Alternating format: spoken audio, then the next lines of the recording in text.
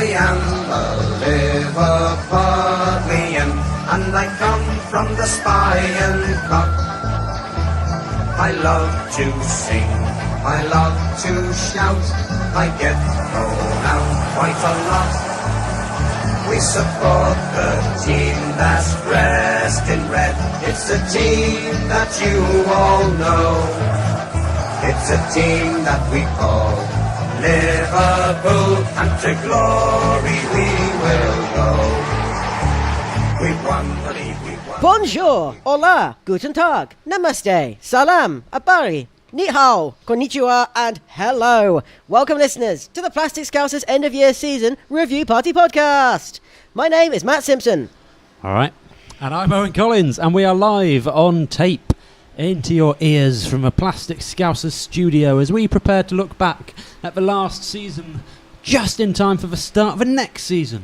Yes, just one day before the start of Liverpool's 2018-2019 season, while several Premier League games have already been played and Man United have already sacked Jose Mourinho, we finally get round to deliberating over the 2017-18 season as a whole, whilst at the same time celebrating the time-honoured British tradition of getting completely pissed and making tits out of ourselves as we once again play Plastic Scousers Ring of Fire.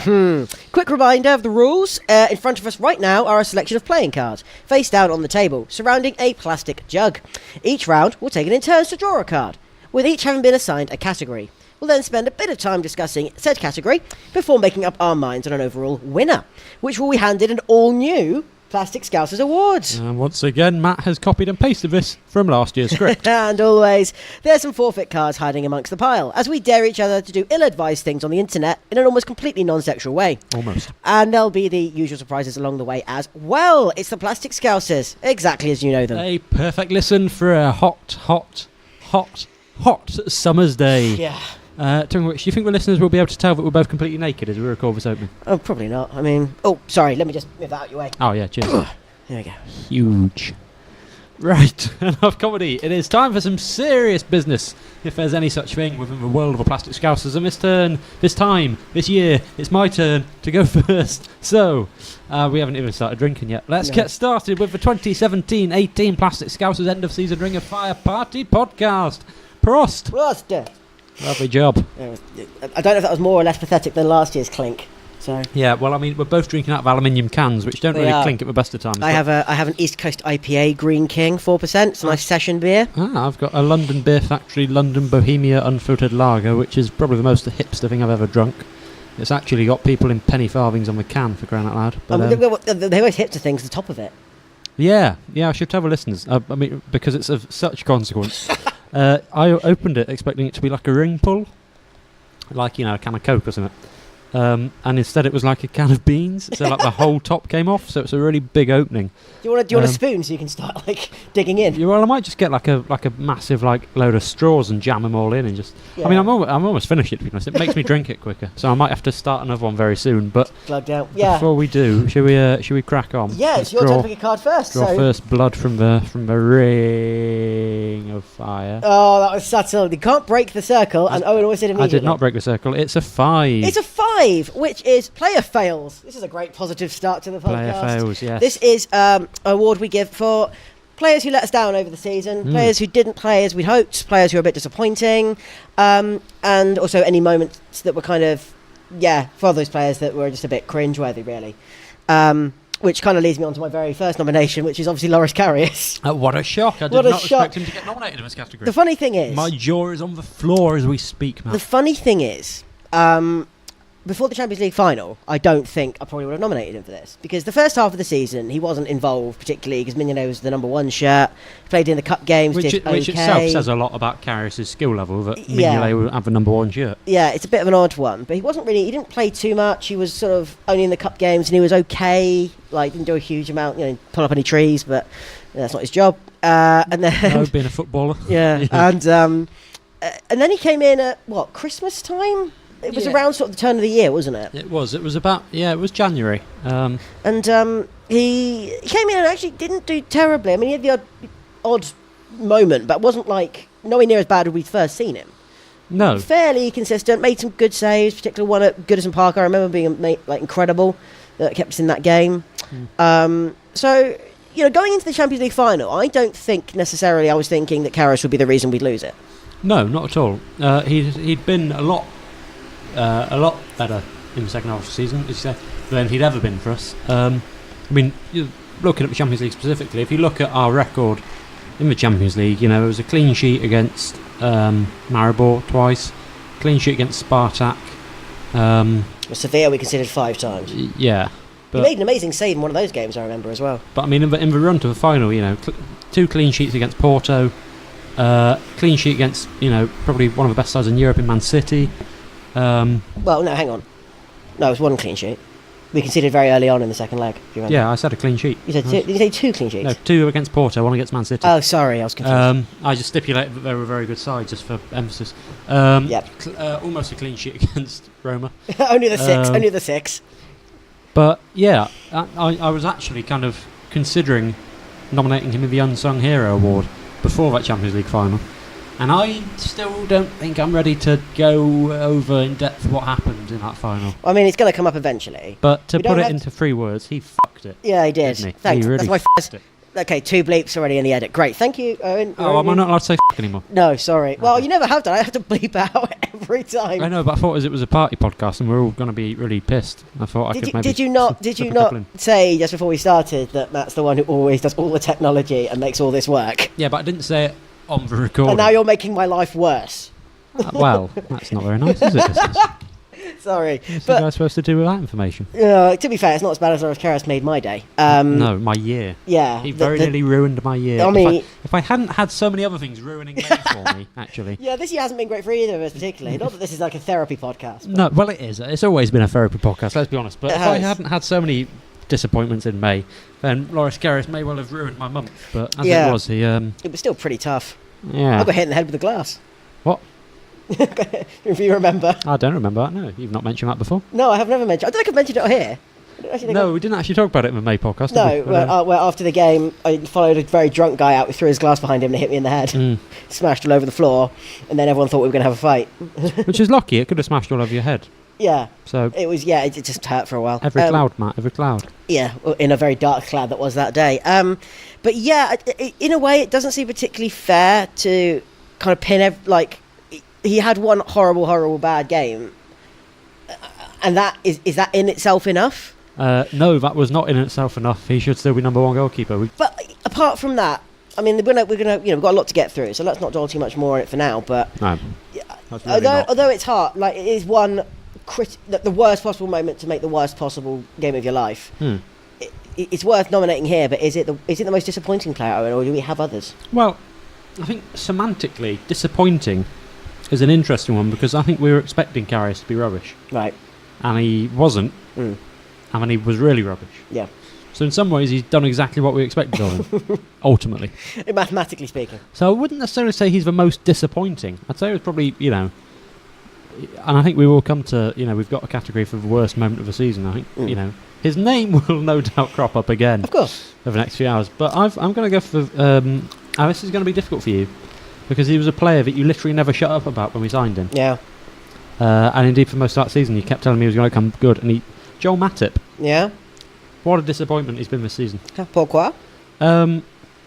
He just hasn't been very consistent. Admittedly, he's struggled with injuries, but that in and of itself has been disappointing. He's basically the Daniel Sturridge of the defenders world. So he only played 35 games this season, which sounds like quite a lot, but considering we got to the final of a major competition, that's 10th in our appearances list. Right. This year. He only played 25 times in the league. He's just, he didn't look massively convincing. Which is strange, because when he was in there. Yeah. When he was playing, you didn't think, this is, we signed him sort of thinking he was a bit like we signed him thinking we were getting what we then went after Virgil van Dijk for. Yeah.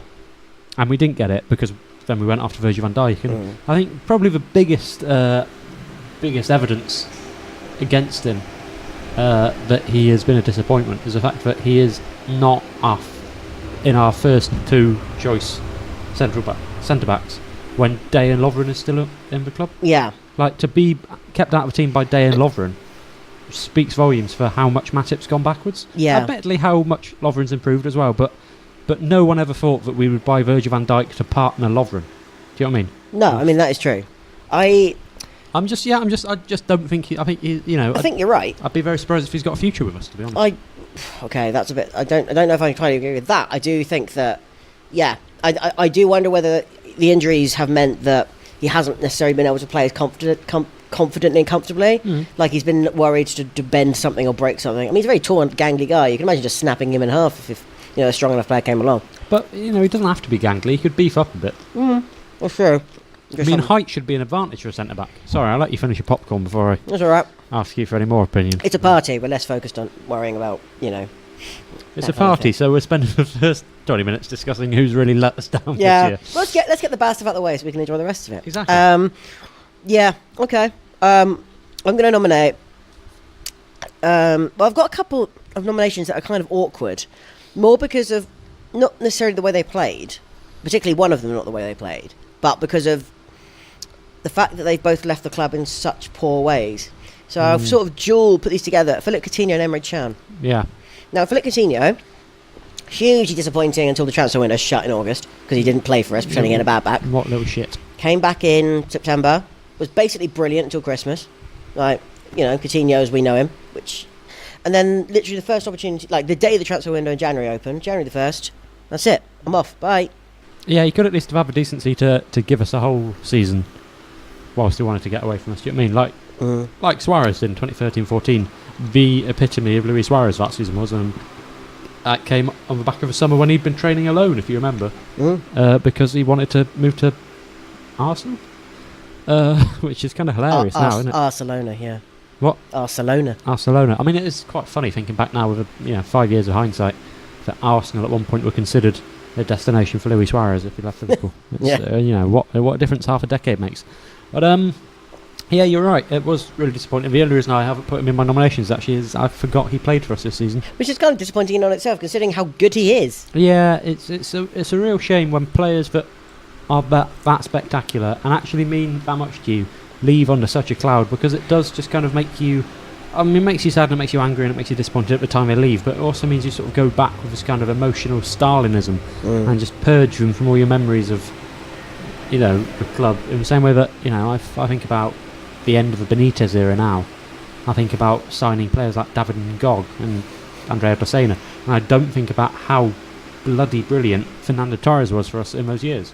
He was. He was the star. Him and Gerrard were. Oh, I know. They were brilliant. Stars. They were brilliant players, but in the same way with like Javier Mascherano, he left under a bit of a cloud, and you kind of, mentally erase him from you when you look back. And the same thing has happened with Coutinho. He was a wonderful player for us, and he played some wonderful games and scored some wonderful goals for us this season. But my brain, by design or by accident, has already begun a process of kind of, blanking him out of squad photo, as it were. It doesn't help that we were better without him, and we ended up, like, literally the first moment he left. The fact that we then kicked on after he left, and Oxlade-Chamberlain kind of came in and filled that role in a different way, and we looked a better team, and, we'd already replaced him as a talisman with Mo Salah, and, the whole front three as it was, because it was the Fab Four, if you remember, about a month, because they had their faces on the Beatles in various memes. The Fab Four was kind of a better. We don't have a proper name for Mane, Firmino, and Salah. Yeah, because the terrific the thrilling three. It's quite hard to say that. It is for me. I can't really do my THs. No, yeah, you got a bit of a lisp. Sorry. I can do S's, all right. Thanks, mate. Okay. Matt Simpson. You little fit. Yeah, but yeah. As I say, the same can kind of be said of Emre Can, but the difference is, well, obviously he played the whole season. He had most of the season. He then had a back injury. It's funny how they keep getting back injuries, isn't it? He did walk off the pitch like in agony. You could clearly tell it was a problem.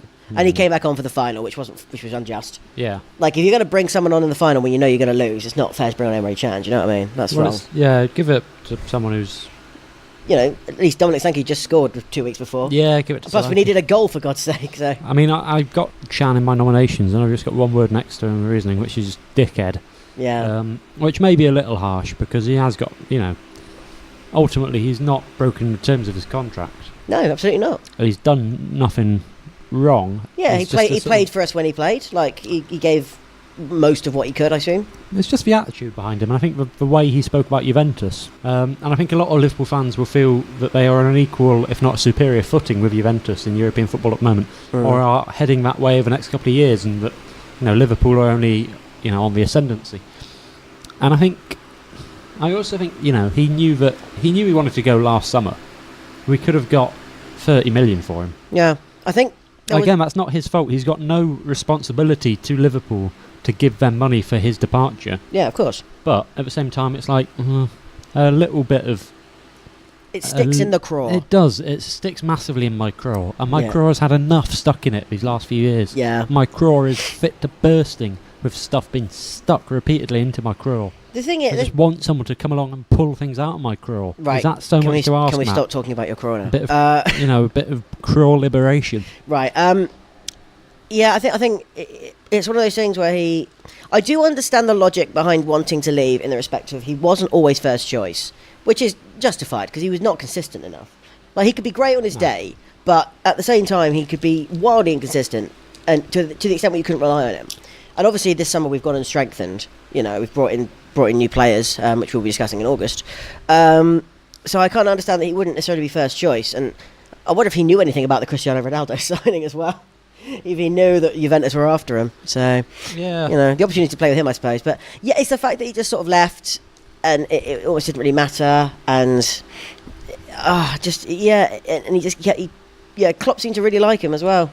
So this is the way the world ends. Yeah, not with a bang, but a whimper.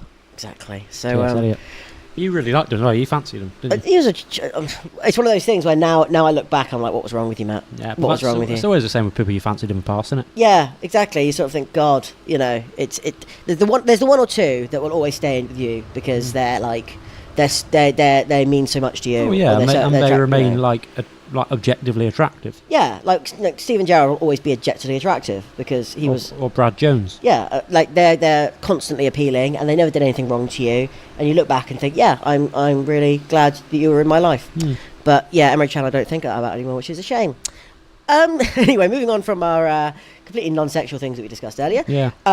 Any more nominations? I got a couple. His name's just cropped up actually, Dominic Solanke. Yeah, I've got him. He came to us with a lot of promise as a sort of young, prospect on the cusp of, launching his career. It seemed a really good deal to sort of steal him off Chelsea when we did. He went and had a really good tournament with the England under-20s? 19s, because they won the World Cup, didn't they? Lewis Cook was lifted. Is that not the under-20s? It was the 19s, maybe I'm wrong. One of the youth teams. One of the England youth teams, anyway. Yeah. And we had a really good... I think he won the Golden Ball, didn't he? Yeah, he was top scorer. Yeah. Golden Boot, sorry. And I think he was player of the tournament as well. He might have been. But feels real prospect, basically.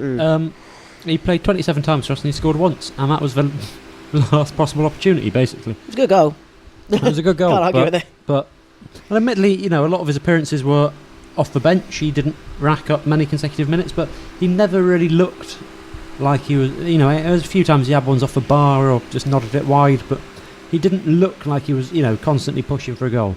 Yeah, I mean, this is something that we've talked about. Well, we'll talk about more certainly next season. But trying to replace Bobby Firmino is almost impossible in this Liverpool side because no striker plays like Bobby Firmino. And Solanke has no, it'll take years for Solanke to develop that ability, even if he can, which is, who knows. So, that's a difficult thing. I think for me, Solanke, I wasn't expecting him to be brilliant, but I was expecting him to be better.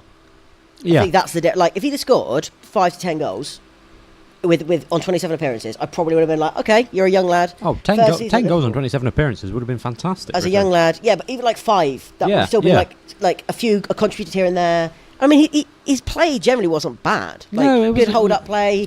It was not for the lack of trying. I'll give it that, No, it was just for golfing quality, and it's not his fault, but, you take Firmino or Salah or someone off, and you see Solanke warming up and coming on, and the immediate step down in quality that was there. And he wasn't ultimately any better than someone like Danny Ings. And he was bought not as a first choice striker, but he wasn't an improvement on what we already had. Yeah, you couldn't honestly say that it made sense to loan out someone like Divock Origi and bring in Dominic Solanke because they didn't contribute more or less than each other. Yeah, the net gain was negative. Well, the next game was probably just that we had another Englishman in the squad for the homegrown rule. Do you mean? It ticks off the boxes. Yeah. It's a bit harsh as it's a first season. I'll be interested to see kind of next season, can he push on? But I don't think he should be here next season. Well, out on loan or so. I think he needs to go out on loan to have a season where he's first choice striker for his confidence and for his actual ability, and come back and he will, and that golfing class will be narrower. Yeah, I think you're right. Actually, that also brings me on to another nomination, probably one of my last anyway. I'm actually going to put Daniel Sturridge in here. Oh, okay. Which is an interesting one because the fact of the matter is he was still fifth or sixth top scorer, but it just yet another season where it ultimately just fell apart. The fact that during he ultimately just fell apart. The fact that his pre-season goal against Bayern, he literally pulled up scoring the goal. It was like, is he like we joke that like Philip Dagan was made of glass, but sometimes I wonder if Daniel Sturridge is just made of like sinew and nothing else, and at any moment it can just like wobble and break and it's all gone again. So is that how sinew works? I assume so. Oh yeah, neither of us are anatomists. But you can see my point, right? Yeah, he is just the English Philip Dagan is what we're getting at. Slightly better though. Or Joel Matip. Yeah.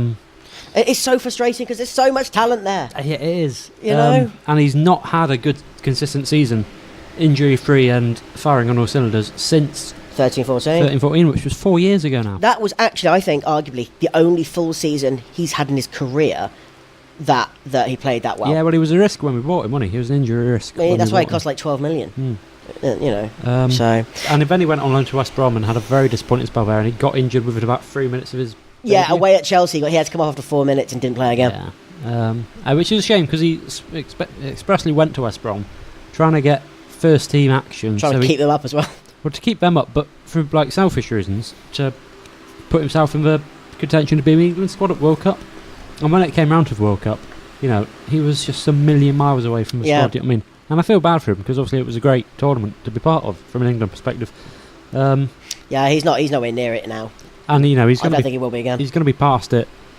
Even if he has a really good season this season, he'll presumably be past it at the next Euro. So, although Jamie Vardy isn't, so if he can stay injury free for the next 2 years, I think he could get back in the squad. But that also brings up the interesting point that you said that we both thought by the end of that he was in the shop window to go. Yeah, and that kind of tells you how bad a season he's had and a bad few seasons he's had. So, and yeah, I mean we'll talk about pre-season more in the August podcast, but yeah, I mean it would be very surprising now if he did leave. Kicking on. So, anyone else? Well, I've got one. It's a bit harsh. Ben Woodburn. Yeah, that is harsh. Disappointing just because he was supposed to be our next big prospect. I'm not saying this is his fault necessarily, but still disappointing. He only played twice a year, once in the League Cup and once right at the end of the season. And he was supposed to be sort of kicking on. He didn't go out on loan like some of his contemporaries did. He stayed to develop under Klopp. He stayed training with the first team. It didn't do an awful lot of good. No. And I don't know if that's because Klopp's changed his mind on him or because he's really not progressed like he was supposed to, but if you train with the first team all season as like the next big prospect and you only get 2 games, so you're doing something wrong, and he's not really kicked on this season, and he's been overtaken by Curtis Jones underneath him, if you'll pardon the expression. So it's kind of like it's this time last year we thought he had a real future with Liverpool. Yeah. We thought he would be like one of a few academy prospects that actually becomes a first team regular. A bit like Trent. Yeah, and now you would be very surprised to see him actually putting on a Liverpool shirt in 3 years' time. Yeah. In 2 years' time. He is 18. I know. Like, I don't, I mean, I think it was harsh that he didn't get more game time. Yeah. I think I'd like to have seen him. You'd like to have seen him sneeze into a microphone. Sorry. Oh, God. I think it's the fan that's blowing on us, which is why there's a weird humming in the background. Yeah. It is about 1,000,000 degrees in the studio. Yeah, we'd like to say thank you to our fan, Jenny, who has come in from Bishop Stortford and agreed to blow on us. She's been downloading all our podcasts. She is probably our biggest fan. Yeah. And she's just here humming and blowing on Matt. So it's very which is supposed to make it better. Yeah, it's supposed to make it better. And ultimately I'm still sneezing. And whatever that means. Yeah, I don't know. Yeah, I think that's too harsh because he didn't play enough, really. But that is the disappointment. But that's almost disappointing from Klopp's perspective. Well, also, not played him more. But is he not playing because he's just not, good enough? Well, yeah. I mean, there were opportunities when Coutinho left, particularly to kind of fill that void. Yeah, when he didn't go out on loan in January like we thought he was going to, it seemed like he does need a loan. Well, he's got one. Yeah, I know he has now, but Yeah. I mean, like last year, he probably could have done with one. And if you need a loan, get in touch. We offer very good APR rates. You know, we can help you buy that fridge freezer of your dreams. So if you are like Ben Woodburn and need a loan, call the Plastic Scousers Profiteering Loan Company on 08865 311 211. Please don't phone that number. We don't actually know if it's real. No, it is real. I'm not telling you what it's the number for, but it is a real phone number. Legally, it's not. Legally, I can't vouch for that. But Loan yeah, company. no, I'm not. I don't think we can put Ben Woodburn in. So Well, who are we going to give it to then? oh, I can't give it to Loris Karius for one game. No, I I don't think that's fair. and as I say, I don't think I'm not that disappointed by him. I think I'd come to expect that he'd cock up our season in one way or another. Yeah, all at once, unfortunately. Do we give it? I mean, Coutinho and Chan, the most biggest disappointment is they've left and the Yeah. way they left, rather than the actual way they played. Yeah. Do you know what I mean? So I would say either Matip or Solanke. Just, I would. You have this residual loyalty towards Joe Matip, don't you? I did, and I totally admit that he was not good enough this season. Would you say it was disappointing? Yeah, I'd say Solanke was disappointing too, but not that either of them are going to listen. Well, Solanke would be much more upset because Solanke is only 20. We have to bear that in mind. He's Yeah. not actually. That was his first season as a full professional, whereas Matip's played for years at Schalke, played very well the year before as well. Which is why I think it's disappointing. The funny thing is, I didn't actually nominate him, but the more we talk about it, the more I think you're right. Well, shall we give it to Joe Matip then? Yeah. First award of the party, the most disappointing player award, I'm afraid goes to Joel Matip. Cheers. Cheers. Where's your drink gone? It's down here, so I don't spill it anyway. Ah. Oh, that Okay. was better. Yeah, it was better, but because it's empty, so I can Well, just shake mine's it. full and yours empty, so it was a good contrast. Good thwack. Pombre. Matt, would you like to draw the second card? Oh, I'd love to. This is exciting. It's my first card. Oh, again, subtle merging of a circle. They were again. still merged, to be fair. First of the ship mix. It's a Oh, king. it's a king. So you get to pour something into our famed plastic jug in the middle of a ring of fire. It is. Where are the discard cards? It's just got a pile over here. There you go. Right, so put I it get on to there. pick something. We haven't got too much of a range of drinks. Got some. Microphone. We've got some. I mean, what the selection of drinks is mostly beer. Got some like fizzy drinks, some Coke, some lemonade. We've got Fanta. Is that Fanta? It is Fanta. Apple Fanta. Green apple Fanta. Wow. Some Mountain Dew. Some sort of what's that juice again? Guava and lychee. What, guava and lychee? Should we put both of that in? Well, it's my choice. So. Oh, yeah, all right. I'm just offering. Also, I'm diabetic, so Yeah, you have to fair. remember that. Probably shouldn't put Right. the Fanta or Mountain Dew in for that reason. I'm going to go back here. I am going to put in. We'll start centre. I'm going to put some Coke in. A nice base ingredient of Pepsi Max. Pepsi Max, Other Cokes are available. but they're not as good. Careful to open it because we had to carry it all the way here, of course. Yeah. Thank you to TFL for making our journey warm but pleasurable And busy. and busy. So here we go. Oh, it's very fizzy. It's a good head of foam on there. That's nearly half the jug. Oh god, I spilled a bit. No, it's not. It's mostly not a jug at all. Oh yeah, there we go. Well, we don't want to fill it up, you know. No, That's a bit more than that. that's 1,000 fluid ounces. Yeah, I'm not going to fill it completely, but a generous portion. Someone's going to have to drink that later. Yeah, well, probably going to be one of us, to be honest. Unless Jenny, do you want any? No, Jenny's mute. It's one of Yeah, those weird Jenny's- sexist things we have. she's mute, but she keeps on blowing. Owen, with that, would you like to pick up another card? I would love to, Matthew. Oh, careful, careful, careful. Oh, yay! There you go. It is a 4. A 4. That is. Oh my god! Really? Floor.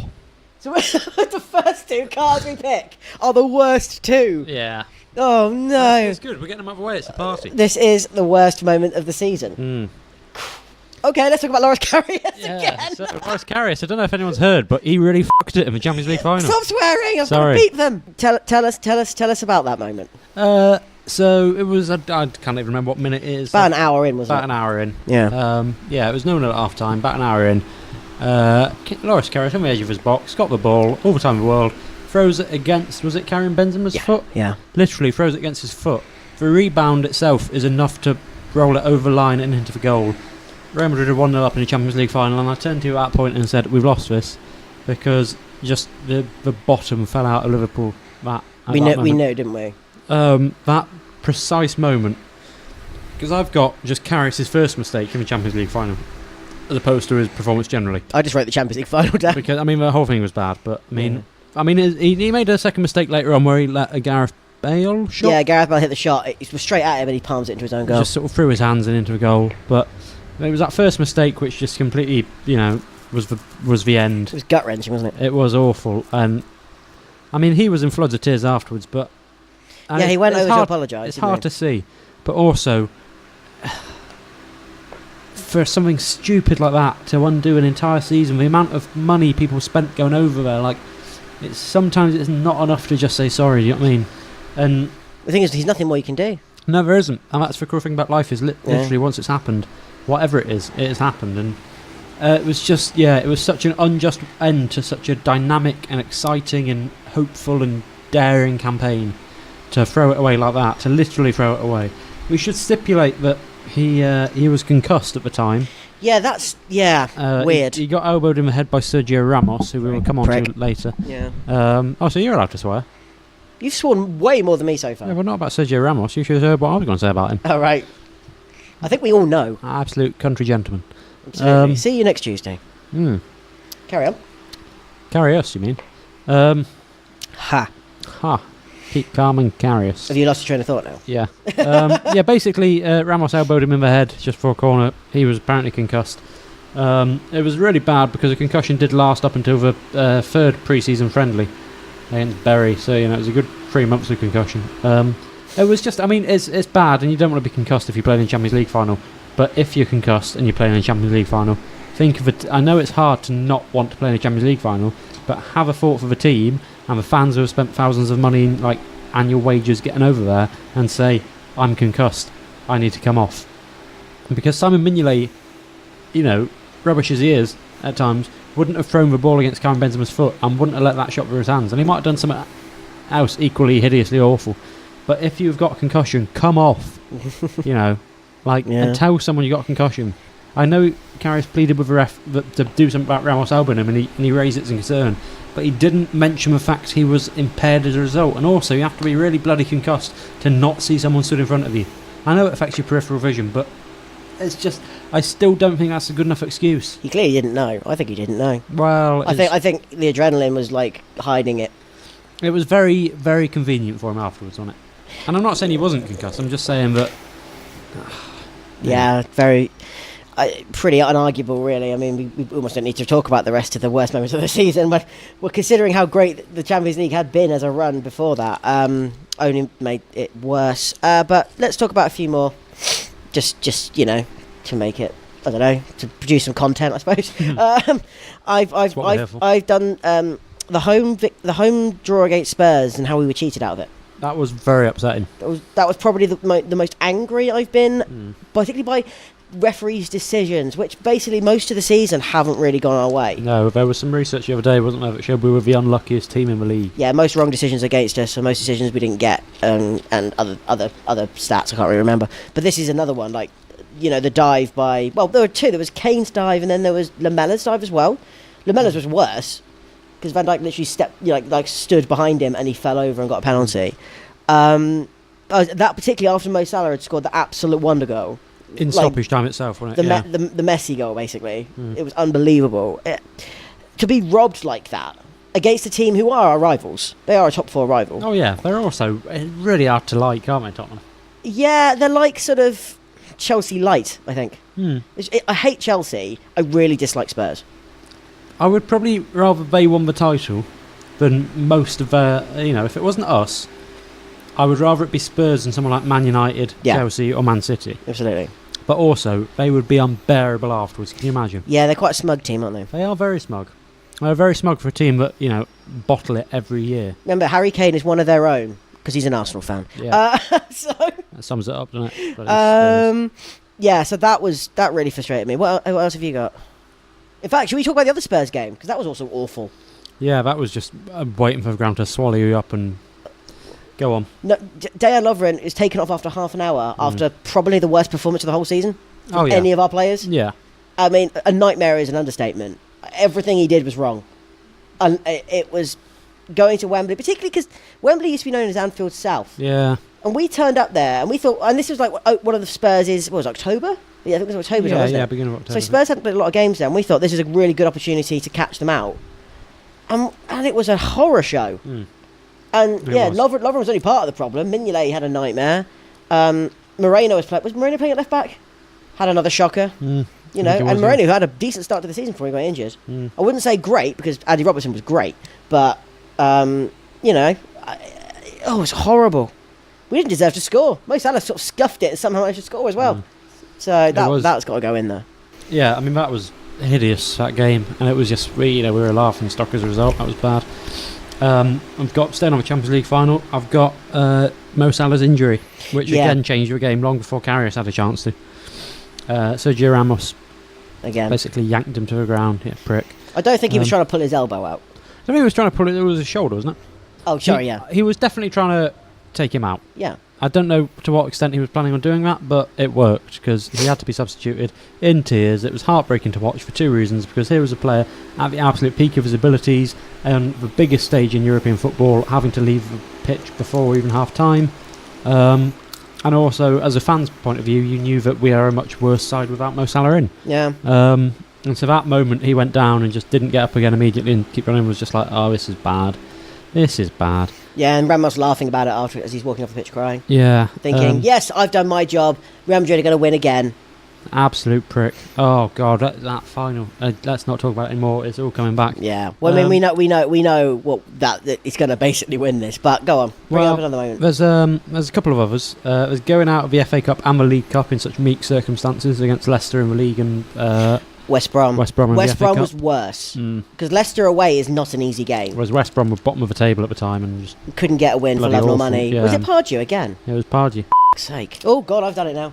Oh no, I've got to edit it. What's happening? I'm officially absolved. Yeah, it's fine. I have to take off the clean setting on the iTunes store. Genuinely, that's why I have to bleep it. Yeah, that was the West Brom defeat particularly was pathetic, and the VAR nonsense in that game. Like 20 minutes of that game was us sitting not knowing what decisions. I remember I was in a pub in Camden, I think, that night watching the game. Which one? Like a sports bar. Oh God. That's really posh. Why did they say like that? I don't know. I remember it was a good sports bar because I was meeting a friend and then going to a party afterwards. So we went to this bar around the corner from where this friend lived. And I remember there were like 30 tellies in it. We go sometime. It's really good. I like Camden anyway. But I was in a hotel room in Frankfurt. Writing up, well, not really. I was working. I was writing up a report of that day's Paper World 2018 conference. I can't really woo you about work trips, can I? No, not really. You've been to Frankfurt several times. I went to Abu Dhabi for my work trip. Panama. Well, that was 3 years ago. This season, I've only been to Frankfurt once. Actually. Oh, okay. I did go to the Grand Prix VIP experience, champagne bar for free, hanging out with celebrities. I went to a 5-star hotel in Budapest, which was nice. Did you pay for that? No. Did your mum pay for that? No, it was work. Oh right, okay. I'm just saying. Don't think I can afford to pay for a bloody 5-star hotel anyway, do you? No. Not on my wages. That's my work paid for. And that's where you were with the West Brom game. And it was just, I was so confused for a lot of that game as to, right, why have we stopped now? I know it's VAR, but can someone please explain what the decision is they're looking at? It was a tad disjointed, wasn't it? Yeah, because there was a penalty that was given and then wasn't, and there was one that wasn't, that was, and it was a nightmare. I've got one other worst moment though, which is going to really make the decision difficult. This Sean Cox. It's the attack on Sean Cox before the first leg of the quarter-final. Semi-final, sorry, against Roma. By the Roma Ultras, right? By the Roma Ultras, who have got no right to call themselves football fans, let alone ultra football fans. Sean Cox was the victim of an unprovoked attack on the streets outside Anfield before the game. Was in intensive care for months. I think at the time of recording, he's only just showing signs of recovery. Obviously, we hope he does go on to make a full recovery, and the thoughts of the plastic Scousers are with him and his family. Of course. But it was, it was a real low point in the season. It was a sort of, we don't have a category for. We've got a best non-footballing moment. We don't have a worst non-footballing moment, or else this would surely be unanimous. It was a real low point for our season, for football generally this year. It's sort of scenes that you really hoped the football left behind, Well, considering Roma earlier that day, all the players had gone to the Hillsborough Memorial and put a wreath down. Roma were, as a team, were the epitome of class. And I think we did something similar out there. I can't remember quite what it was. There was definitely something, because there's I should have researched that, but either way, like both sets of football squads and clubs generally, there was a mutual respect and grace there. But and in fairness, the majority of Roma fans, were a credit to their club, but it was this small section, and it's only ever a small section, isn't it, that get the headlines, but absolutely abhorrent act. Because it was in the second leg, the Roma players all wore in training. They all wore, was it like Forza Sean Cox or something? Yeah, we'll come to that later. Yeah, but yeah, as I say, Roma as a club, fair play to them. Did a lot, and were in constant dialogue with Liverpool, as they were before the second leg as well. There was a lot of negotiations between sort of the police there. Yeah, there was a worry there'd be retaliation, wasn't there? Liverpool as a club, Roma as a club, the sort of Rome city authorities. So it was, good to see people taking it seriously. It's just a shame that such a horrific act had to happen before people really thought, this isn't necessarily a safe night out. Absolutely, we wish him all the best, and I've got this party really has got off to a great start. That's the nature of this game, though. That is the nature of it. A couple more, just to add Man City away. Yeah, the Mane sending off, which shouldn't have been, still makes me angry to this day. And the whole capitulation, and fortunately it didn't actually have too much of a bearing on the season as a whole, because Man City ran away with the title anyway, and we then got our revenge 3 times in a row. We've become their kryptonite. I think we scored 21% of all the goals they conceded this season. Yes, I think that is right, which is brilliant. I think actually, what would the maths be in terms of, it'll be 5 plus 3 plus 1, so that's 9. And then we scored 4 plus 3, which is 7. Yeah, it'd be 9-all. Over the course of those games, it'd be a draw. 9 each. Who wins on away goals? City do. Bastards. Because we didn't score... we only scored at Etihad twice. They scored 3 times against us in the home game. So they would win on aggregate. But that just shows you. Do you know what I mean? That is remarkable. That is mad. We just spoke about dark moment of this year's football, but what a fantastic advert that is for English football at the moment. That the 2 best sides in the country have a 9-all aggregate score across the course of a season. Yeah, and yet we only lost once. So what does that tell you? And then there's the other couple. Oxlade-Chamberlain's injury, I thought was really sad. Particularly now we know that it's 18 months out. Yeah. And what really upset me was he took, when Coutinho left, we weren't sure. The number sort of 8 to 10 role, which because you've got Henderson defensive midfield. Wijnaldum or M.A. Chan in that kind of 8 role, back to top to bottom role, and then you had the more creative midfielder going forward, which was Coutinho. And when he left, we didn't really have anyone to replace him. But Oxlade-Chamberlain stepped in and went from being I'm not sure to first choice. But there was a point where it was like he was one of the guaranteed starters, and when he got that injury, I was just heartbroken for him because I'm so really sad for some reason. Yeah. There's becoming a bit of a theme actually in former Southampton players just hitting a real run of form and then getting an injury which sort of, they have to start again from. Look at Adam Lallana, just before he got properly injured last year, he was really enjoying his best run of form with the club he'd had since he signed, got injured, had to start again. Nathaniel Klein, first choice right back, Mr. Dependable, got injured last pre-season, is now starting, he's lost his place to a 19-year-old. Even Sadio Mane, got injured at the start of this season. By the time he came back, he was like our 3rd best striker. Yeah, he struggled to get formed, didn't he, for a while? And before he was our talisman. Do you know what I mean? Yeah, it's odd. And Oxlade-Chamberlain's is worse than all of those because it sounds like a horrendous injury. So, again, we wish him a speedy recovery.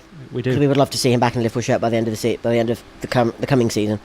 And then I got one more, just slightly jokier. Go on. Having to do half a podcast by myself. Because we lost the audio in October. Oh, yes. And you couldn't record again. So I had to just sit on my own in my room and somehow script it in such a way so I could use your bits of audio and then talk over. It was just a nightmare.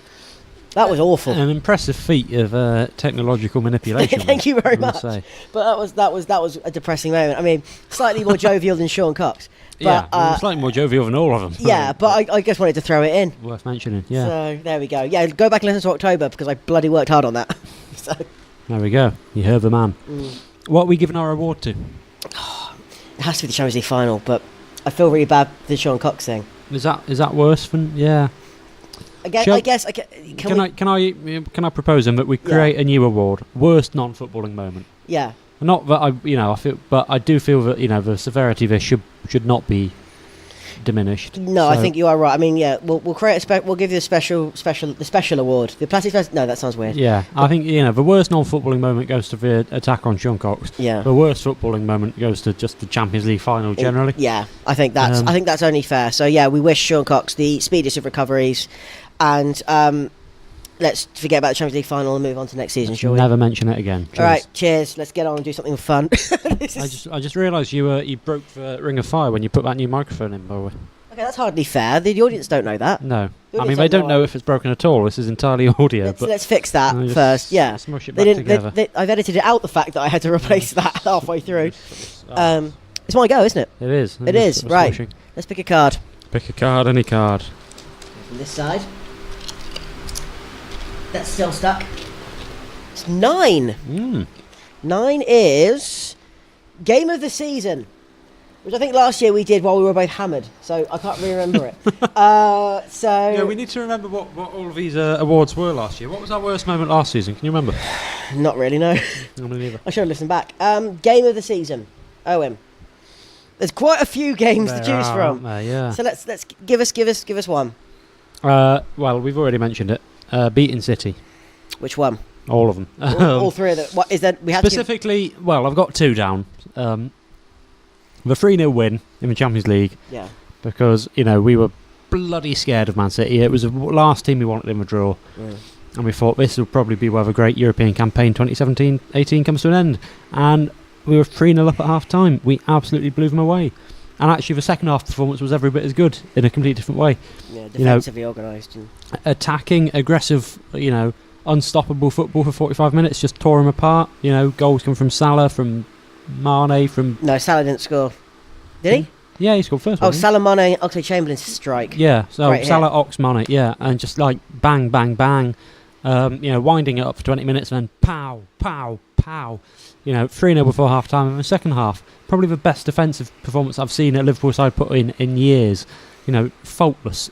All through the pitch. Garrison goal. Even our attackers doing everything that was required of them.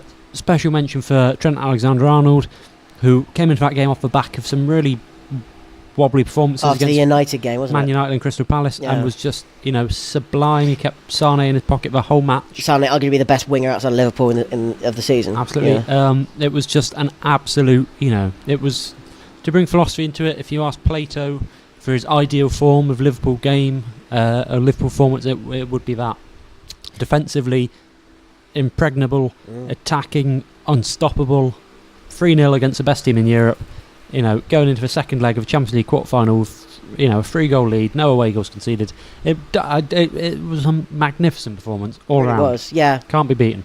There's another Man City game as well. There was. Do you want to tell us about that? This is because this is probably my favourite of them. Is the 4-3 at home? Both home games. Let's be honest. This, in terms of football, best game of the season without question. Two teams who just went at each other from first minute.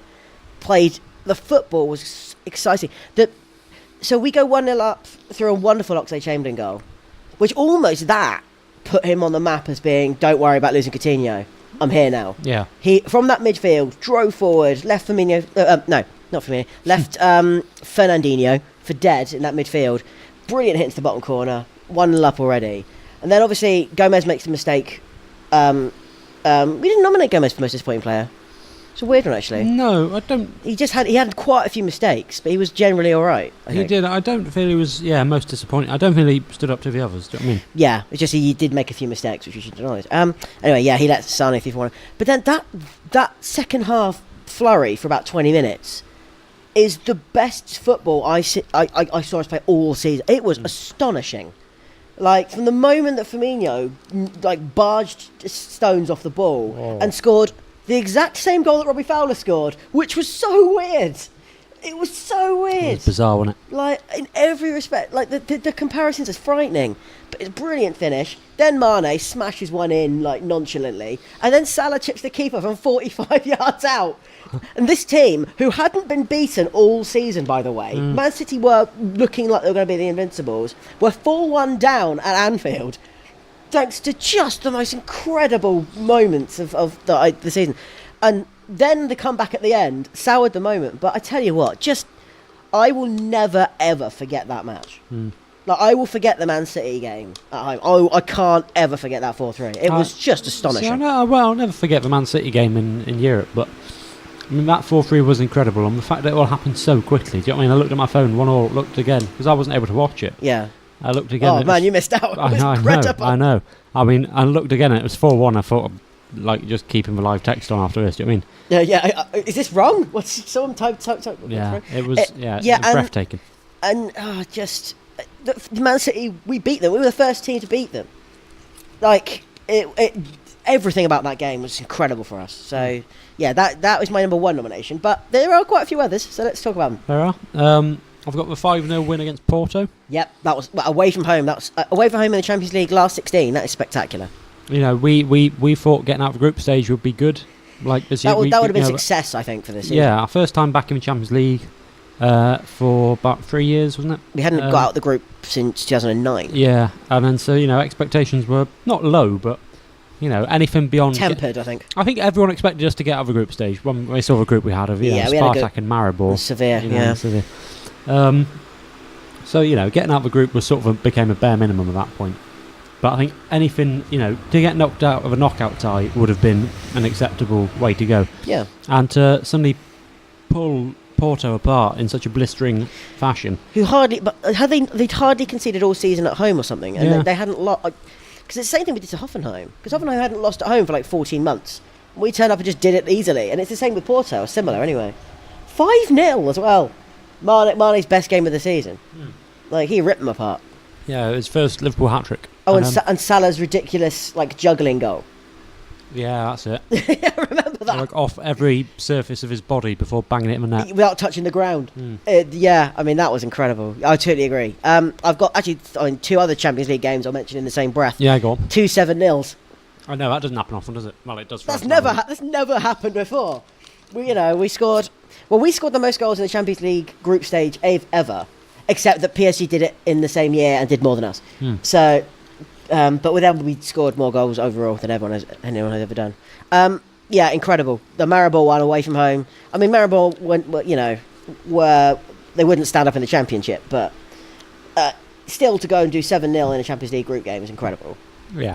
But the Spartak one's more impressive because we knew we had to win that game to guarantee getting out of the group, with Sevilla having drawn to Sevilla twice and drawn to Spartak away. Again, the complete travesty, 100 shots and scored once. We knew we needed to win. A 1-0 would have been fine. A 7-0 was quite frankly indulgent. Yeah, took the words out my mouth. What I mean? Took the words out my mouth. I almost felt sorry for them by the end of it.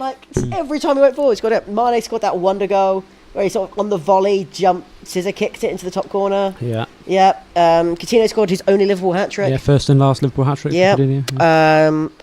Yeah. To go through in style like that. If you think in those two games, Porto and Spartak, which were next to each other, 12-0 aggregate. What? Well, it sent a message to Europe. Yeah. Which over the next few months, everyone was forced to sit up and listen to. Yeah. Like absolutely. Some kind of Guantanamo Bay psychological torture exercise, but they, that message, which might not have been heeded by beating Maribor 7-0, suddenly we were beating better teams 7-0. Suddenly we were beating, the best team in Portugal 5-0. Away from home. And that was when we were back. It wasn't qualified from the Champions League, it wasn't qualified from the group stage, it wasn't even getting out of the group stage. It was that sort of pattern, those 3 games. Yeah. We were back. Well, that's why it was such a worry when we ran into Man City, who would have been very well prepared for what we can do. So that's why we were so worried, to be fair. So, yeah. Any other games you got? I've got, in the stem of Champions League, got 5-2 win against Roma. That was amazing. Which I will talk more about later on in the podcast, so we won't dwell on that too much because we got an abundance of riches. And the 4-0 win against Arsenal. Early on in the season. It's becoming customary to start the season with a demolishing of Arsenal. Yes. But it never gets any less pleasurable. No, I mean, sadly we can't see Wenger's slowly melting Picasso face anymore. But as he watches him feel miserable on the touchline. But yeah, I think the memory from that is obviously Salah's almost introduction to how brilliant he was goal, where the fact he ran from his own half, and there's that Benny Hill sketch from the tunnel. Yes, I love that video. As everyone knows, all the Arsenal players are trying to the charge behind him en route. It was like a scene of in the Blues Brothers or Thelma and Louise, with the police coming over horizons. You know what I mean? So funny. Desperately coming over county line trying to catch the. But I think that was the moment Salah kind of woke the Premier League up and went, look, that's like a 70-yard run, faster than anyone else on the pitch, and then to finish off calmly as well. That's the harder bit. So many players you'll see running through on goal, and they'll screw up and miss. Or they'll get there and won't make use of it. Or they'll panic, yeah. So that I totally agree on that. I've got a couple of others. I think the last game of the season, 4-0 at Brighton, similar to the Spartak game. Yeah, that's fine. Because of the pressure of needing to win that game to qualify for the Champions League next year. Again, exactly the same as Spartak, just tore them to shreds. I know Brighton didn't have to do much because obviously they had already stayed up. Congratulations to them, of course. We'll see them again next year. But to do it that way was wonderful. Like, great goals. And, of course, the other good thing about that game, Solanke and Robertson scoring their first goals. Yes. Which was wonderfully satisfying. Yeah, it was. We'd waited all season for Solanke. Finally came. Robertson, we weren't quite expecting so much, but it's always nice to see a player get first goal. Particularly Robbo, who I think every Liverpool fan just loves. The most likeable player, one of the most likeable Liverpool players for years. Likeable person as well. Yeah. A likeable footballer. So yeah, I think that's got to go in. So yeah, there's so many others we could mention. You know, there's loads of other games where we played brilliantly, and you know those front three were incredible. But I think those may be the highlights that we certainly can remember. Yeah. So I mean, which one of them? I know which one I want it to be. Which one do you want it to be? 4-3 City. Because as a spectacle, as well as a result, and so we've always talked about goal of the season, right? We've always talked about being context and quality, right? That's the two things we want for goal of the season. A goal that really matters, and that is incredible. This is a game version of that. It mattered so much to stop City. Like, we suddenly proved that it could be done, and the way we did it, like the happiest feeling I'd had all season was when Salah scored that fourth. I can't remember. City hadn't conceded that many goals all season. Yeah. In 15 minutes, we'd scored more goals against them than they conceded basically all season. It was mind blowing.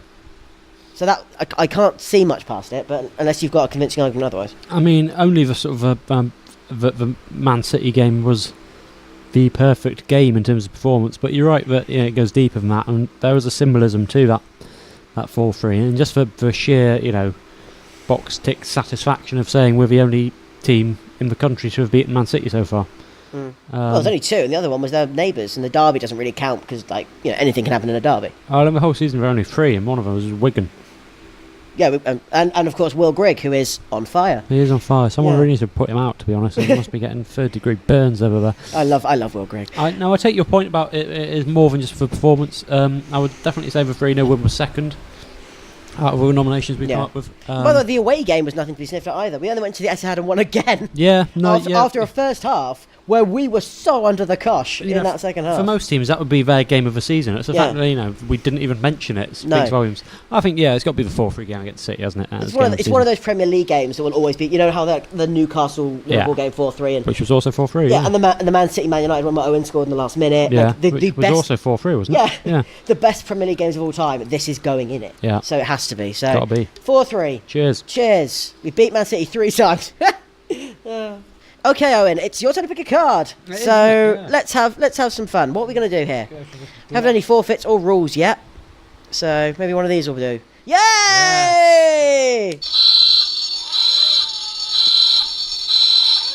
That was so well timed as to cause suspicion, but that genuinely was Matt saying that completely by chance as I picked for first forfeit. It was, yeah. It is the first forfeit, so I've got to go set up the camera equipment now because I have forgotten. So this will be now on YouTube. Search Simpson and Collins on YouTube to find the channel. We'll be doing all of this live on video as well as on the podcast. So yeah, let's go do that, and we'll prepare for Owen's first forfeit. Well, hello everyone, and welcome back. We are here, live at the Plastic Scousers studio here, somewhere in a mystery building.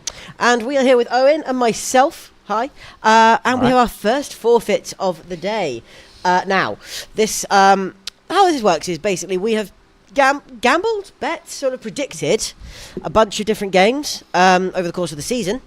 And throughout them, if you happen to not get it right or be least accurate in your prediction of those certain games, then you have to do a forfeit, which is obviously for your viewing pleasure. I know you might have seen these over the last couple of years. We've done many things, including drink lots of sangria, eat crackers, which I think things I've done. That was still one of my favourite videos on YouTube. Yeah, that was horrible. And of course our famous Plastic Scousers karaoke, which will be coming later on. But for now, forfeit number one, because we had this game against Tottenham away, which we both thought we'd either win or draw, and we horribly lost. We then rolled over to Huddersfield Town, which we won, but you thought we'd draw, which means that which means that ultimately it's your forfeit. So we're going to do something called the Fluffy Bunny Liverpool Challenge. Now, Fluffy Bunny is an online game where you film yourself essentially eating marshmallows and saying Fluffy Bunny until you can't fit any more in your mouth.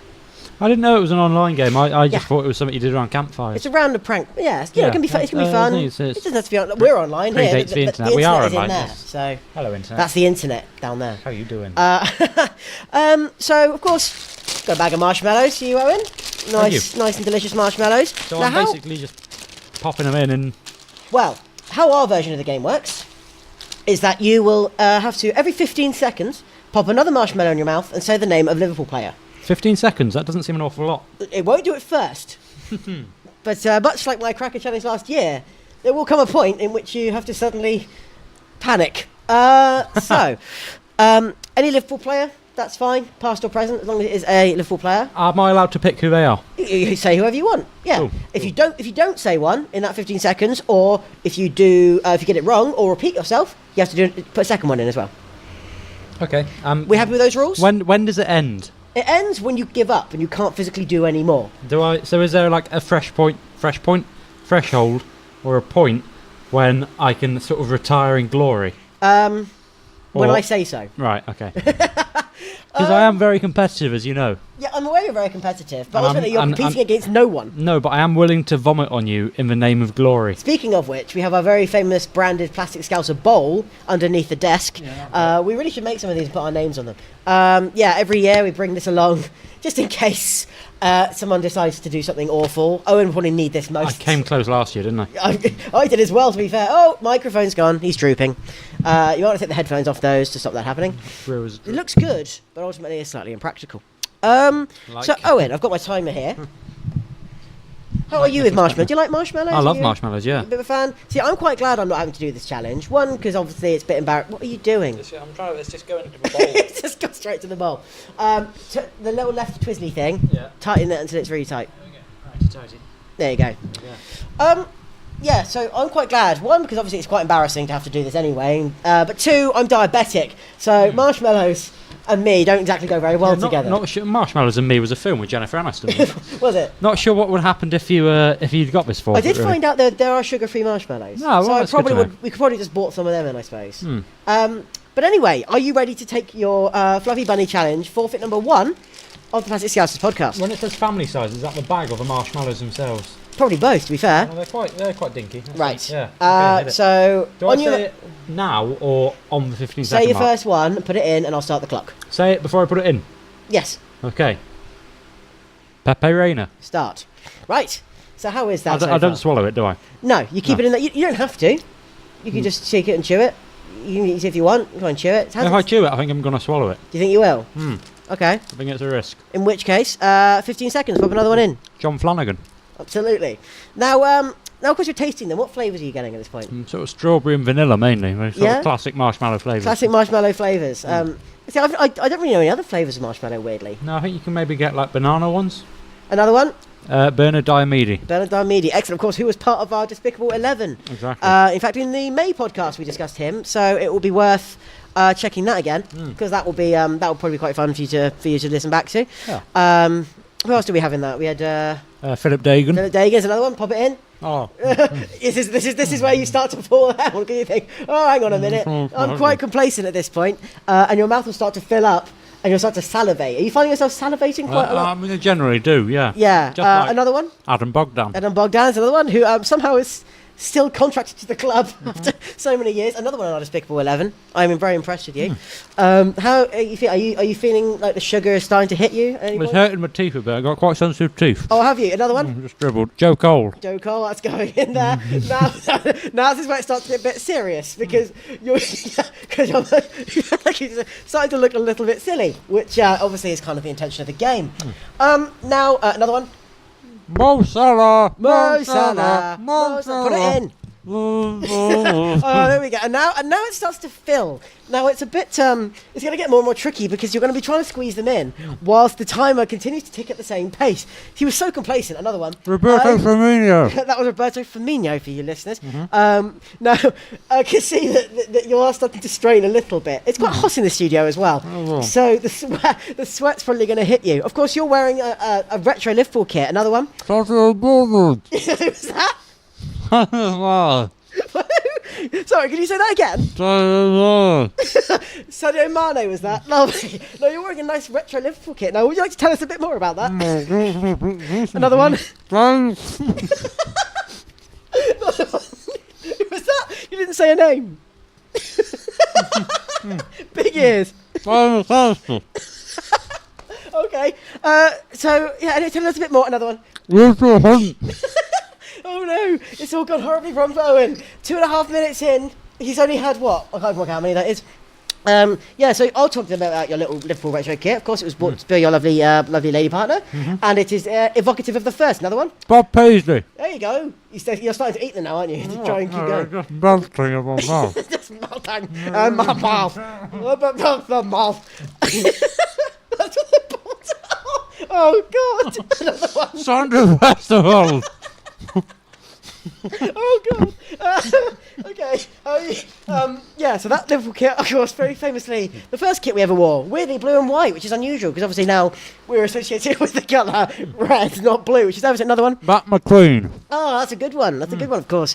We discovered last year that he was the only player we think to ever won a league title in England, having played in every position at one point or another, including in goal. You're dribbling a little bit. You might want to clean that up. Another one. Lawrence Carriers. Lawrence Carriers. I mean, we still hear you, which is impressive. You've got through quite a lot of the bag. I was going to buy a smaller one, but actually I'm kind of worried you might just eat the whole bag. You'll be buzzing off the walls as well. Full of sugar and alcohol. Another one? Oh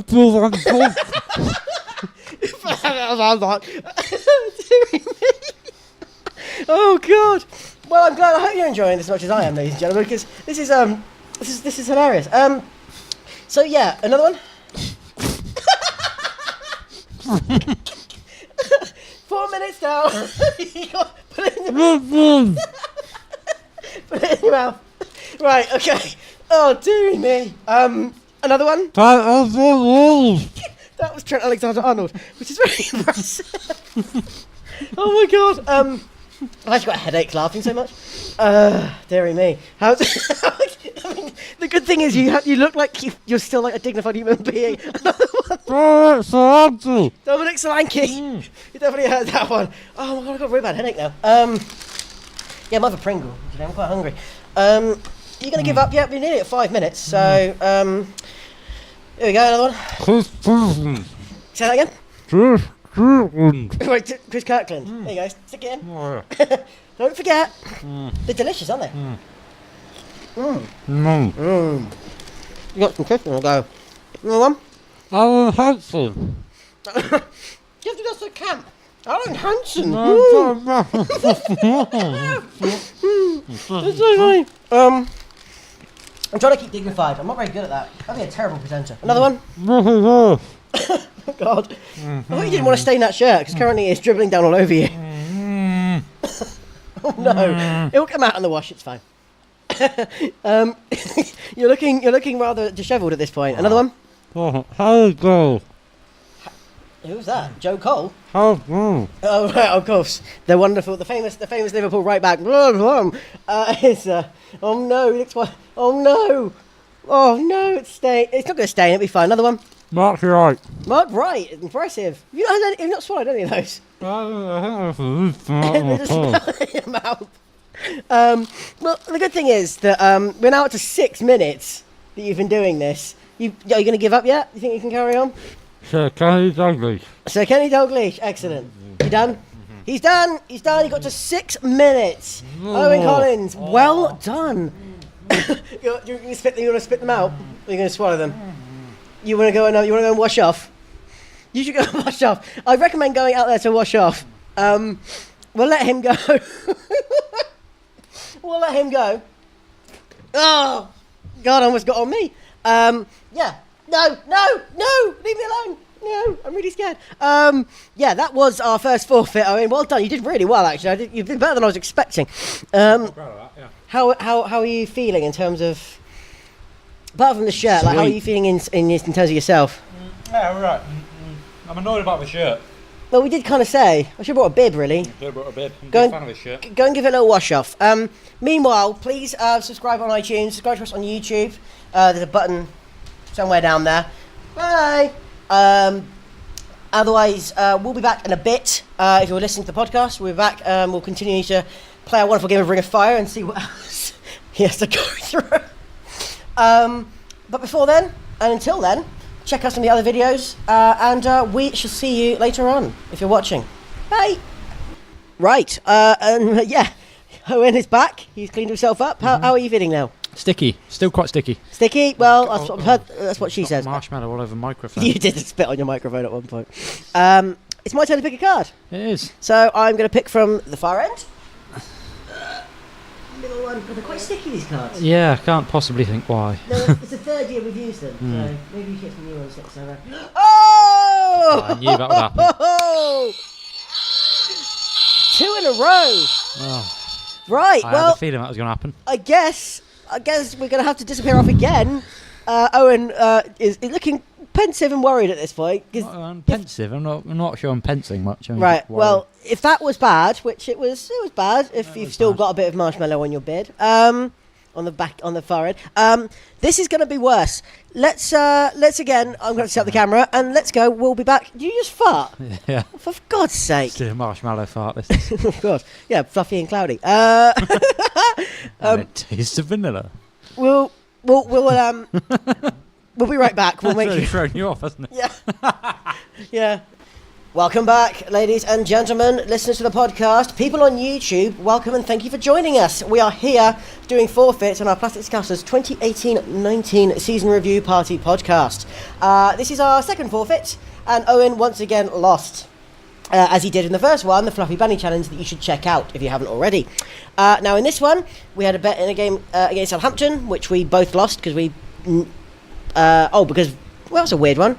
We had the exact split score, 2-0, 3-1, and it was 3-0. So we rolled it over. To Sevilla, where I thought we'd draw, you thought we'd win, and of course we drew, because Sevilla seemed to be a curse against us for some weird reason. So we're playing Shot Roulette.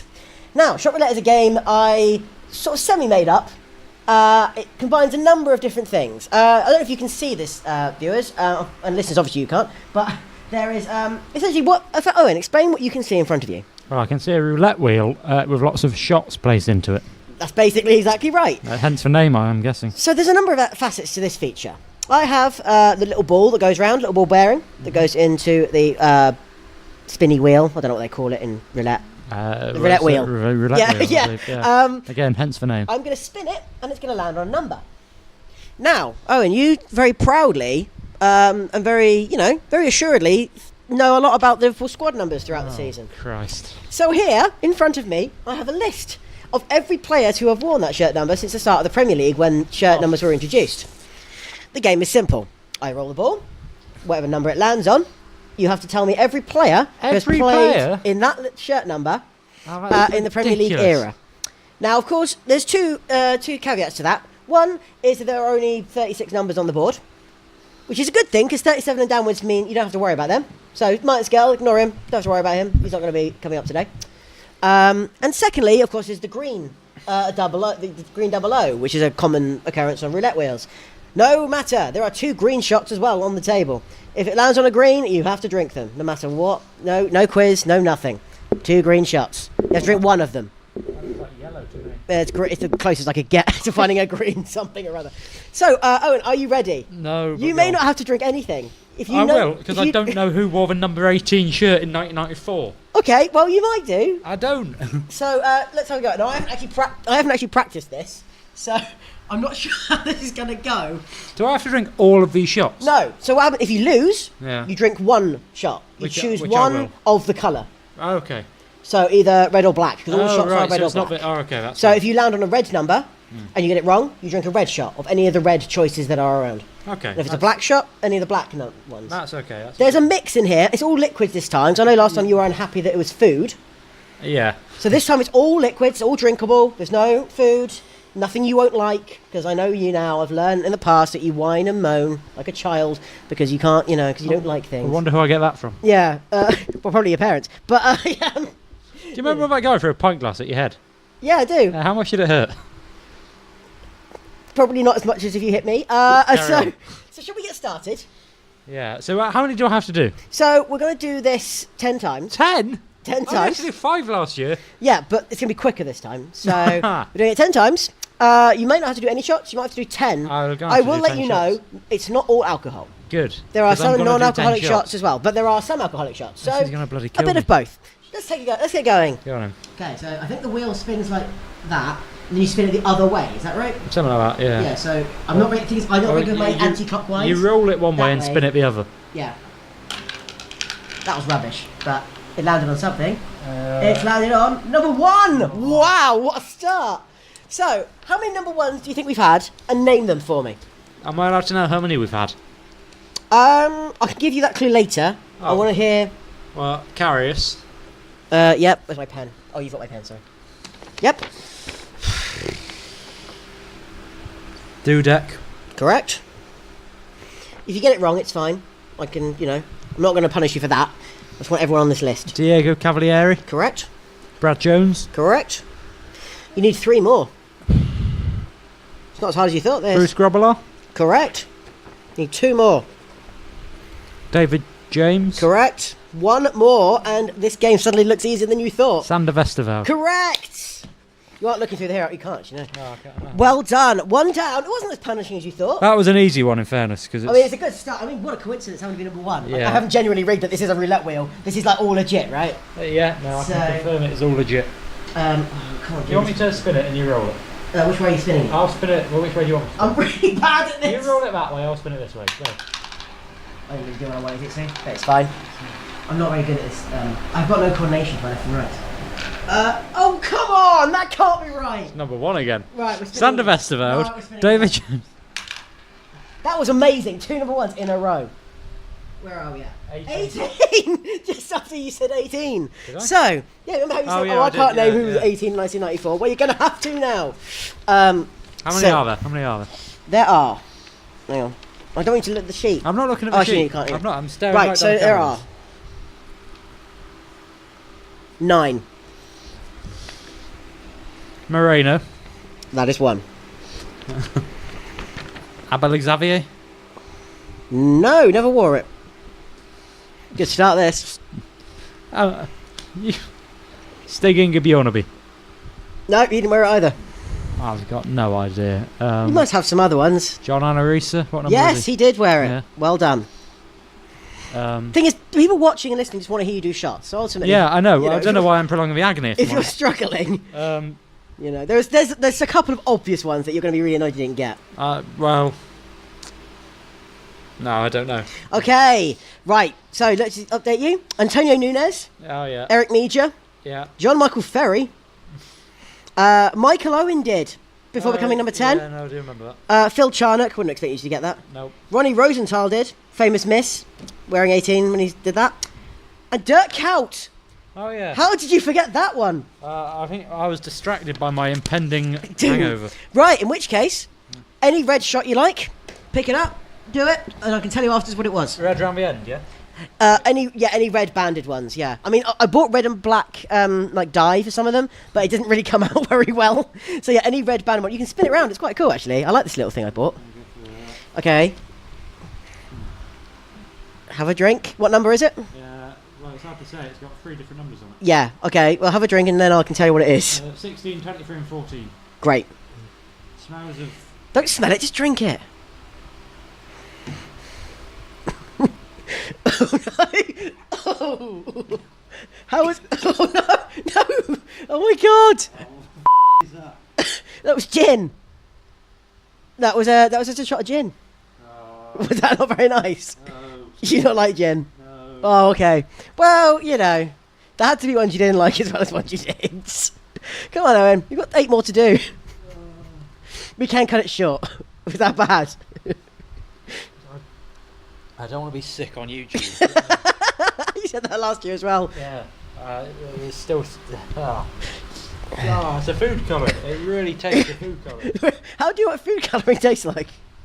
Because I've just done a shot of it. Right. Oh, it's I horrendous. didn't think food colouring tasted of anything. Can you get... Oh, I should have had a glass of water handy. Can't Do- use that one. There you go. I'm not drinking anyway. It's about like 1,000 degrees temperature centigrade. Good. Great. That's what the bowl's for. Let's go again. Yes, let's. Was it? The thing is, you don't like gin anyway. I really hate gin, yeah. Yeah, okay. Well, It was deceptive because I didn't think it was going to be gin because it smelt so strongly of someone else, Yeah. which turned out to be the smell of red food colouring. Okay. So I think a lot of them might smell like that, and so a lot of them might be awful. 28. Now, there aren't that many 28s, you'll be glad to hear, ladies and gentlemen. How many are there? Let me find out on my list. I've got this really complicated list. There are... The actual knowledge required 8. to be successful. 8, for f***'s sake. 8 number The 28s. knowledge required to be successful at this is You got the first one ridiculous. right. Yeah, like, that was a quite specific position. This is ridiculous. There's People- no way that anyone could know all 8 players just like off the top of their head unless they'd either studied it or were Rain Man. What were we doing yesterday evening? Weren't you looking at shirt numbers? Yeah, I wasn't looking at them to memorise them. Right, Danny Ings. correct. Uh, I mean, to be fair, this is quite hard, but alright. People want to see you do shots, that's the point. Just because you don't want to do them, stop no, of whining. course I don't bloody want to do them. It's all gin and food colouring. It's not. It's not gin and food colouring, not most of them. Bjorn Torn... no, Stiggen Bjornaby. I like you just keep guessing him. No, he's not. I don't know what number it is. No. I There's so, like... The Give me thing a is, you're clue, give me a usually clue. good at these. No, I'm not usually good at knowing... He's the new Zidane, you know.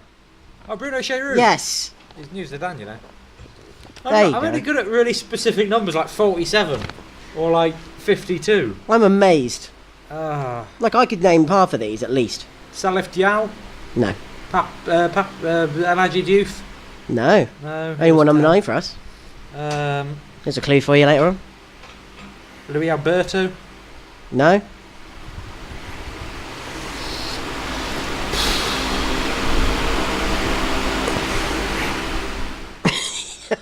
I love the look on your face of despair. So ridiculous. It's just ridiculous. It's fine. I was trying to tie it all in together. I don't know. Okay. In which case, you didn't get Christian Poulsen. Of course not. Good. Okay. Damien Plessis. Again. Richie Partridge. Stephen Warnock. Stephen Gerrard. Was he 28? Started out at 28. And Nicky Rizzo. Right? Who I'm pretty sure is like a gangster from like a 20s, like, 1920s gangster film. And Alex Chamberlain. So, Well, the goalkeeper.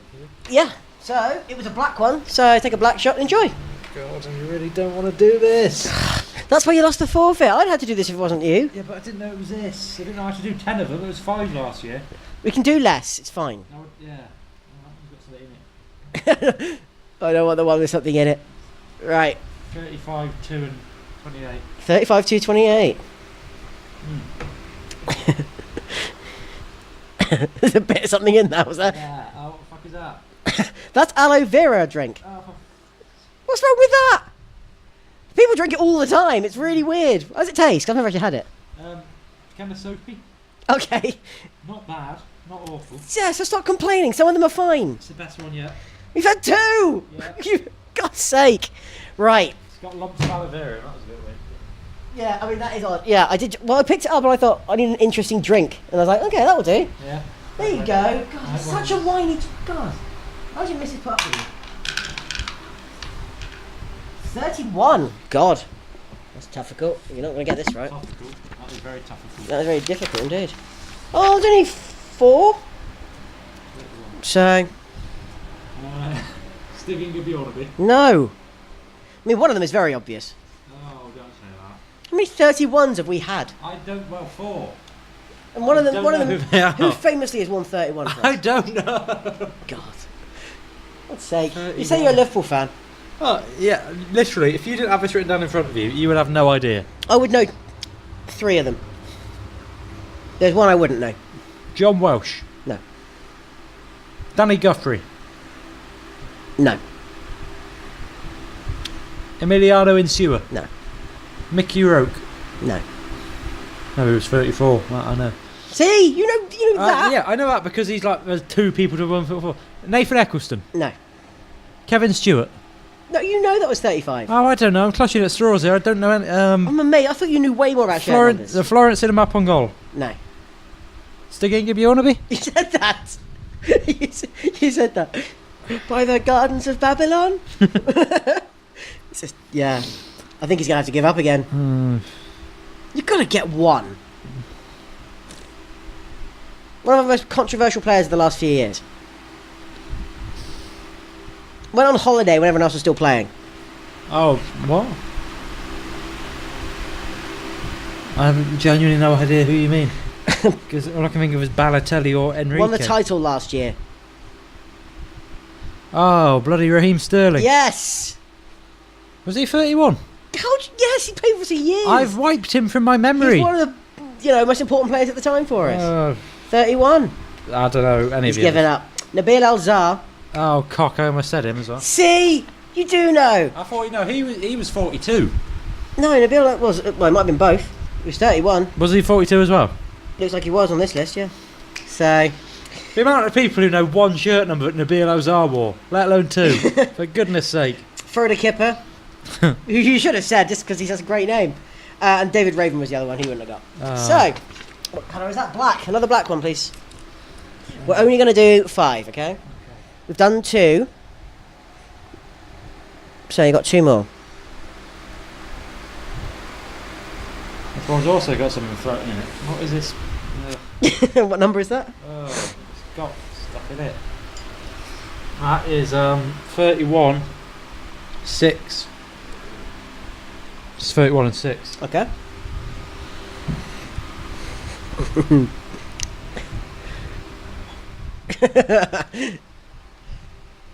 You know what that was? Is it black food colour? And water, yeah. It was just water. That's all it was. All that was water. Black food colouring is not a nice taste. Was it your tongue? It's got a very weird colour. Your tongue has got a very weird colour. Right. Spit is black. I'm like a bloody octopus. Got 2 more to do. Lovely. Let's go again. Oh, I like this one. It's fun. Oh, I feel like it's squid. And we're going to land on 35. We just mentioned one player who's got that number, so Yeah. tell me some others. Actually, this is there's a couple actually you'll know. Kevin Stewart. Well done. Carl Majani. Well done, yeah. See, you knew that. I didn't know that. I think we talked about this yesterday. I actually think we talked about this yesterday. We talked about the number 35 because We it is did. the lowest number other than number 1, but no player has scored wearing. Well, luckily it landed on it, so tell me who they are. Tell you what, you get 4 right, you don't have to do it. There's 5. I'll let you get 1 wrong. I've got 2 so far, haven't I? Yes. You weren't even drunk then.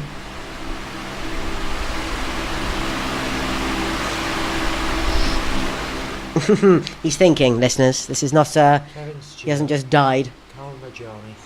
One of them is one of your favourite players from our academy of all time. So, What? Oh, Doug Hurst. Really going to throw me off. yeah. One of them never played for us. That's correct. Well, 2 of them never played for us. Carl Majani and...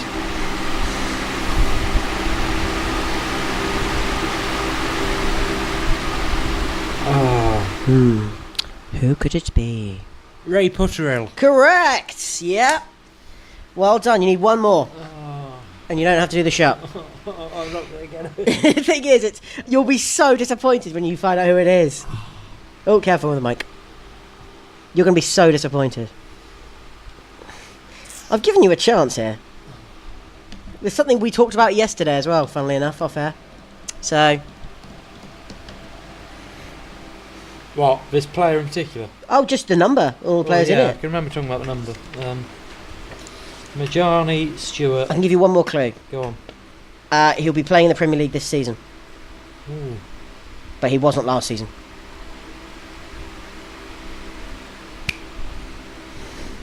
Connor Cody. Thank God for that. There you go. There you go. You'll be so disappointed not to have got him. Who was the other one? Danny Guthrie. Oh, I said him earlier as well. Yep. Yeah. Well done. You don't have to do a shot. Let's put Yeah. it out in You're going to have to do one now, though, I suspect. Yeah, Just for the sake of things. Yeah. The annoying thing is, it stops at 36, and all the ones I know for definite, like 45 and higher. Well, 23 is your next one, which is Okay. quite an important number, really, for Liverpool. I've had a couple of big players wear it, so there actually aren't that many. There's, in fact, 4. 4. You can't not get this right. Emre Can, Correct. Jamie Carragher, Correct. Robbie Fowler. Correct. Who's the other one? Can I say Shaqiri? You can, because it is. Correct. Right, you're doing another one. Because that was too easy. What? Come on, the viewers want to see you struggle. No, they don't. Go on, one more. Everyone wants to see you struggle. Right, one more. Let's make it a good one. Oh, look at that, that's horrible. Oh, look at it. Oh, it's still spinning. 14. Now, there's been a few 14s, but I think you might know them. There's been 6 14s. That's a good number. I don't even know who's 14 at the moment, to be honest. What? That's disgraceful. You can't admit that on the show. Who's number 14 at the moment? That's really embarrassing. Oh, it's Henderson, isn't Oh, for God's Yeah, sake! yeah. The club captain! You should do a shot just for that. No. How many other? 8. 6. 6. Henderson. Yeah. Stigging Bjornaby. No. Oh, I felt sure that was him then. I mean, there's another huge one that you really should know. I'm not Heskey, is it? No.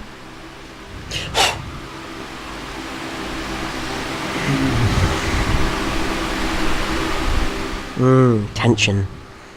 Looking at those shots, looking rather nervous at them, knowing full well there's some dangerous stuff in there. I feel well I'm going to have to drink one of them very soon. You will definitely, but come on, you can get a couple more of these. Javier Manquillo, it'd have to be someone who signed before Henderson. Yes, it is. It's been a while. There's another legend of the club who wore that number. Like a legend of the club. Not Hippier. No, he was 4. Yeah, well, I thought he might have been something beforehand. It's another sort of European player, for sure. Not an English player. But It's not Littmanen, because he was 37. Yes, that's a long way away. Yeah. European legend. Really is. Like, played for 2 other enormous clubs after us as well. Nicholas Anelka. No. 2 enormous clubs after us. Mascherano was a lot lower than that. Played in the same position, though. God. Mireles? Raul Mireles? No. He was 4 as well, weirdly. You seem to know number 4s. Yeah, I'm good on 4. Scored from the halfway line twice. Oh, Xabi. God's sake. There you Xabi go. Alonso. I'm not going to get any more. Okay, the others were Milan Jovanovic, Neil Ruddock, Vegard Hegem, and Jan Molby. In fact, was the first one to wear 14 for us. A lot of Scandinavians. Yeah, I was weirdly. nearly there with Stinging Bjornaby. Yeah. Right, one more. One more. It's a red one. So any red shot from around the reds. Red round the edge, yeah? Red round the edge, yeah. I feel... Does that include the green ones? No. No. What we got? Because there's one really nice one in there. Yeah? Yeah. Which one is it? That's got stuff in it. What number is that? That's 18. Okay, yeah. You should be able to recognise the smells by now. Especially with that one, you should be able to recognise it. Food colouring again? Are you sure you want to do that one? Oh. Are you sure you want to do that one? I'm trying to encourage you not to do that one. Really? Is Yes. that a double bluff? Well, I've been totally upfront with you the whole time, so I'm encouraging you not to do that one. Why? Okay. Oh, it doesn't smell too bad, to be honest. What about this one? What number's that? 5 and 34. It doesn't smell of anything. What does that usually mean then? It's water and food colouring. There you go. Which is horrible, so I might skip that. Non-fatal, but I'm trying to encourage you to an interesting one. Number 1 and number 36. Number 1 and 36. Oh, that might be interesting. It smells quite nice.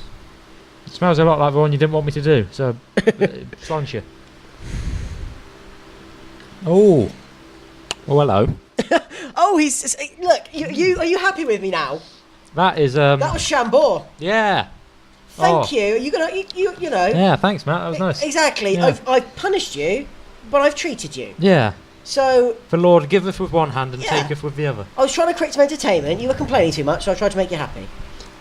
If you'd like to know, the other shots that are in there include Kraken, spiced rum. Oh, quite like that, yeah. A few waters, few aloe vera juices. Which is the Kraken?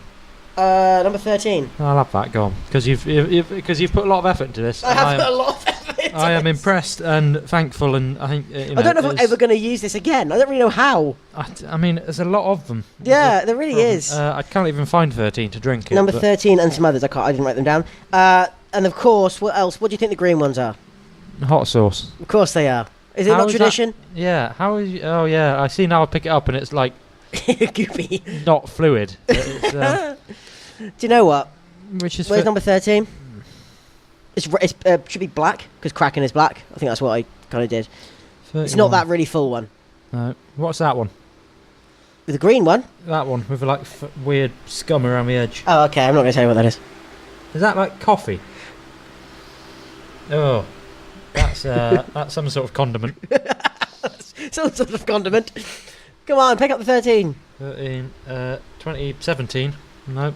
Can you surely you smell it and be able to find out which one smells like? I'm not really sure what Kraken smells like. Spiced rum. I think it's this one that's actually stuck in there. What's that? 24 and 13. There you go. Kraken spiced rum. Oh, actually, that smells horrible now I sniff it. Does it smell of alcohol? Yeah. Down in one. Was that quite hot? Was that disgusting? That was Kraken spiced rum for you, sir. Wasn't as nice as I thought it would be. Well, thank you very much for listening. That took a while. Mainly trying to encourage Owen to get on with it. Would you like to do a hot sauce shot? Because I feel like we've done one every year. That's the point, we've done one every year. I think it's your turn. Fine. Prost. Prost.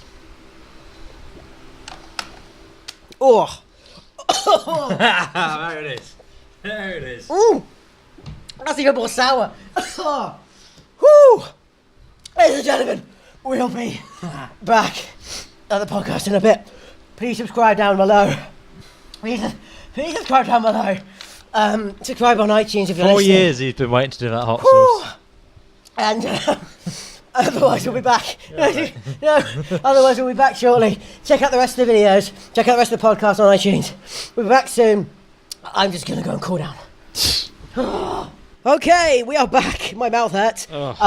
Owen feels a bit ill, but fortunately that is the consumption challenges. And in fact, Owen's entire forfeit's over. You've done from here on in. It's all rosy from here. So whose card is it to pick up? I think it's mine. I think it is yours. Yeah. So Phil, will you take a card? I will. Let's carry on this game. And it's a king. King, so it's ship mix time. So any drinks that are available to you, including the ones that you have just used, are available to use. To throw into the pile, which so far has nothing but Pepsi Max in it. I'm gonna add a bit of lager. Okay, good. I'm gonna add a bit of a Heverlee Premium Belgian lager. Sounds delightful. Look at it go in there. Oh my god, it's quite a lot. Oh yeah. This is going to be one hell of a drink. Coke and lager. Who'd have thought? Maybe we should have put a bit less in. But Oh well, it's done now. My turn. Let's crack straight on. We're good for time. So, there's one. 2. 2. Number 2 is Unsung Hero of the Season. So it's been a while since we talked about football. It has, isn't it? It's a bit odd. It's been about an hour. Yeah. So Unsung Heroes. I mean, I've not got a lot for this category because obviously this season has been... We've had so many players who have stood out and been utterly brilliant, and people have sort of been aware of that. That it's quite difficult to find somebody who has gone under the radar and still been great. You know. So. Well, shall I nominate first? Please. Jordan Henderson, actually. Okay. Who I think, as a player, generally doesn't get enough credit. If anything, he often gets a lot of abuse and mocking. Yeah. He's king of a sideways pass, etc. But which is unfair. Yeah. Totally unfair, totally unwarranted. And I think a lot of the criticism he gets is is based on factual inaccuracies. I think it's more based on how he used to play. Well, yeah, particularly at the beginning of his Liverpool career. and just the fact he's not a particularly glamorous player, and he sort of got lumped in with like Stuart Downing, didn't he? That kind of era of signing, sort of young and English, but not necessarily that good. And Dalglish signing as well. Yeah. Not too many of which have worked out. So. I think he's the last one standing at the club. Oh, hugely, yeah. By a long way as well. And he is, our longest serving player now that Flanagan's left this summer. And I just think he doesn't get the respect for his part in the side we have this season as other players do. You look at people like, obviously the front, strikers, I've just looked at the ship mix and you can see they've separated. Oh, that is the horrible. beer and the coke have actually separated. It is very unpleasant. Oh dear. Sorry, carry on. Yeah, he just really seems to. He would have to play twice as well as everyone else to get the same amount of credit. I think you're right. And he has done at times this season. And he has played very well, and he's had phenomenal games. And you look at his performance in World Cup for England as well, and he seems to find it, convinced a lot of people that he's a good midfielder. Yeah. But I do just think that, for our captain, and like the heart of midfield, he still slips under the radar. I don't disagree. I think it's because he doesn't score very often as well, No, his passing is much better than people give credit for. Absolutely. Like free kicks and sort of generally when he sort of slots into the right hand channel in between the spaces, and he whips that kind of. Do you know what I mean by that kind of crossfield ball to the back post? Yeah. Where Firmino or Mane are always running in on that point. They know what he's going to do, and he does it every time. And it's been a weapon throughout the whole season, really. I think that's a great option. I'm nominating Alex Oxlade-Chamberlain. Okay, is it quite a good shout? One, because at the start of the season, of all the signings we made, we were probably questioning him the most. Between him and Robertson, but the difference was I think Robertson was young. If he had an iffy season in his first season, that would have been okay, because we would have expected him to get better and better. Obviously, didn't expect him to just suddenly become the best left back in the league. Oxlade-Chamberlain was a ready-made player who had been disappointing at Arsenal, and we bought him for quite a lot of money. And we were kind of we weren't worried, just a little bit trepidatious, I think. Just being like, is this going to work? I'm not sure where he's going to play, But Klopp clearly, especially knowing Coutinho is probably going to go, saw him as the kind of replacement in that number 10, 8 to 10 role. That kind of powerful midfielder who breaks the lines, who runs from deep. And he did it brilliantly. And what really interested me is the fact that I think it went quite a lot under the radar that when Coutinho left, we didn't notice, and I think it was because of him. He came into that role, played it very differently, but it shows you so much that how much we missed him when he got injured against Roma. In that Champions League final, if he'd have been available, playing in that midfield role, or replacing Salah on that wing, and getting someone else in that midfield, maybe we would have had more of a chance. Yeah, I think he suddenly became one of our most vital players. I think actually, the fact that we didn't have Ox for the final is overlooked as a reason why we didn't win. Yeah. I think I'd even go so far to say that if we had him fit, we might be champions of Europe now. We certainly would have had a better chance with Salah going off. Yeah, I don't think it's that much of a stretch to imagine it. He could have filled in that role better than Lallana, who just wasn't fit. I think first half of the season, I would definitely say he was unsigned. If anything, the first few games he was actually quite ropey. Do you know what I mean? But he grew into that role so did, well, and he got quite a lot of praise for it in the second half of the season. So I don't know how unsung he is, but I definitely agree with everything you've said. And he's proved us wrong, which I'm really delighted. I am. And plus, he's one of the biggest characters now in the dressing room. And Online and the content he produces, stuff like that's great. And he's just, he seems like a, like a genuinely warm decent chap. guy, Yeah, and he gets the club as well, which is really impressive. And he's a very, he's a very skilled drummer. Yeah, I saw that. Which is appropriate because we're in a music studio. We're surrounded by drums. There's literally a drum kit over there. Thanks. Who else you got? Cheers, Ox. Well, it's gonna be a weird one, but hear me out. Sadio Mane. Okay. In that, everything this season has been about. I know we have the Fab Four and all of that and Fab Three, but Mane is definitely the less celebrated of our front three. It's Salah and Firmino, and Sadio Mane is sort of, because he had a bit of a slow start when he came back after his injury. He almost sort of got left behind a bit, and it seems like while there's this fantastic kind of play between Salah and Firmino. There's play between the three of them, but he seems like the overlooked one. You know what I mean? He seems like the third Ronnie the kind of the sort of the slight spare part. He's not at all. Yeah. And neither Salah or Firmino would be as good without Mane. But in terms of the coverage he's got, he's almost seemed like he had a bad season because he wasn't as good as those two. He had poor moments in the season where he was really struggling for confidence. Yeah. And his decision making at times really let him down, which was unfortunate. But then you're being compared to Mo Salah, Well, exactly, which is almost impossible. And we I think he suffers by comparison with who he's playing against alongside. And I do think that his contribution to that has been overlooked. He hit double figures in the league. He hit double figures in Europe. He has been sort of crucial to our success this season. And yet, if you were asked to rank Liverpool's front three, he would come third every time. Well, yeah, but Liverpool's front three as a whole is so praised that I don't think it's necessarily unsung. But I think his contribution is not as celebrated as Salah and Firmino's. Okay, I don't know if I don't entirely agree, but I can see your point. I'm just throwing it out there. Who else you got? I'm going to say James Milner. I'm going to have to. Jimmy Milner. He's never going to win Player of the Year award, but he was in every matchday squad, didn't you say? Until he got every matchday squad but one, which was some illness or something, or a slight knock. It was I don't know if it was last game of season or one before. Yeah, something like that. He just talk about a man who's just dependable, always there, always quality. For a man who's 32 now, something like that, super fit, always can fit into that anywhere in that system. Always be relied upon, no matter who's out of the team. He could fit anywhere in my system. Somehow has the most Champions League assists of all time.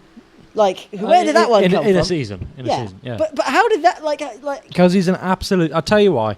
Because he's an absolutely brilliant footballer, and he never gets the credit for that. He doesn't. He does Which not. Is why I'm saying he's an unsung hero. He gets it in a sort of ironic way, but he is genuinely. If he wasn't from Yorkshire, and a little bit comes across a bit dull. Yeah, I mean he is one of the best English midfielders of his generation. Yeah. And for the credit people like Paul Scholes get lavished upon them should be going upon Milner, and it just isn't. So I think you've got a point there. Have you got anyone else? I think I nominated him last year. Who won last year? Can you remember? Wijnaldum. Well, I think I nominated him last year. I'll do so again. Ragnar Klavan. Yeah, I've nominated him as well. He just fills a purpose in the squad that gets no credit whatsoever. You never third or fourth choice centre back. It's probably one of the least glamorous roles you can play in a team. Yeah. And yet, I mean, partly because of his age, he knows he's never going to be more than that. But that in itself is commendable. To come to a club and know that you're never going to be first choice would be quite difficult for a lot of players. And he's never complained. He's never made a fuss. He's always been dependable and reliable. And there's been moments where he's looked a bit shaky, like basically every member of our defence over the last few years. But he has, you couldn't really ask for a better fourth choice centre back. No, I think for me I'd go one further, because actually I remember him having one bad game all season, and that was against Man City, where there were extenuating circumstances. Yeah. Sending off against the best team in the league last year, not really fair to got torn apart, but a difficult situation to be in. No matter when you needed to call upon him, he did a really good job. Yeah. No matter how, he never complained, as you said, never really had a problem. Knew he wasn't first choice. I just think that is that not the definition of an unsung hero? Well, exactly. Who doesn't always get the credit, but yet does the job extremely well, even though things could be better for him. And of course he scored his first Premier League goal. To the delight of everyone, from a yard out. But what a crucial goal it was. Yeah, winning away at Burnley. Because that kept up our momentum over festive period. Was that the last game before the Man City game? Can't remember.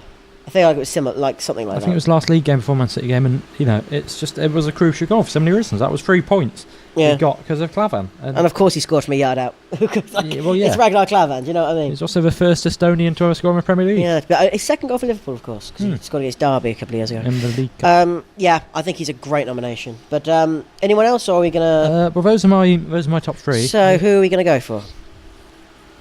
Well, if we knock off Mane. Sorry. Yeah. I think Oxlade-Chamberlain I won't say he got too much credit, but I think he got enough credit in the second half of the season that he won. So fair enough. I think it's down to Klavan, Henderson and Milner, right? Yeah, I don't think Henderson can No. really go in. I really want to give it to Ragnar Klavan. I think given that he's the only one we've both nominated, Yeah, pretty much. it's that should surely make the decision. I love James Milner, but Klavan doesn't get any praise and will probably never ever get an award again. no. Do you know what I mean? And I think it's only fair. No one else in our squad does has the role he does, really. No, except maybe yeah, See what I mean? Danny Like, Ward. Yeah. So let's give it to Ragnar Klavan. Ragnar Klavan, unsung hero. Yeah, that's There more we like go. it. We're both onto the glass bottles now. Okay, Owen, it's your turn now. Okie Back doke. to you, picking cards. Well, look to be nearly halfway. I've had 2 quite forfeits already, though. So 3. what? 3. You're about to hit the buzzer there. I know, I was just misleading you. Wait, you misled me so well. I have no idea what you're talking about. It's the best non-football moment. Oh, cool! This is one of my favourite categories. I always like the best non-football moment. So yeah, we're celebrating things outside of football that we enjoyed throughout the course of the season. Of course, we've already talked about Sean Cox, which was the worst non-football moment. So let's talk about one of the positive ones. I'm coming off the back of that. We touched upon it earlier, but after the disgraceful attack on Sean Cox, during their training for their home leg of a tie, the Roma players all wore T-shirts with the words "Forza Sean Cox" emblazoned on them, which I thought was a fantastic gesture of solidarity and just class. Yeah. And that coming off the back of their trip to the Hillsborough Memorial at Anfield before the home leg, laying a wreath on behalf of the club, and it really was a really touching, thoughtful, and just fundamentally good statement Yeah, from the club. absolutely. Something they didn't have to do. It wasn't one of their fans. There was no need to do it. And no one would have apportioned blame to Roma as a team. And I think them going out of their way to do that was a real class act, and so I'd like to nominate that. Good. for that. That is excellent. Now, you always do this because you always go for the really serious option, which makes my stupid options look really I've got some stupid ones as well. embarrassing. Mm. Nathaniel Klein hasn't really been around much Mhm. throughout the course of the season. We thought because he had a back injury, rumours were going around he was huffing balloons. We thought he had a cocaine habit as well. Yeah, Let's call it what it is. There was that, obviously not proved or verified. There was a photo of him doing Oh, something. I saw him doing it. Right, well that's entirely you. I'll all up at AGB Collins with your complaints. And yeah, but there was a picture of him huffing balloons we saw in a paper. Doing some huff. Yep. Yeah. Bit of the But old actually, hippie crack. it turned out that he wasn't in Liverpool with a back problem. He was in Miami, appearing on Love and Hip Hop Miami. Admittedly with a back problem. Yeah. This was weird. Yeah, it was, wasn't it? Really odd. What was going on here? Your guess is as good as mine. I presume he knows someone who was in the show Love and Hip Hop Miami. Those sort of TV shows are just one cringe-worthy moment after another. But even so, It's sort of, from what I can gather, like a sort of American hip hop version of Made in Chelsea. yeah, it's essentially a bunch of rap stars and their wags, and friends and entourage just shouting at each other. Essentially, I think. Yeah. For an hour, but Nathaniel Klein just shows up completely out the blue. Sort of, some woman has a go at him and then leaves. Yeah, I can't remember why. Why did she have a go? Oh, who cares? But if we're talking defining this category, we've sort of now done the both of them. We've done the serious, important things and the utterly bizarre, ridiculous things, both of which are memorable. And yeah, I absolutely love that. So, what else have you got? Coming towards the end of the season, there was a promotional video released by the club with what I would call poetry. I don't know if it was intended as a poem, but Oh, of course. without going into my views on poetry and what defines poetry, Oh, God. with very poetic poetic prose, if nothing else, read by Jurgen Klopp about Liverpool and what it means, and Liverpool as a club and as a family and as a community, and they have a stadium, we have a home, they have songs, we have an anthem, they have managers, we have a guardian, and it's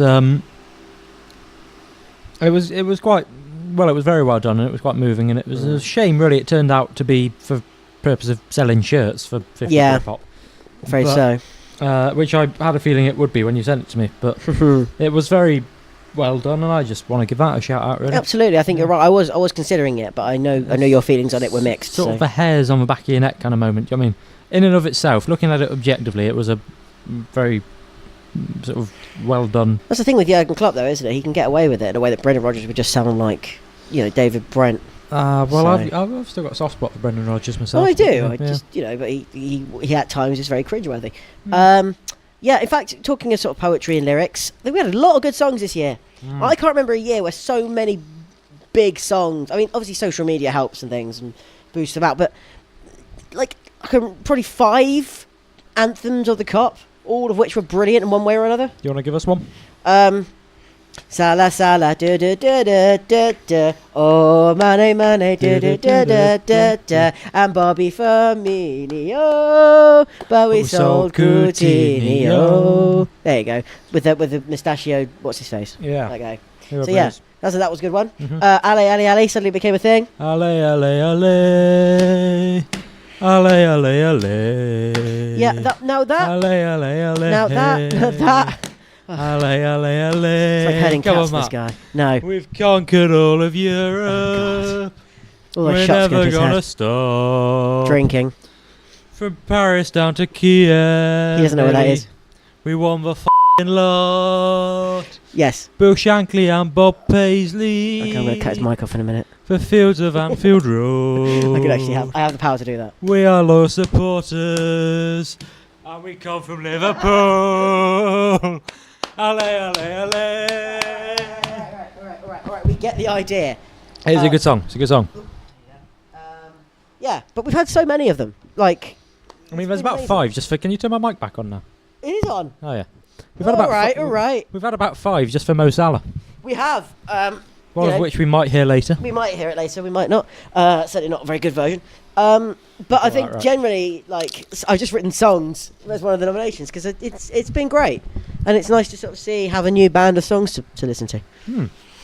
So, My mic still doesn't feel very loud, but all okay. right, I'll turn it up. That's better. Yeah, that's good. Okay, and anything else? Yeah. A couple more. Andy Robertson, who we've discussed already, is a pearl of a human being and a fantastic left back. There's a lot of work going on at Liverpool around food banks, and there's a campaign called Fans Supporting Food Banks, which encourages people coming to a game to donate sort of non-perishable goods to the food bank to help the disadvantaged within the local community. That in itself is a wonderful initiative, and it needs acknowledging. But a young lad, I think he was about 10 years old, saved up his pocket money to buy some food to give to the food bank when he went to Anfield, and Andy Robertson heard of this gesture and was so moved that he wrote a letter to the fan telling him what an inspiration he was and how much he embodied the values of Liverpool Football Club and how impressed he was and how proud he was of this young fan. He said he told all the other players and they were all equally impressed and really, appreciative and proud. What was particularly because that's a lovely thing to do, right? Yeah, it's a yeah. lovely thing for fans to do. It's a lovely thing for Robbo to do in response. Absolutely. Would have made his year, whatever. But he said, I'm sending you a signed shirt as well. But let's be honest, no one wants a left back shirt. So I've got Bobby Firmino's from, I can't remember what game it was, Yeah. and he'd got Firmino to sign it for him. And he sent him one of Firmino's signed shirts, which I love that the fan did this. I love that there's that level of support within the community, that the fan supporting food banks thing exists. I love that Robbo took the time to write to that fan. I love that he sent him a signed shirt, and I love that he specifically said no one wants a left back shirt. That kind of level of self-deprecating humour is just fantastic. So it just works on so many levels. It's beautiful. That was beautiful. It's the same. Trent Alexander-Arnold did something similar, didn't he? When he wanted to get, there's like a tweet he was sent. I can't remember what it was about, but it was like, I can't remember what it was. Do you remember? It was like he sent him a signed shirt because the kid couldn't get one himself, or something like that. It rings a bell, actually. Yeah. I'm trying to remember. I should have done my research into it, to be honest. But yeah, it's nice that our squad seems to be more and more engaged in that aspect. I think that's what Jurgen Klopp kind of encourages is the family unit thing. Yeah, well, that quite intense communion between fans and players. Yeah, exactly. It's important. I'm also going to mention Bobby Firmino has done some wonderful things this year in this season. He has. But what he's become most famous for is scoring goals without looking at them. It was like 12% of his goals this season were no-look goals, which is just disgusting. 12%. It's ridiculous. And so a nice little moment when he signed a 5-year deal, which, by the way, was also pretty good because he's, best years of his life, given them to us. One of the best strikers in the world. He signed his contract without looking at it, which was hilarious. Just a great little clip. That was a nice the little bit of self-awareness, little non-moment of football, but just I can't not think about that now. It's really fun. So.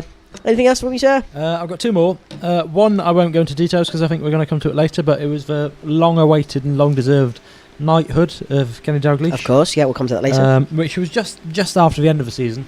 So, yeah.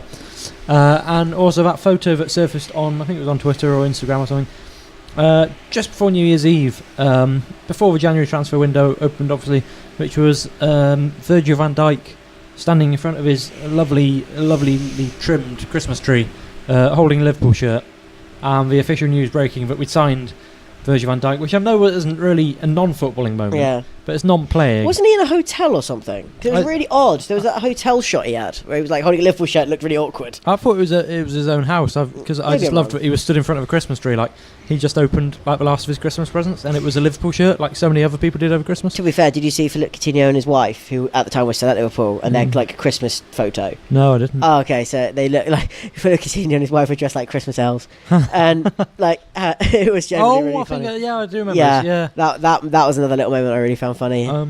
But that felt like a massive statement as well as being a hilarious photo of Virgil van Dijk's Christmas tree. Yeah, which is a great name for a post-punk band. But Virgil van Dijk's Christmas tree. I think it was just what a way to start the January transfer window by getting a player that we've been after for months, and that and getting him 6 months before we thought we might. And it was really, the January transfer window was all downhill from there. But yeah, it's true. But it was just a nice moment. It works out well in the end, I suppose. So you got any more to throw into? I haven't actually. You kind of mentioned all the other ones I was thinking about. So, what do we do this year? How do you mean? Well, because we've kind of chopped and changed between funny moments and serious moments. But what is the best one? What is the one that you'll remember for the longest? The one that's the most ridiculous? The one that's most important? Well, the most important is probably the Sean Cox one. But yeah, I feel that we have given an award for that kind of. Celebrated that, or considered that already. I also think,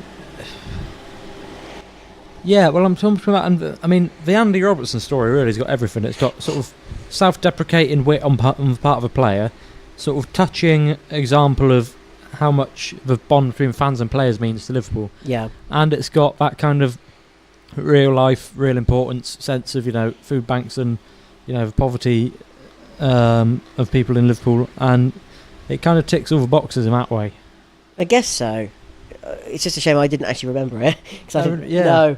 Well, you remember it happening now, I've said, right? Yeah, I do. At the time, I had no idea. I don't know. I love Klein in Hit Hot Miami though. That's just so. That's kind of my sort of nomination. Something so stupidly ridiculous. I would have put that under the later category of the Jurgen Klopp Award for comedy and general art. It's not really funny though. It wasn't. I think it's hilarious. It's funny because it's unintentionally funny. Yeah, but it is a non-football moment. I don't know.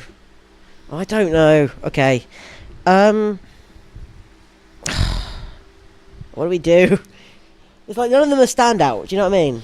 The Nathaniel Klein thing I like, but we don't have an explanation for it. I don't know if that makes it better or worse, but you can go to the Andy Robertson thing if you want, because that is a nice moment, but it is very sentimental. Well, I think sentimentality is important. I know you do. You always do the sentimental stuff. All right. Well, I'm the opposite of sentimental, as is apparent. So. Hard-faced bastard as well. Yes, exactly. I'm aware of that. All right, let's get to the Andy Robertson's shirt story.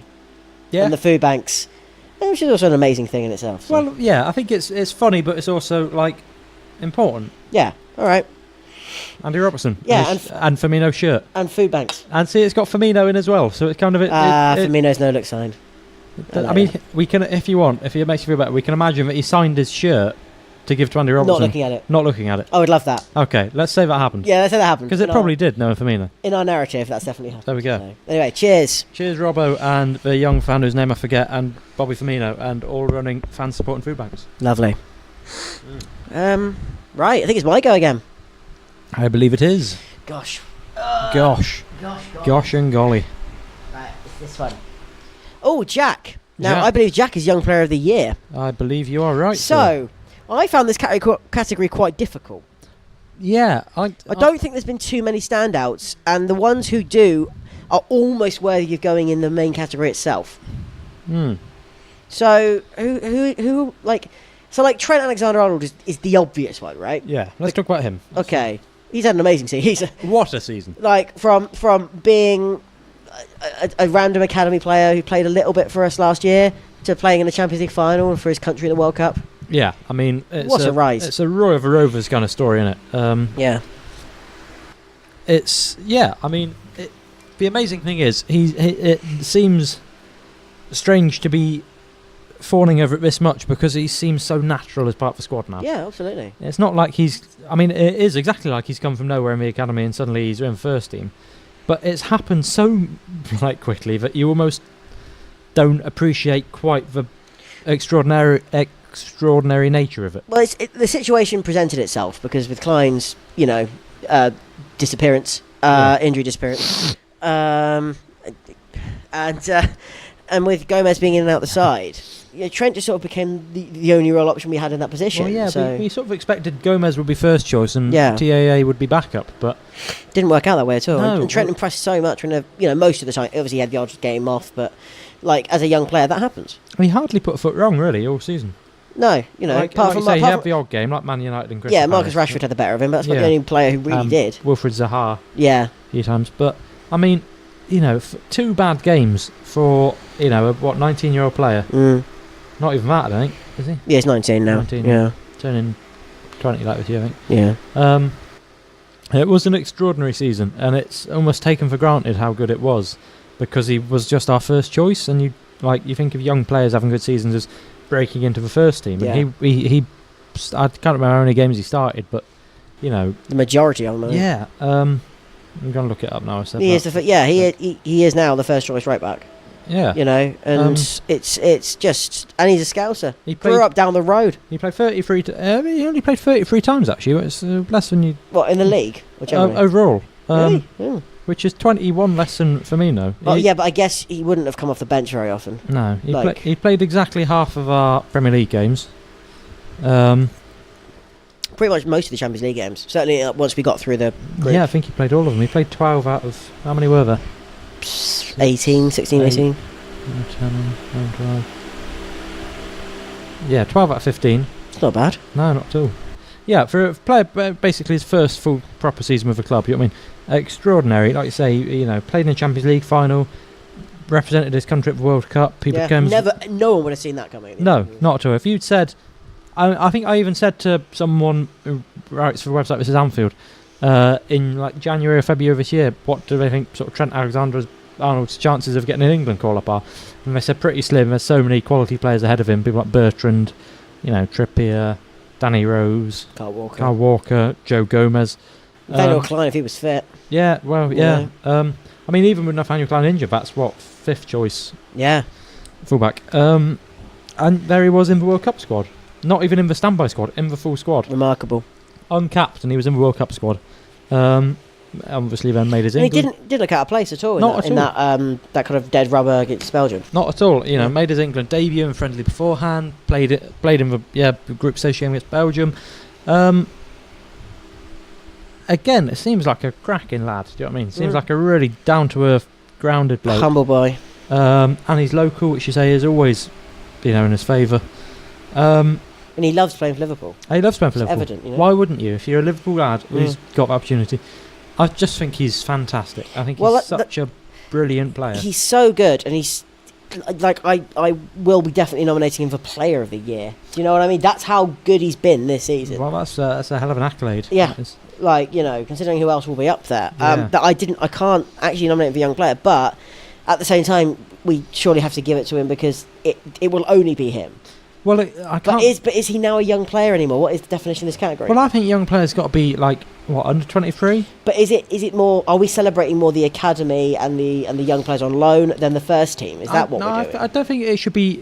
If they're in first team and not a young player, because I think if anything that makes it more. I think it should be just based on age.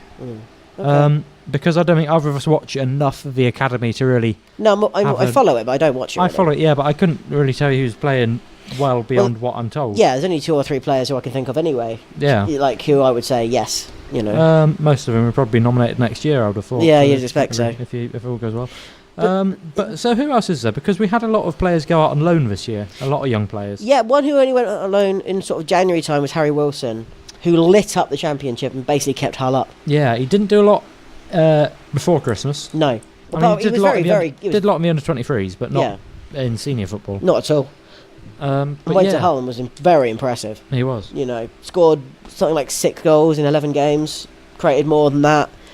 Like, it is a wonder how he hasn't had more of an opportunity in the first team sometimes. Yeah, you wonder what more he's got to do, because he's getting games for what's wrong. Like, what does he not? Is he not disciplined tactically? Is just Klopp does not fancy him? You know what I mean? Well, other managers seem to like him. He's got a lot of games under his belt now for Wales. He scored for Wales, didn't he? Scored his first goal for First Wales. start as well. Yeah, it was first start, his first goal in the a China Cup. Yeah, I think he was out in China. Yeah, scored a belter as well. Absolute, cracker. So yeah, I'd love to see him get a run in first team, but obviously he's just gone out on loan this year. Where's he gone? Derby County. Oh, under Frank Lampard, of course. Frank Lampard, which I think is I don't rate Frank Lampard's managerial skills, to be honest. I mean, it'd be great for Wilson to work under someone who is that much of a legend of the English game. But yeah, as a manager, well, I guess we'll see. We'll find out. Yeah. But it's a great shout. Other players on loan. I mean, not a lot of them have set the world alight this year. Really. No. Do you think Ryan Kent had 2 fairly disappointing spells at Freiburg? Yeah, he was really disappointing, actually. Especially given what a strong pre-season he'd had this time last year. He looked like he was going to sort of sit on the outskirts of the first team. Yeah, he looked like he might stay around, train at Melwood, pop up in the in the first team, wasn't to be. So Taiwo Awoniyi. Yeah, this is an interesting one, isn't it? Went out on loan for the 3rd season in a row. Still trying to get work permit. He's never even played in a friendly for Liverpool. No. Never even come close. But he's closer now than he's ever been, because he was probably our standout loan performer of last year. For the whole season, yeah, because Harry Wilson was the best loan player for any period of time. But but I think for the whole season, if you look at, where is he? Royal Mouscron? Royal XL Mouscron in the Belgian Premier Division. Great name. He played 31 times, no competitions for Mouscron. Scored 10 goals. So obviously 1 in every 3 games. It's not bad for a striker. It's a really good return. If we had a striker scoring once every 3 games, as a backup, you'd call that as opposed to once every game and what we did have in the end. I mean, if you had a player on the bench who had a record of 1 in 3 games... Well, Firmino must have been about 1 in 3. Because he scored 29, but he played 60-odd games. Yeah. So it's about the same record. Maybe, yeah. But I mean, that's a better ratio than, obviously Solanke. But, Ings has struggled with injury, but that's... If he was at Anfield doing that would make him our, 3rd choice striker? Yeah. 2nd choice even behind Firmino? Absolutely. Great season. We should also point out that in June he got married. Congratulations. And in July he signed a new contract with us. He signed a new contract and went out on loan to... some other Belgian team. Was it Ghent? Or? Genk, yeah. Or Ghent. Yeah. But funnily enough, he married someone called Taiwo. A man or a woman? Oh, a woman. Oh, right. But his new wife has got the same name as him. Oh, well, I guess that's not, His new wife was called Taiwo Jesudun. Jesudun? And so now what's Jesudun? What? What's Jesudun? Oh, don't get me started. Don't get me started on that Jez. But presumably now, if I don't know what Nigerian marriage customs are like. Yeah. But if it's like here where you take your husband's surname, he is now Taiwo Awoniyi, married to Taiwo Awoniyi. Well, even if they shared their surnames, they'd still be the same. Yeah. I mean, that's going to get confusing when the bills start coming in. But congratulations to him, as... Good season, got married, not bad. Yeah. Signed a new contract with Liverpool. Things looking... Considering I never thought we'd ever see a Liverpool share, there's a very small possibility it might happen. I think there's more chance now than there's ever been, to be honest. Of course, yeah. If he can have a good season this year and get a work permit, I think we'll see him next summer. That's the bigger problem. Work permit's much harder to get than they used to be. I do want to mention... Brexit. Yeah.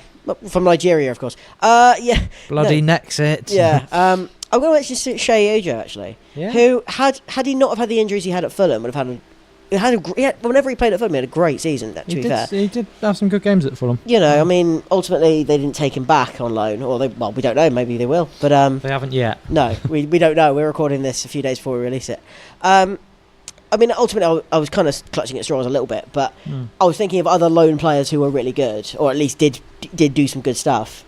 I think he was in and around the first 14, I'd say, of the squad. Yeah. Do you know what I mean? Off and off the bench, but did well. You know, he's never going to be a Liverpool regular. Like, it's not going to work out from the long run. No, I don't but, think so. you know, particularly because Fulham went up and did play brilliant football as well. Yeah. To be a part of that, yeah, he's not going to win this award, but at least nominate. You know, It's the second year in a row that a Liverpool player has helped to get a team promoted out of the Championship. True story. Well, actually, no, because Gruitch did as well. Oh shit! Yeah. Yeah, several of them did. Yeah. That's one last year, 2 this year. Let's hope that they don't go the same way and only play once a season and then go forever. Exactly. Like Danny Ward did. Anyone else? I've not got anyone else. Those are my top two. I got TA and TAA. Well, I also put Pedro Chiravella in, who didn't have. Yeah, he was a decent season. Solid, dependable season. Do you know what I mean? He Was doesn't it play in FC an exciting FC position. 20, was Yeah, it? who stayed up partly because of him. Or was Played- it? No, it was Willem 2, wasn't it? I can't remember. I think it was Willem 2. I just remember reading every week that he'd had another solid game, played Yeah. well. I mean, he doesn't play in a very exciting position, so it's not really fair to kind of be like, No, oh, it's all right. You know, if he does a solid, dependable job in that role, He's never going to set the world alight, whatever No. he does. Is he? He's sort of Spanish James Milner. in Yeah. that respect. Or but could be. less talented. But to be fair, I was just clutching at straws. Just mentioned that he had a good season out there, so fair enough. Fair enough, yeah. No, and he's had a good pre-season. Obviously, we're recording this sort of between pre-season and season. Yeah, He's had probably the strongest pre-season he's had for us. yeah. But ultimately, it is going to be Trent Alexander-Arnold, isn't it? Well, I think I take your point that he should be nominated among the He will be because I have. Yeah, I mean, but I don't think he's going to win that, and I think he deserves an award. So I think we should give him Young Player of the Season. Indeed. All right. 2/3 Cheers. of a beast. Cheers to the beast. Trent Alexander-Arnold, Trent Alexander- future Liverpool captain. Young Player of the Season. We've got a really bad record for Young Players of the Season, haven't we? Because they normally all get sold immediately after winning the award. Who have we had before? Teixeira. Was it? Was it not Sergi Canos? Yeah, well, again, same difference. True. God, I think we might have had Rossiter one year. Or we cannot remember. this Is I mean, we're drinking heavily. It's perfectly fine. Right. I'm actually literally drinking heavily. I'm drinking heavily Belgian lager. Yeah. Also, ge- those shots are starting to work their way into your system, aren't It's genuinely called. they? Heavily. It's genuinely called heavily lager, like HEVERLEE. That's really funny. So I am, in many ways, drinking heavily right now. Another card. Is it my turn? It's Owen's turn, isn't it? It's your turn. No, it's your turn. Is it? No, it's my turn. It's just someone's turn. Christ. Every year we do this. Every bloody We year. can't remember who picked last. I'm picking next. Remember that. Yeah, okay. Right. What is it? What is it? Queen. Queen. It's the first rule Oh, now. ho, ho. We're already halfway through the podcast, or nearly over now. Yes. And I've just had the first rule come up. Now, Queen's rules are very simple. Owen has picked the card, so for the rest of the podcast, any rule that he sets and writes down in his notebook, because this year we're not forgetting them, any rule that he writes down, we have to then follow for the rest of the podcast. If we don't, we have to take a drink. Well, my rule is going to be harking back to. It wasn't the first year we did this. It was this is now the 4th season review podcast we've done. Yeah, the third Ring of Fire, the 4th season review. Well, the first Ring of Fire we did. The first podcast we ever did was the season review. Yeah, it was in 2015. 2014-15, yeah. Mental. Well, it's going to hark back to the first Ring of Fire party podcast. When the rule was, if you mentioned Colo Torre's name, you had to sing the Colo Torre song. Absolutely. If you mention Mo Salah's name from here on in, you can't just say Mo Salah. You have to say Mo Salah, Salah. No, Mo Salah, Mo Salah, Mo Salah, Running down the wing. Mo Salah, Salah, Salah, Salah, la la la, the Egyptian king. So yeah. Which we won't be hearing often, of course, or indeed towards the end of the podcast. So We presume. we presume. But yeah, okay, fine. Whenever we mention that player, Yeah. we're We're just not going to mention him now. Are we? Yeah, well, at some point we're going to have to, I'm afraid. Yeah. Possibly very soon. As well. Weirdly enough, we haven't really picked a category that he'd be involved in yet, despite the fact of everything. No, we've still got a lot. What have we got left? What have we got? Well, loads, loads and loads. Let's find out. Don't have that many. We are. We've got a lot of the categories are done, but there's still got a few. There's quite a few left. Yeah. All right, pick another card. You pick another card. God, they're starting to break up. 5 left. 5 categories left. Wow. Oh, fire off the buzzer, Owen. Okay. I'm genuinely not looking forward to this. I can't remember what this is. Is this the... We're about to find out. We're about to go live now as Owen tries to remember what it is that we're going to be doing next. it's all up here. It's all up here, Matt. Get on YouTube, get it watched, and stay tuned. I'm not looking forward to this. See you in a bit. Hello. Welcome to Classic Scousers Ring of Fire and the Season Review Party Podcast 2017-2018. My name is Owen Collins. This is Matt Simpson. Hi. It's time for the first of 5 forfeits, which is going towards Matt, which is actually the third of 5 forfeits. I was going to say, what are you going on about? Forfeits for Matt. Matt, remind us why this is your forfeit. This is my forfeit because I did not correctly predict a certain football game that I'm padding until I find. It'll be on here somewhere. It is. I've just gone past it. Yes, that's right. Brighton away. I thought we'd win 2-0. You thought we'd win 3-0. It was obviously 5-1, a rout, and therefore I have to do this, which I am not looking forward to at all. So very simply, we've got here this wonderful Roma-shaped lie detector. We don't know how it's going to work. We don't know what will happen if Matt just tells the truth all the way through. We don't know what will happen if he lies all the way through. We're hoping that at some point he will get an electric shock. Matt, if you'd like to place your hand in there, hit the senses. I'm genuinely really not worried about this. The thing is, this is Okay, so I think. Hang on, how does it go? It's right hand. Right hand. I'm going to sit like that. I'm going to hang on. Let's move the mic so I can talk into it. Hang on. Bring it over here. Do you want to put that card out of the way? Yeah. Okay. So I'm just going to strap you in now. I'm shitting myself. I mean, I've genuinely got no idea how powerful this is. I don't fully know what I'm doing. Is that the what's that? The volume or the intensity? I think that's the intensities. Can we start low just so we can test it? We'll start with. You started. We moved it. Hang on. Oh, there's numbers on it. Look, there's numbers on it. Yeah, that's what we're doing. Okay, start on 2, Okay. and we'll go from there. Shh, I'm so scared. I really don't know how this is going to work. This is a real shot in the dark for all of us. So I mean, really, we're just looking for questions that you can lie to. Yeah, it's yes or no answers. So, Matt, are you a black man? No. You have to press the start button to make it happen. No. Are you a black man? No. Are you Asian? Oh no, it's one at a time. Apparently I was lying to that. Are you? So how this works is that you ask me a question, you press the button, Yeah. it spins round, and then if it shocks me, then I've lied. Yeah. And then you wait and then you do another question and then you press start. Okay, so It doesn't do it constantly. So you are a black man. Apparently so, according to this. Right. So there's a certain degree of randomness to this. Oh, actually my hand is already sparking.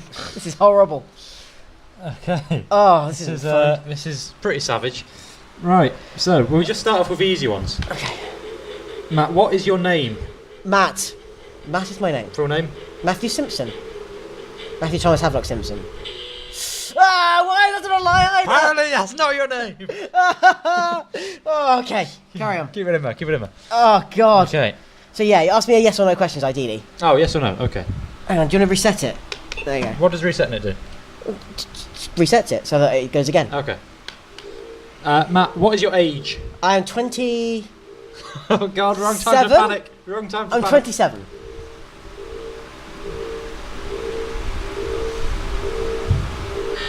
Yeah, I'm 27. Yes, you are 27. You are a black man and your name isn't Matt, but you are 27. Okay. And Matt, what is your residence? Not specific address, but you know. I live in South London, Streatham. Streatham. Yeah, she's in South London, I think. It is in South London. Yeah. I wonder if it's because I'm nervous, it can tell. Yeah, I think it's based on sweat, isn't it? I'm sweating a lot because it's hot in here. There you go. There we go. It's understanding me more now. Yeah. It's understanding me more. Okay. This is horrible. It's Right. absolutely horrible. Well, that's the warm-up done.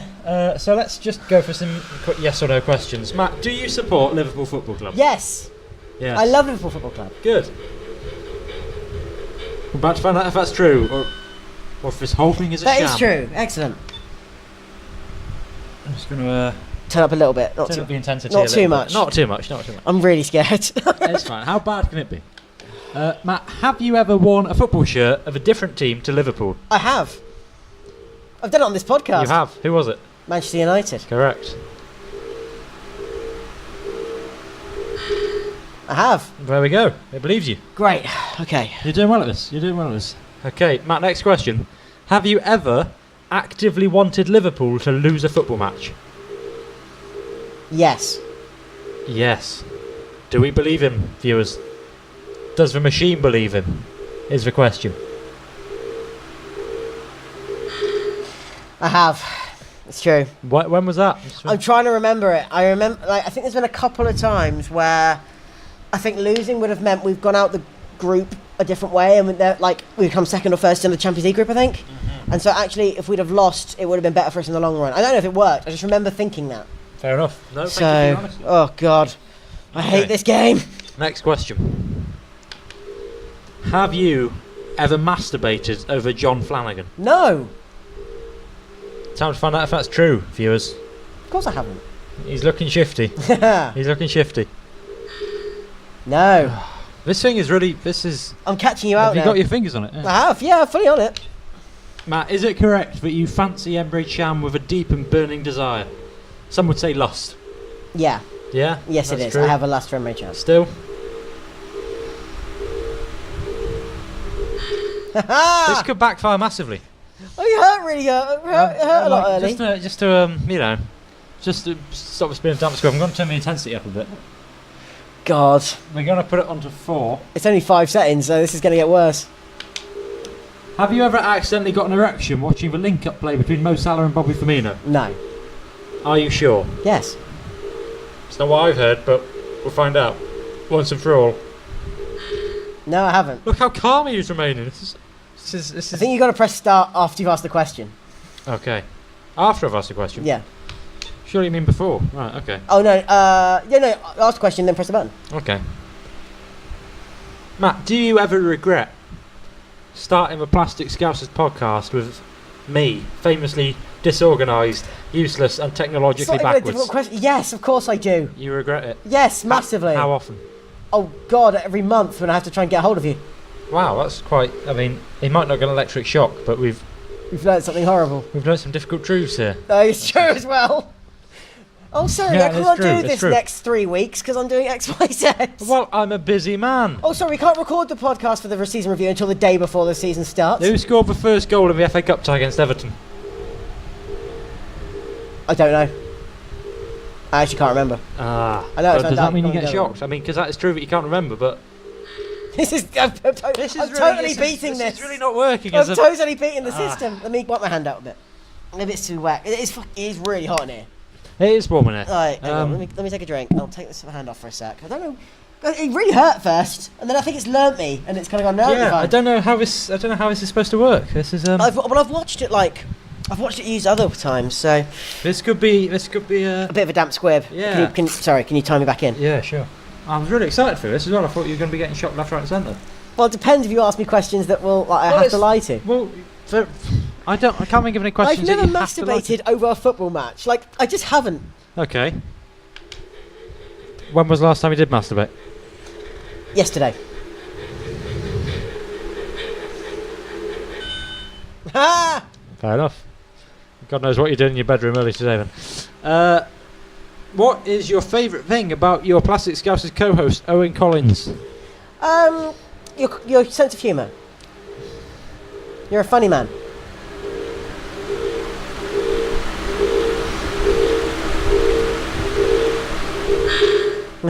This is really not working. I'm going to have to think of more outrageous questions. I don't know if he's just analysing me. I'm a bit confused. Hang on. No idea what's going on, to be honest. We should have done this when we were sober.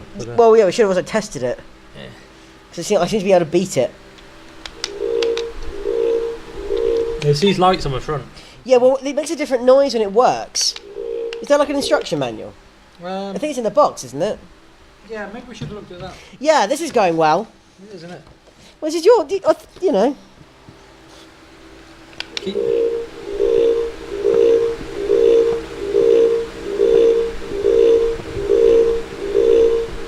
Is there an analyzer button? It's the same one as the start button. Oh.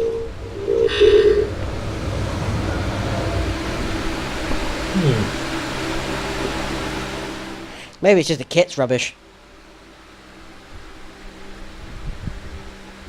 Ladies and gentlemen, we're having a quick break while Owen reads. We won't be here a while. It doesn't tell us anything we didn't already know.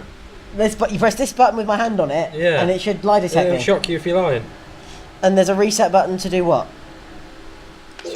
Oh, I've got it. I've worked it out. What? So when it resets, it then...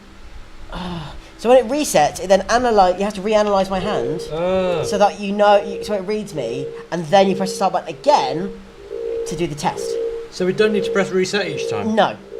Right, let's do this again. No, we have to do some new do questions, otherwise I'm just going to do the same thing. Okay. Right, so ask me the question and then press the button. Right. What is your least favourite thing about your Plastic Scousers co-host, Owen Collins? How incredibly disorganised you are. Is that really your least favourite? Yes. It is. Apparently. It's a pain in the arse, honestly. Did you unplug my freezer at 41 Spring Rise Egham during a drunken house party misadventure in 2012? Probably yes. I probably did. I don't remember it, but yeah. Oh, in fact, I do remember doing that. Yeah. Yeah. Yeah. I love don't know why. I love those shock ices. This is only gonna. I don't know how this is gonna work. But it's because I have no shame, as you well know. Did you throw a full mug of water over me during another drunken misadventure at the same house party in 2012? Great. I had a great time then. It was really fun. Did you piss in my shower during the same house party in 2012? I guess I did. Yeah. Which is weird, because you didn't. Did I not? Did you piss in Jack Glanville's shower during a separate drunken house party in 2013? I broke his door. You did broke his door. You broke his shower door off. I don't know. I mean, you're making me mick quite a lot on the internet right now. Yeah, but I mean, terrible things that I've done. But there's no way of knowing what you're going to lie to. Yeah. He's run out of questions. Have you ever fancied one of your housemates? No. I haven't actually. Have you ever thought you may be a homosexual? No. No, not that there's anything wrong with that. I'm just clutching at straws here. It's beating the game. I love it. Have you ever felt a sexual attraction to a member of your own family? No. I don't know, you're from Hampshire, you may have done. Thanks. Thanks to the people of Hampshire watching, by the way. Hampshire's a perfectly lovely place. It's not even that backwards. Ah, that's a lie. Say that again. Hampshire's a lovely place. Really? Yeah. Is it? It is a lovely place. Hampshire's a lovely place? I like Hampshire. See? I don't know why I'm so good at this. I don't know how to make Maybe I've got no feeling in my hand and it doesn't know what to do. No, it's got the green lights. I don't know how we're going to, get you to lie on camera. I don't know. It's such a difficult thing, right? Because I can ask you questions and you can either say yes or no to them. But as long as you answer honestly, you're fine. Yeah? So unless we just get really, personal. Yeah, which I don't want to do. No, I mean, in front there's of a all these limit. people. Yeah. There's a limit which we agreed beforehand, but I don't want to cross. Come on, for a drink. No, I'm still holding this thing. I'm genuinely stumped. I've run out of questions. You want to go? What? Why don't you ever go? No, I'm alright. You sure? Yeah, it's your Are challenge. you scared of it? Rah! I'm not scared of it. Well, this has been a bit of a damp squib. Yeah. I guarantee we'll try this later and it'll be brilliant. But right now, I think that might be the end of the challenge. Let's try one more. Alright. What is the one more? I thought you had one more. No, I don't. I'm thinking of it. Oh, for God's sake. Meanwhile, why don't you buy things? Things for your life. Things. That's my sponsorship now. Well, I'm just going to go on the internet now. Unless we just go Yeah. Don't really have a wee in his shower. Yeah. Yeah. I know I broke the door down. Let's see. All the embarrassing stories I've gotten you can't remember. No. Which probably means it doesn't know that I'm lying or not. Because I don't actually know it's true. I can't think of anything about just getting ridiculously personal. Yeah, that would... Which I don't, as I said, I don't want to do. We shouldn't really do that. Well, I guess that's my challenge then. I mean, I've got other challenges coming. This was but this was the big one. This was the... It was the big one, and I'm really annoyed. Well, I'm not annoyed because I hate being shocked, so... But there we go. I hate being shocked. Are you scared of death? Yeah, I think so. Yeah, I am. I don't want to die. Yeah, you are scared of death. Yeah. Fair enough. Are you not scared of death? I'm terrified of death. Yeah, exactly. Why I've been dying on our ass right now. Why would it be really weird? This has been the Plastic Scousers part review end of season Ring of Fire podcast. Not sure what happened there. Matt is either too honest for his own good, or I'm definitely too honest for my own good. Yeah. Also, I don't know where our food is. Oh, it's 3 minutes away. Great, perfect timing. We're still recording here. We're still recording. Our food, we've got food coming. It's Come gonna on, be mate. great. It's gonna be great. The most basic standard professionalism. Oh, sorry, says you. Says me. Says I'm you. not checking my phone halfway through one of the 5 recorded links we do in a year, seeing where our food is. Yeah, well, it's only 3 minutes away, you'll be glad to hear. So, Great. Thank you. Well, thanks for tuning in. I'm sure we can all agree that was a enlightening experience. We'll see you next time. That's 20 quid I'll never get back. okay, we're back after that very disappointing forfeit. That was a That was a shame. We should have tested the technology probably before we got here. that was the Dominic Solanke forfeits. Yeah, it was a little bit, sadly. We just had a bit of lunch on the... A bit of dinner, sorry, on a the little bit gassy now. on the break. Yeah, so a bit we're eating a bit. So repeating on me slightly. but it's my turn to pick a card. So Go on, I'll have it. it's quite small now. Really tight around that edge. God, that's hairy. Oh, 8. 8. 8 is the Lifetime Achievement Award. Ah, yes. Now, the past 3 years we gave it to Stephen Gerrard, the Hillsborough campaign, and Lucas Laver. This year, we're gonna honour not someone who's been at the club recently, No. but Well, not as a player. but somebody who is certainly, well, as we mentioned before, one of the greatest of all time. Yeah, if not the greatest. Recently knighted. Let's have a little chat about Sir Kenny Dalglish. Sir Kenny Dalglish, or as he will always remain to some fans, King Kenny. King Kenny. Where do you start? What is there to say that hasn't been said already? Kenny Dalglish. Come on, we've got to lower him on that. Well, we talked about him a bit on the season before last. When we did our A to Z. Yeah, we The did. thing is, it is difficult to kind of know what else we can say. I mean, he was knighted, what, in June time? United and the Queen's birthday honours, yeah, in June. May. Yeah. May, June time. I mean, some would say long overdue, some would say why. Well, shall we answer that second question? Yeah, it's kind of... It's threefold. Yes. One is for his services to football, which he was previously awarded an MBE for. He is the joint record cap holder for the Scottish national team, Very true. alongside Man United's Dennis Law, with 102 caps for Scotland. He has played 502 times for Liverpool, scoring 169 goals. He has won the league 8 times. He's won the FA Cup twice. He's won the League Cup 5 times. And he's won the European Cup 3 times. He's got more major honours to his name than the entirety of Chelsea Football Club. I mean, let that sink in. He guided as player manager in 1986. He guided Liverpool to their first ever double, Wow. which is quite remarkable if you think of the success Liverpool had in the 70s under Shankly and Paisley. That's it, yeah. That's the FA Cup and League double. That's just the footballing side of things. Do you know what I mean? He's also co-founded the Marina Dalglish Appeal with his wife, who was suffering from cancer. That charity has itself raised millions of pounds, paid for new oncology centres in Liverpool and beyond. You know, that alone, those 2 reasons alone would be enough. But then there's what he did for the families of the victims of the Hillsborough disaster in 1989. You don't need us to tell you the exact events of that day or the response to it by the media and the government and the police forces. And it will go down as one of the greatest, or not greatest, worst cover-ups and biggest miscarriages of justice in British legal and political history. But as well as that and the near 3-decade fight for justice, there was the more immediate side of things, which was 95 funerals to organise in the weeks afterwards.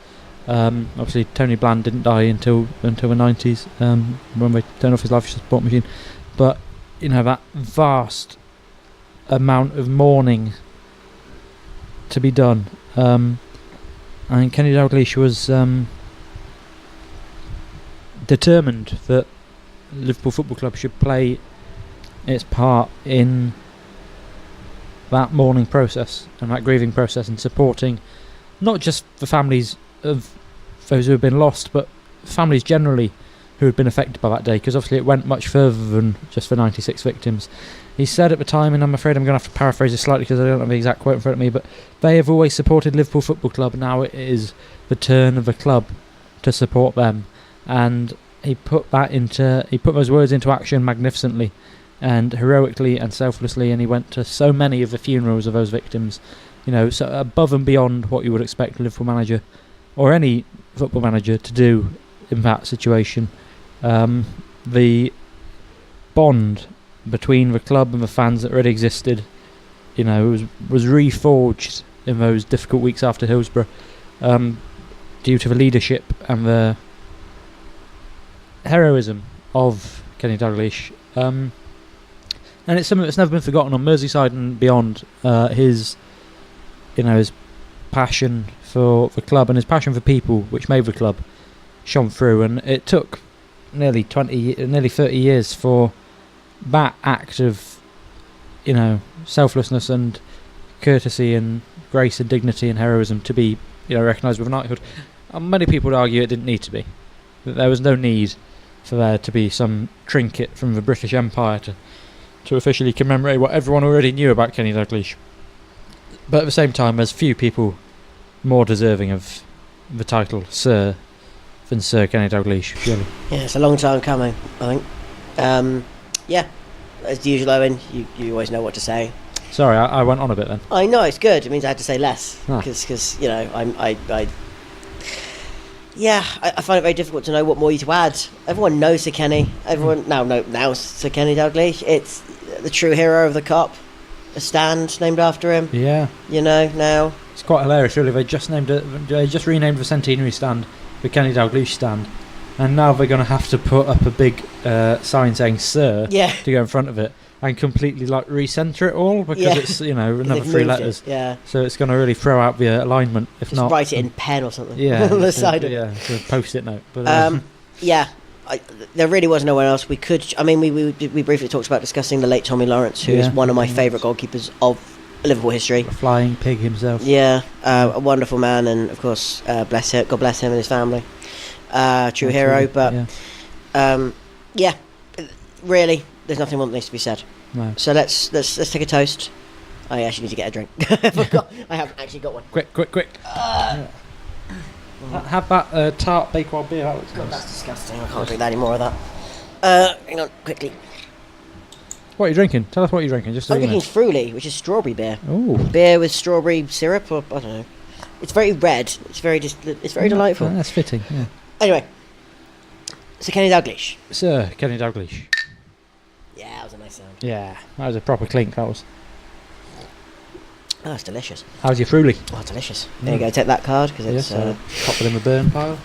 It's your turn, Owen. We're back. We are galloping towards the final stages. Yeah. I'm going to eat some more wedges. Do it. They're really good wedges too. So I'm going to take a card. It's a Queen again. Queen, it's another rule. It's another rule. So we had the Mo Salah, running down the wing. Salah, the Egyptian king. There you go. So we had that rule. Now what's the next rule? What was that one again? Remind me. Next one. You have to drink every time you mention the name of a club other than Liverpool. Okay. We did it last time as well, I think. Did we?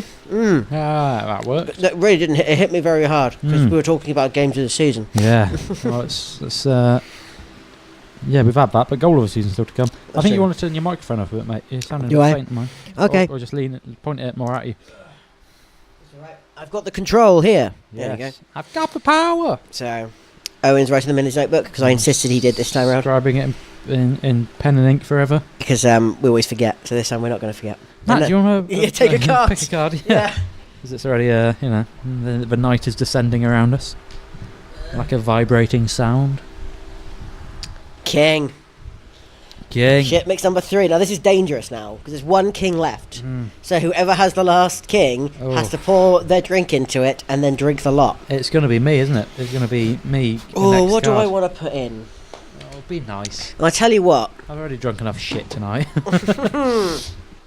Be nice. My bag that I brought earlier, yeah. I've provided many things. You have. Aloe vera juice. Oh, God. No, I'm not going to put that in. That's lumpy. That's lumpy as hell. Red food colouring. Oof. Not putting Doesn't that in. taste good. Doesn't taste good. Tabasco. Again, awful, Not putting that in. horrible stuff. Gin, Ugh. which Owen particularly doesn't like. They're trying to get good prices. Chambord, Oh. or my choice, Kraken rum. Yeah. The rest of this bottle, which is probably about half of what was in there. Oh god, that's a substantial Is amount it? of crack and rum. Oh. Done. Well, I was hoping that'd be the Chambord, so I am once again disappointed. Well, it is mine, so I can do with it as I please. You can. And I've decided to keep that and pour the Kraken in. So it is now Coke and Kraken and lager. Ah. This doesn't sound that bad when you say it, because Coke and Kraken is a nice drink. Yeah, and lager is a nice drink as well. Yeah, but I mean, I'm not sure Coke, Kraken and lager will be a nice drink, but that Well, remains to be seen. There'll be something else going in after as well. So, Yeah. so Owen, it's back to you again. Something else going on at bowl in a minute and all. Right. Okay. The seal's going to be broken, sir. I'm afraid you're going to have to finish your drink now. Au contraire, Oh, monsieur. wow, impressive.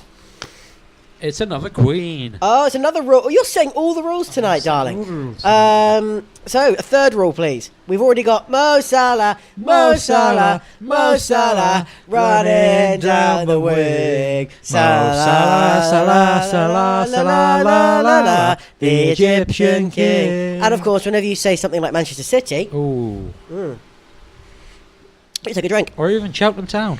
Yeah. Two clubs that are applicable to that situation. Two. Yeah. So, another rule. Another rule. Sorry, all the pressure's on you. I've got Yeah. rules in my head, but I haven't any cards. I would like you to. I'm just going to be petty. I would like you to just give me a standing ovation whenever I say something funny. Okay. I'll give you a standing ovation when you say something funny. Yeah. So I'll sit in my chair for the rest of the show. Unfortunately, you don't get standing ovation for that. No, sadly not. Okay. Oh, do you want to write that? Rampant egotism. Do you want to write that in your book Yeah, I will. with your ever so scrawly handwriting I as mean, I don't the know- alcoholic shots hit you more and I more? don't know who decides what's funny or not. I guess I should really. If I laugh at you, Yeah. like not in a haha you suck way, but in Yeah. a actually you've said something funny way, Standing then I'll give you a ovation. standing ovation whenever you make me laugh. Whenever. How about that? I'm quite glad we Brilliant. hadn't had this before the marshmallow challenge. Yeah. That would have been pretty You'd be awful. Up and clapping the whole time. Yeah. Oh, Although I'm pleased that you thought that was funny. That's very touching. Thank it was you. hilarious. It But I makes was up for laughing that- at you, not Makes with up you. for the fact you admitted during the lie detector test that you regret starting this podcast with me. I do, yeah. We've learned some uncomfortable home truths tonight, listeners. And someone said that lie detector challenge was rubbish. Well, it's kind of, yes. Actually, no, of course I'm breaking this thing. He's broken the circle. Run to my microphone as He's well. broken the microphone. What else 10. can he break? 10. 10. Goal of the season. Goal of the season. Stand Here we back, go. we're about to get drunk. Yeah, we're about to get drunk. Goal of the season. Now, last year, we were discussing this off air.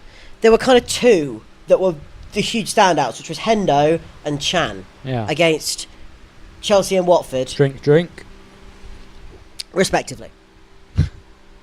This year's more difficult, I think. Mm.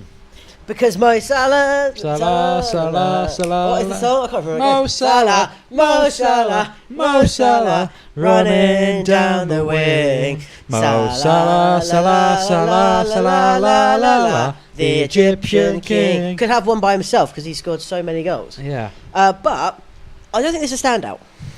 I mean, what goals, particularly this season, do you remember? There was a great. I mean, the only goal of my list actually that I've got, because he did score so many, the Egyptian king, that it almost seems difficult to try and pick one out of them. And Yeah. it was just like the whole season was good. Do you know what I mean? But I have chosen one, and it was against Southampton, away. Now let's pressure. Why so? And it was just a lovely bit of play. He, advanced into the penalty area. He popped it to Bobby Firmino. Bobby Firmino got what we don't have a separate category, but the assist of the season with a the back heel. with a back heel into Salah's path, absolutely buried it. Sorry, Mo Salah, Mo Salah, Mo Salah, running down the wing. Mo Salah, Salah, Salah, Salah, la la la, the Egyptian king. That's gonna get bloody exhausting, isn't it? We only do half of it. Yeah. The first half. First half or second half, depending on which comes to us first. Okay. I've been bitten on the back of my neck. I've been bitten on the back of my neck there. In many ways, that sums up our relationship.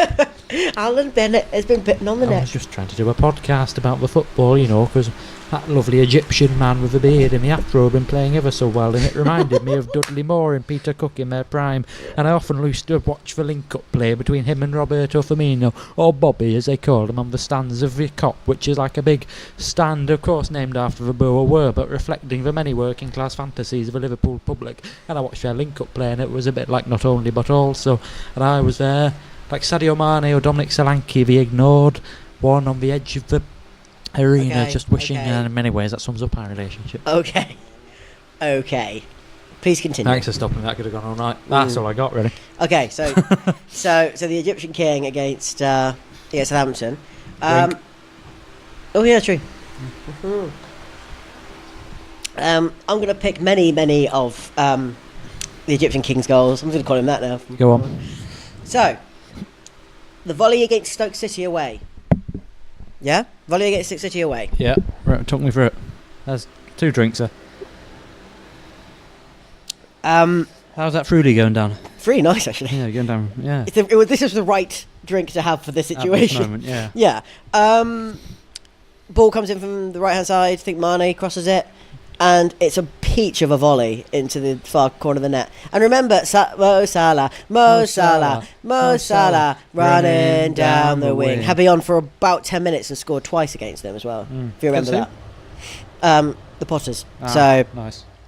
So, I mean, the thing is, if you're going to talk about... We'll talk about him in a bit, but that was one of the most amazing impacts he'd had on a game. Although the other one, of course, was the game against Watford. Drink. Where he scored 4 times. He did. And the one that I particularly remember, the first one where he left the guy on his arse, with 3 minutes gone. That was fantastic. But the better one was the one where he somehow scored with 4 defenders chasing him like Pac-Man. Yeah. And the ghosts were all chasing. When they all sort of moved as one. Yeah. And he was falling over. And how that went in, I have no idea. Superb. It was astonishing, right? So there's that one. Both goals against Leicester City.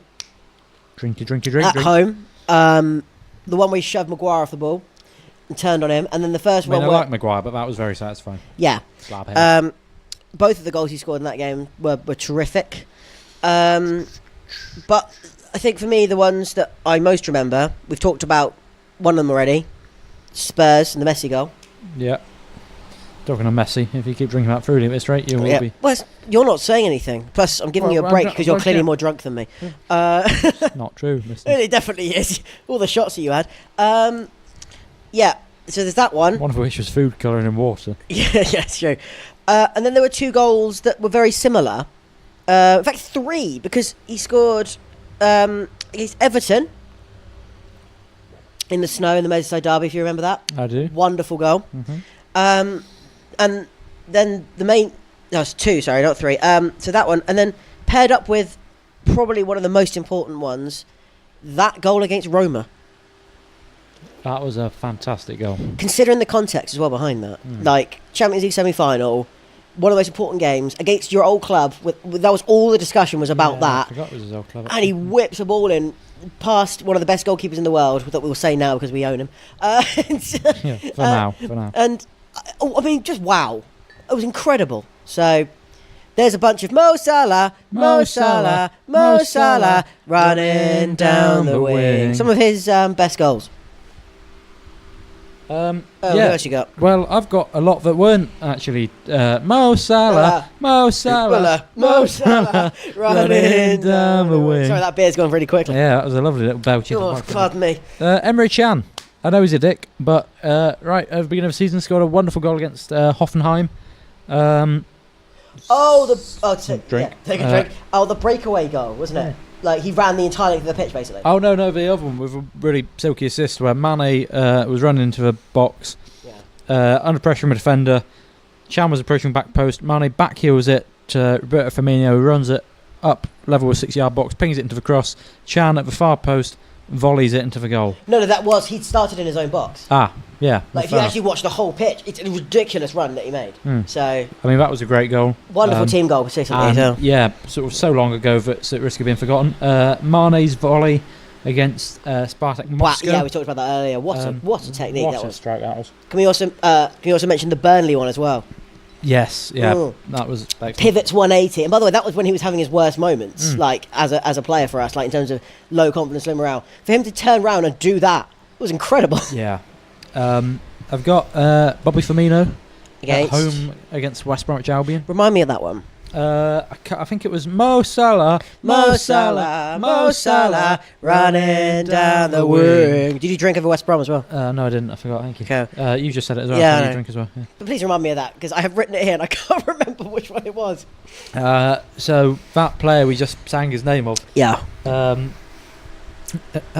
basically blocked by whoever West Brom keeper is. Ben Foster, is it? Oh yeah, And it comes- Foster, and it came out to him like 30 odd yards Said out. bloody West Brom again and again. Remember that Mission on Web drinking game sketch set in the office?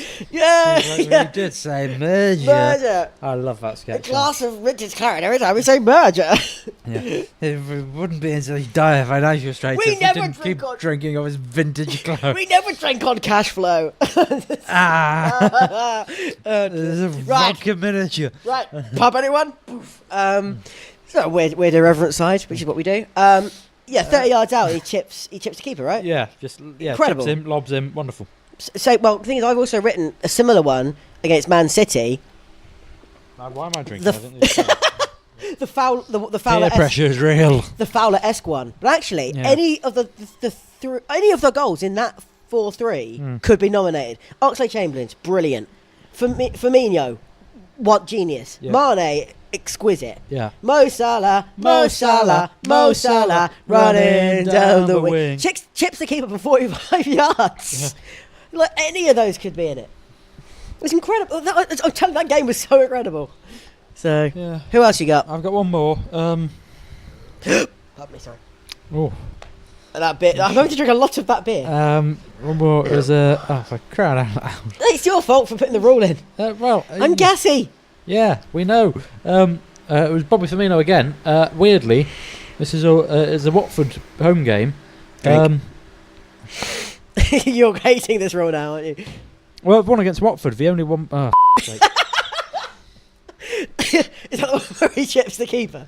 No, that was against the. Oh no, because he chips the keeper that was and against then the Baggies. and then running down Mo Salah, running down the wing, taps him from a yard out on his debut. What? No, Watford home game. Oh, I just said it again. Oh, the no look off his sort of calf. The no look, back-heeled, mid-air volley. How much of that did he mean? I wonder. Doesn't matter. That's true. But it was absolutely sublime. I mean, it was the only goal in that game not scored by the Egyptian king. But, I mean, he provided the cross. That's spectacular. Firmino leaps up like a sort of, mounting goat. Doesn't look, with the back of his heel / back of his leg, volleys it in mid-air without looking into the goal. I mean, it was just remarkable. I think that was this year's Emery Chan moment. You might be right. If that had been like, do you remember last year when everyone was doing scorpion kicks and Giroud got like goal of the season and all of that? That was pretty impressive. Oh, did you see the one in Australia? No, I didn't. Oh, the one in Australia does it from like 25 yards and he means it. Fair play. It's incredible. It's better than the other two. But go But on. I don't see how a scorpion kick is, when you're looking at the goal, is any better than a no-look, back-heeled mid-air volley. And it's the same skill essentially, isn't it? Well, yeah, except you keep your head the right way up. Yeah, true. But that's my pick for goal of the season. Really? Yeah. Wow. Yeah. I've got several others. Oxlade-Chamberlain. We've talked about one of his goals at which home. Well, he scored twice against Man City, Drink. and it's the other one who I haven't mentioned yet that I'm gonna, because that one goal of the season on the LSO TV website. Yeah. Which is a bit odd. It was a bit odd. It's a wonderful finish. It was a good strike. Keeper has no chance. I don't think it's the best goal we scored all season, but it was an important one. Good strike. I'm going to mention that awful man Coutinho. Ugh. He scored a wonderful free kick against Brighton. Another one against Leicester. Drink twice. And also the volley against Swansea is my favourite of his. That's 3. That's 1. You have to be such a bully. You're so mean. You're doing it. Relax. Don't do it. When you gotta get through it. Just taking my time. Don't do it. You're mean when you're When drunk. you gotta come. Have you got any alcohol left in that? Mm-mm. Well, that doesn't count. Then you have to have one swig of No, alcohol. I had 3 drinks of that. No. That's the whole thing gone now. No, I don't know. God, you miserable bastard. I'm a miserable bastard. I'm the rule master. I put rules in. You will bloody You're not the obey rule them, master. mate. You just played the rule. You just wrote the rules And down. you will obey. Well, I have obeyed. I Or drank. you will feel the back of my fish, hand. all of that. Ooh. Ooh. Now who's a miserable bastard? Well, I don't know. Yeah, exactly. What else have I got? Oh, Trent Alexander-Arnold scored a couple of belters. He did. Like he's Yeah. one against. Hoffenheim. There we go. Look, caring friend took that bullet for you. Thank you.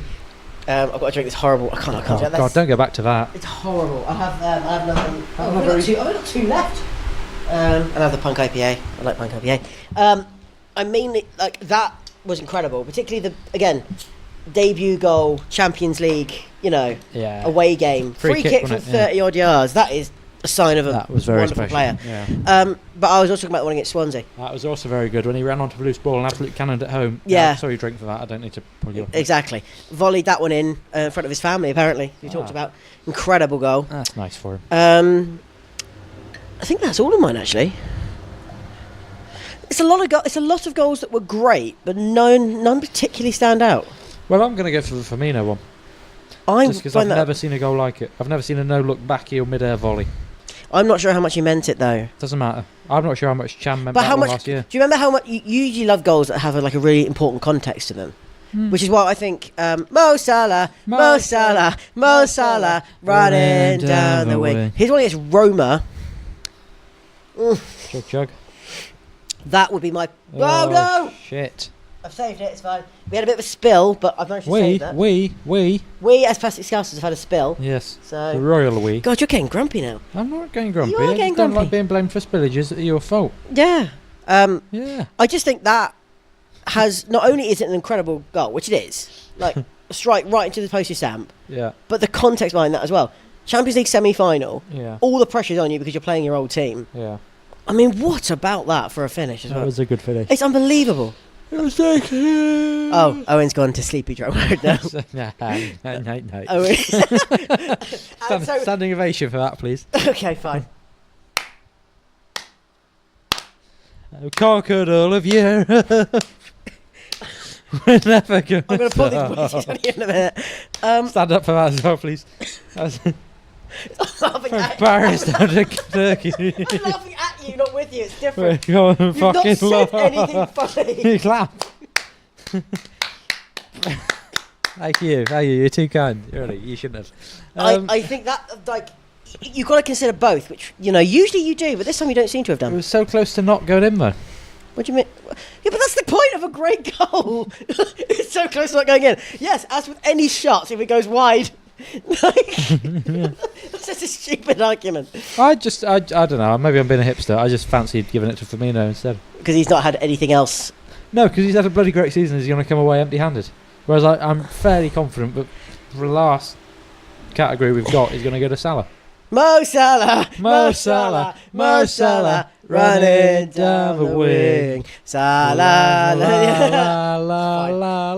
The thing is, I think you'd listen back to this next year and regret that. You reckon? Yeah. I don't think I would. Whereas the Egyptian king, and the thing is, I can't pick another one, and I don't think he entirely meant to do that.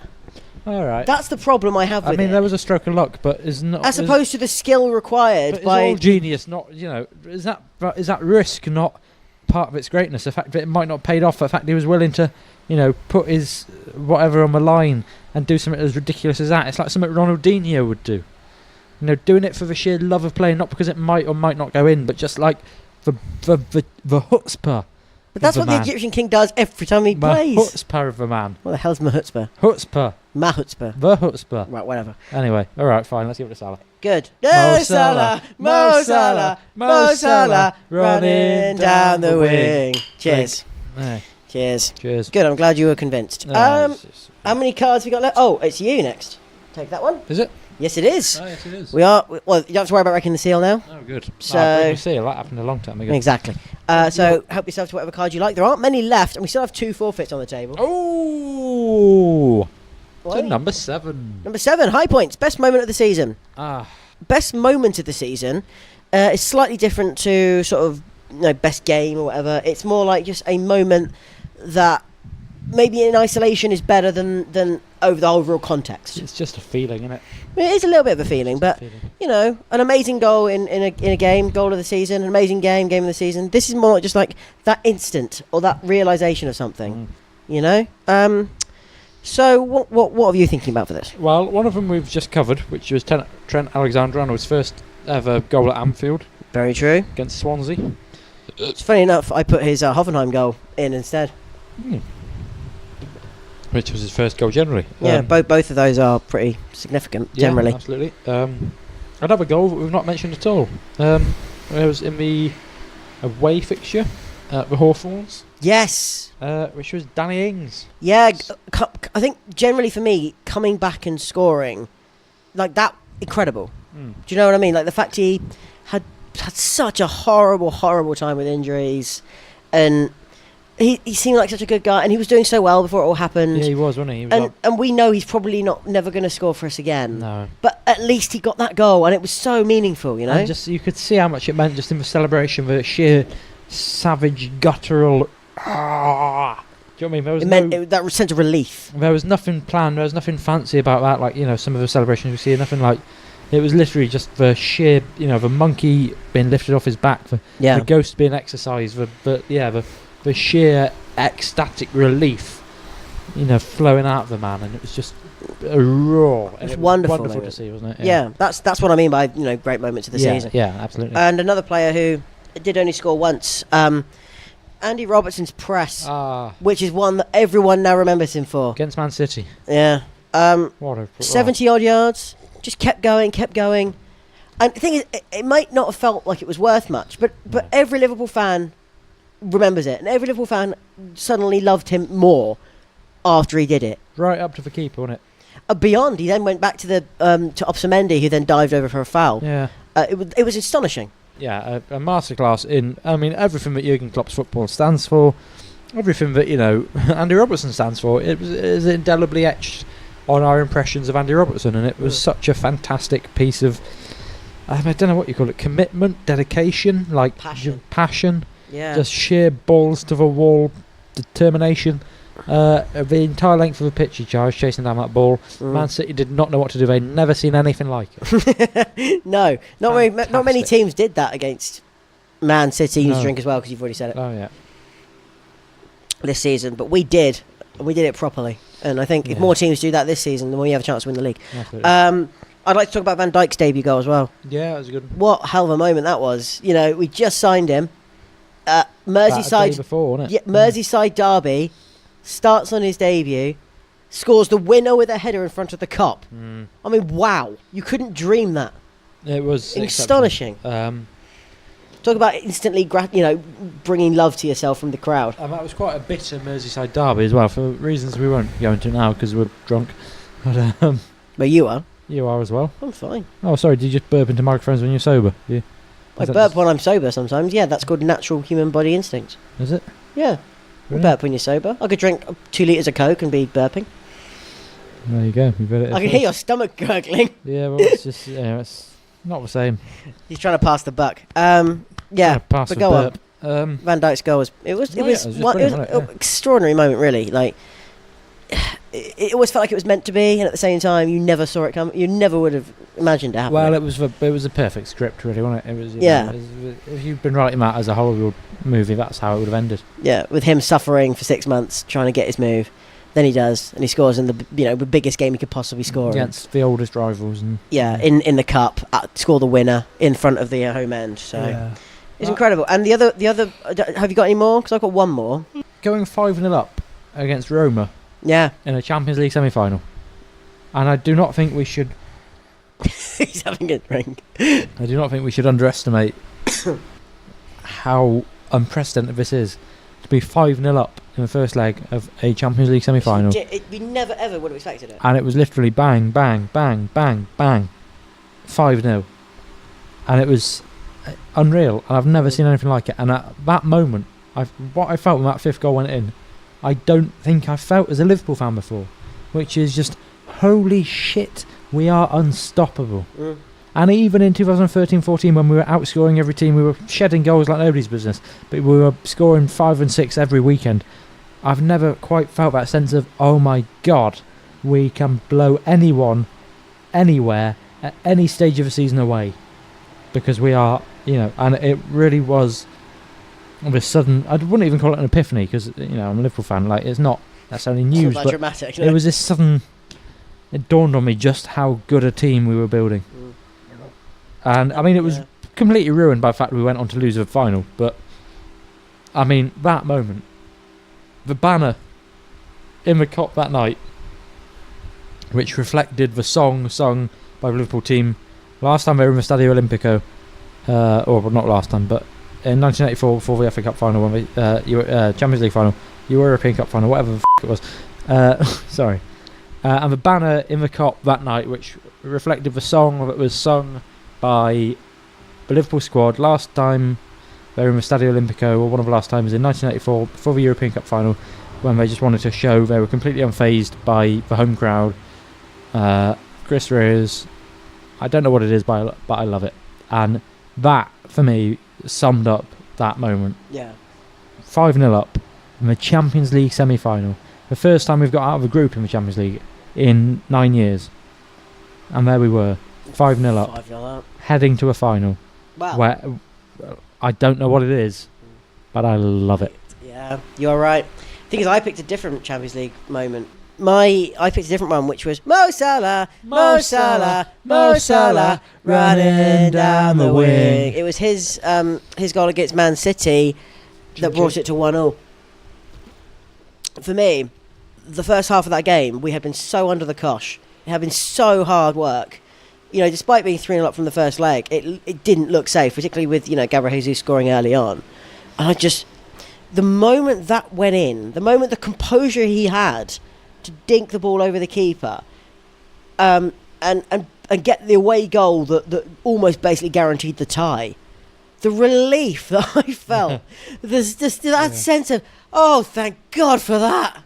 I thought it was never going to happen. I just thought this is going to become a nightmare from the position of strength we found ourselves in. Yeah. And it was him, and it was that composure and that coolness and the celebration where he just went, "Are you not entertained?" He looked at the crowd. I can't, you talk about those moments. That, for me, was just, I don't know, it was such a weight off my shoulders in a way. And I will never forget that, sense of, particularly Bobby then scoring the second and just getting the game done. But it almost felt like, this is the best team probably in the world. Certainly one of them. Mm-hmm.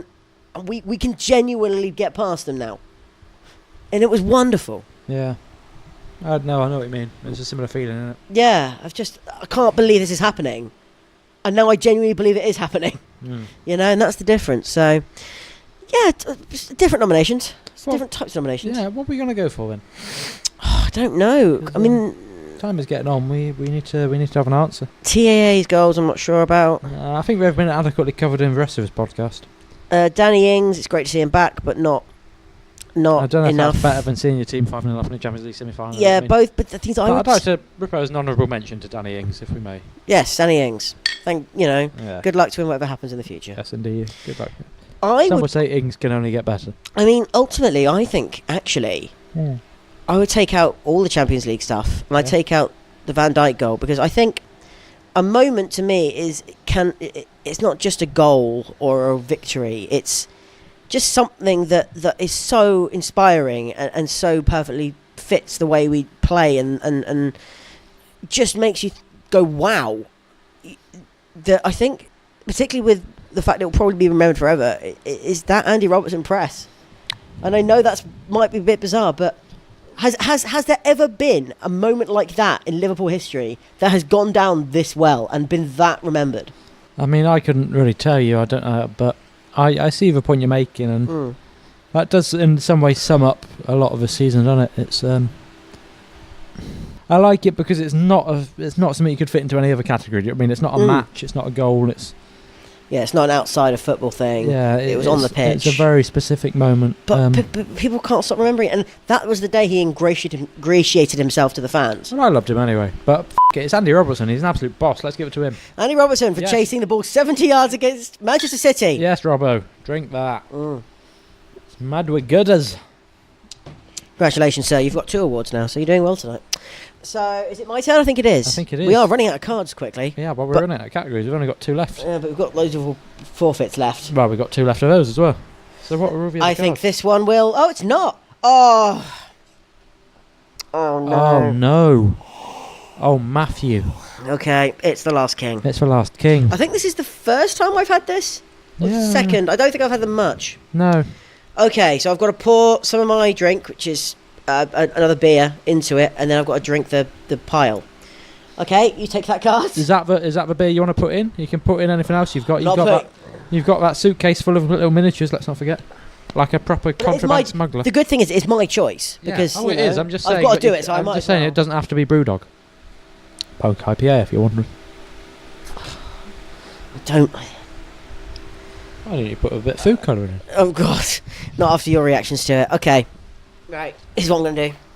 Here's what I'm gonna do. I'm gonna keep on putting money across this part till I feel Shampoo's going in as well.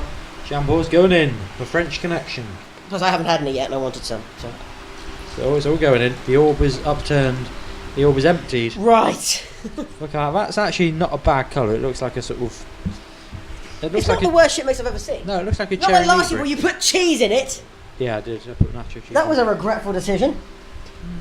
It was. You should have heard the noises you made. Oh, okay. Do you want a glass for it or are you going to drink it in a jug? Bottoms up. How is it? It's really nice. Yeah. I was hoping to be like disgusted. I'm not too surprised actually. It's actually really nice. I mean, ultimately I need to drink before the end of the show, so I will savour it a little bit. It's too sweet, like... Yeah, don't give yourself take sort of attack. I think other than lager, that's a pretty good mix. You want spiced rum, Shampoo and Coke. And Coke is with a bit of beer in it, which I like beer anyway, so... Yeah. Right, pick a card, sir. Pick a card. Yeah, it's number 6. Oh, it's another category. Another category. We're flying through them now. Is this the Jurgen Klopp Award for comedy and general larks? I believe it is. This is our... well, it's not recently instated anymore. It's been there a long time. But as long as Klopp has, yeah. The award for the funniest moment of the year. Yeah. Just a memorable, hilarious moment on and off the pitch. Yeah. Oh, God, that's really gassy. Sake. Stop swearing. Stop burping. I can't help it. I can't help it either. Yeah, you can. I'm first sharp. You definitely are. Feel the back of my hand. Oh, you're so mean. Right. Funny moments. Funny little moments. They're just little things. Obviously, Jurgen Klopp every season brings us some great, one-liners and some great comedy moments because he's just a wonderfully charismatic character. But will he win the award this year? No. And what would you like to nominate instead? Well, first of all, I would like to nominate James Milner. Yes, James Milner. For the interview he gave after Liverpool had qualified for the Champions League final for the first time in 10 years after beating that famous team at play in Orange from the capital of Italy. Yeah. And the interviewer said, James, you're in Rome. Might you allow yourself a few glasses of Italian wine to celebrate? Well, you would. Yeah, you would. Yeah. But James Milner, always in character. The perfect method actor. How he's not cropping up in Corrie is beyond me. Or Emmerdale, more likely.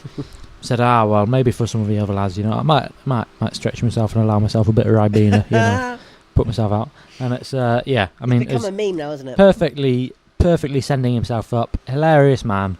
And also it inspired the banner I really hoped it would inspire, which was an update of one of the most famous Liverpool banners of all time, which was "Wine for my men, we ride at dawn," which went all around Europe. It was, still going at the UEFA Cup final in 2001. I think it was retired about 2004. And then there was someone in Kiev with a banner. I think his name was Graham Cantillon. I'll give him a shout. Wow, that's a great memory. Well done. Because I follow him on Twitter now. And this banner, "Ribena for my men, we ride at dawn." It's perfect. And it was just wonderful. Would it not have been "Wine for my men" except James Milner? Would that not have been funnier? Well, maybe, but I think there's only so much you can fit on a bedsheet. Fair enough. You know what I mean? Yeah. I had that down, and it's become a meme. And I think generally his social media profile because he only got like Twitter and stuff this Oh, yeah, year. he didn't he? Yeah. And like his first post was like him ironing or something, Yeah. like having a great day.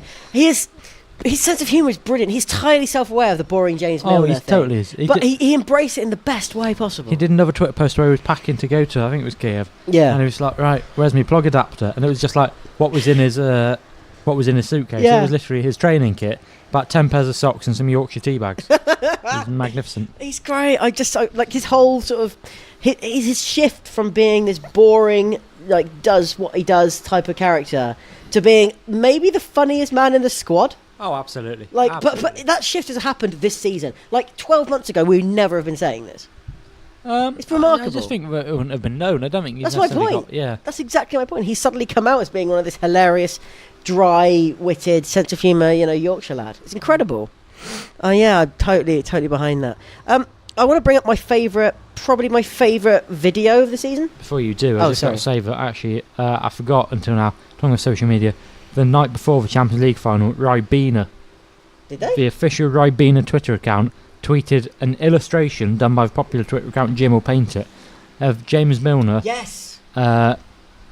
in bed dreaming, and in his like dream bubble was him holding the Champions League trophy aloft while straddling an enormous bottle of Ribena, Yes. riding it into the night sky. And I mean, just the fact that Ribena did that as well is kind of top quality. It's great. stuff. It's great marketing for them, to be fair. Great marketing. It was hilarious, and it was just Milner loved it. Yeah. Oh, so good, wasn't it? But come on, the gauntlet's thrown down. What else you got, Matt? What else you got? My favourite video of the last 12 months, it didn't involve Jurgen Klopp, but it did involve Mo Salah, Mo Salah, Mo Salah running down the wing. So, in the least offensive way possible, surprising a load of school children. But genuinely, this is an amazing bit of footage. So basically, the setup was they got a load of kids from like a local school to come in to the training ground or sort of Anfield somewhere and commentate essentially on a bit of footage of the Egyptian king scoring. I think it was the Arsenal goal. Oh, got a drink. I'm going to drink the shit mix now. Yeah, do it, yeah. Oh, it's giving this weird aftertaste. It's really nice, and then there's like metal at the end of it. Oh, that must be the lager. Heavier lager. It's so him scoring that goal, and as he goes to sort of as these kids are like going and it's oh God, I can't say their name so many times. He's in, he scored, and as he does that, Mo Salah, running down the wing, jumps out of this board, sort of marketing board. Yeah, you'd call it paper with screen, wasn't it? with his big face on it, next to other players as well. Yeah. And goes, yeah! And the reactions of some of these kids is incredible. Like, some of them are like, oh God. Others are like, yeah, it's Mo Salah, running down the ring. And give him a big hug, and it's all, yay. Yeah, some of them threw their arms around him straight away, didn't they? And others were just like, carrying on. Didn't stop commentating. No, Like, what the that's f- is wrong almost with you? funnier. That's almost funnier. It's like, yeah, you need to get a grip, lads. Do You know, be nervous, fine, because obviously starstruck is a thing if you're a kid, or be excited and hug him. Don't just carry on. Just, pretend he's not It's there. the greatest player of our squad, and one of the loveliest chaps as well. By the way, by the look of it, he seems so down to earth and humble. He does, doesn't he? Well, we still have actually talked about him for his obviously going to win category. So Yeah, well, I mean, luckily that's going to be the last category out, so it's Pretty kind much, of, yeah. kind of appropriate. So that video really did make me laugh, make me smile. I really like that one, so I really wanted to give that a mention. I've only got one more, and that was Bobby Firmino's celebrations throughout the season. He's had some good ones. Weird, the best was a karate kick kind of thing. But he's just Well, it's the fact that Mane kept copying them as well, Yeah. which was bizarre. It reminded me of when Daniel Sturridge and Alberto Moreno did the Sturridge dance together. Well, Bertrand couldn't do that though at all. No, It's terrible. But it was just that sense of camaraderie among the squad that they're sharing celebrations, and Firmino's classic just running up to whoever scored and basically swinging around and roundhouse kicking with a corner flag or whatever. Yeah. It just became iconic. I did like that. Yeah, he had some good celebrations actually this season. That's true. The other one I wanted to mention, that man again, the Egyptian king who won. Was it PFA Player of the Year? He did. He won Football Writers Player of the Year as well, I think. I can't remember which of these it was. One of them anyway. Was 2 days before the Champions League semi-final first leg. First leg because it was on a Tuesday. Yeah. And before that game, Mo Salah, Mo Salah, Mo Salah, running down the wing, had gone to pick up his award essentially, and Jurgen Klopp had done a little like pre-filmed speech, essentially saying how great he was and how much of a nice guy he was, and this, that, and the other, and it was really lovely. Yeah, it's touching, wasn't it? It's touching. But at the end of it, he just goes, "So yeah, thank you, and you deserve this award. Well done. Now take the award and come home because we play Tuesday." It was just like, yeah, okay. Great. Now please come back because we need you because we've got a hugely important game coming up and you need to come back. And I just thought that is Jurgen Klopp's character in a nutshell. Absolutely. Like fully aware of his responsibilities and fully passionate about them. At the same time, has the dry wit to go, yeah. Now I'm going to do something a bit funny and a bit silly. Yeah. You know. And I think that yeah. I love that. So. No, I agree. It was very Klopp, wasn't it? It was very. I just want to go and have a beer with him. Do you know what I mean? I want a beer with him. Like I think every Liverpool fan in the world would, but he's just like so perfect. He's lush. He's awesome. He's well lush, isn't it? He's well lush. Gavin and Stacey time. So, who are we giving it to? Well, I think again, there's only one where we both agree on. And I think he will never ever win another award. Well, he came close to getting the unsung hero this year, but it was just so good. And it's spawned like a meme generation. It's become iconic. Yeah. It's got to be James Milner. And it's Ribena. Cheers, mate, sir. Cheers. We'll have a Ribena. We don't have any Ribena here, do we? Sadly. Sadly not. We'll have to buy some tomorrow to celebrate. Yeah. Okay. Right. He's on his way. Delving back in, then, and it. Not many cars left. Oh no. It is the ace. Well, it had to be. Oh, for God's sake, stop doing that! No one. I'm joking. It's not really. It's a forfeit. Okay. Actually, I'm not too worried about this one. I think it's going to be all right. Yes. Depending on how cruel you are. Yes. Well, I've haven't planned this. Entirely at my mercy. Yes, I am. Wrapped around my little finger. I'm going to plug the camera back in, and then we'll get this filmed. Reconvene. And we'll reconvene in about a minute's time. So we'll see you shortly. Yes. Welcome back to the 2017-18 Plastic Scousers end of season review party Ring of Fire podcast. My name is Owen Collins. Just over there in his gym gear is Matt Simpson. It's time for the 4 for 5 forfeits. Now that's not easy to say when you've had as much to drink as we have. Cheers. For the 4 for 5 forfeits, Matt is going to have to do a workout routine devised / improvised by moi. Now, Matt, as you will know, that very famous gym video is Eric Pride's Call on Me, feature of him working out in the gym. It is a classic for working out to, for doing an exercise routine to. Unfortunately, we couldn't get the rights to that, so we've got the next best thing. Ladies and gentlemen, please welcome Matt Simpson and his exercise routine to Aha's Take On Me. Let's do this. I look good. I feel good. Jog on the spot, Matt. Jog on the spot. Yeah. Knees up. Get those knees up. That's it. I'm crushing my balls in this way. Yes, crush those balls. Oh. Keep jogging to the... There we go. Arms up, arms up, arms up, arms up. Ah. Now lifting the Champions League trophy up.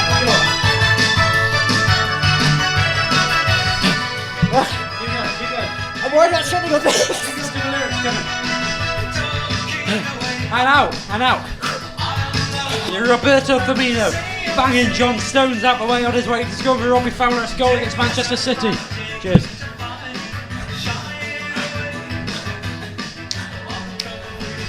And up again. Lift that Premier League trophy. Number 19, May 2019. It's meant to be, it's written in the stars. Go on, Matt. Raise it high. Who's been our star of the season? Why, it's Trent Alexander-Arnold. Do some star jumps. That's it. Oh my God. Keep it going. My chest hurts. What 2/3 of a beast would want. It's really fast tempo. Do a bit of rowing. That's it. Forward and back. Lift that trophy. It's the FA Cup. It's our 8th FA Cup in a triumph at Wembley over the Minnows of Newport County. How they got over to the final is anyone's guess. But we battered them 10-0 and Matt is lifting the FA Cup high from the Royal Box. 39 steps up. It hurts. And spin. Keep spinning. And the other way. So don't get too I will dizzy. generally be sick. This is just a bit of exercise, Matt. It's just a bit of exercise. I'm the one who goes to the gym. You don't go to the gym. Yeah, well, you should be used to this then, shouldn't you? Alright, keep alternating. Storage dance. He's back in the squad. This year's his year. 20 goals this season. On his way to the golden boot. Everything hurts. Everything hurts. This is like the Champions League final in physical form. When the lyrics come back in, start jogging on the spot. Oh, jogging, I thought you were jumping. I thought you wanted to see my man boobs bounce. Ow. Now in a moment we're going to do the Klopp arm pumps. One at a time, like you have in weights. Go. God. Go on. Pump it. Adam Lallana's just scored the winner against Norwich City.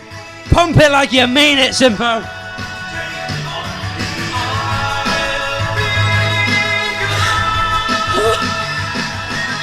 Lift that trophy! Ah, 9th League Cup triumph again at Wembley. First time since Sir Kenny Dalglish took us there in 2012. Raise it to the Wembley skies. You can see Sterling's house from here.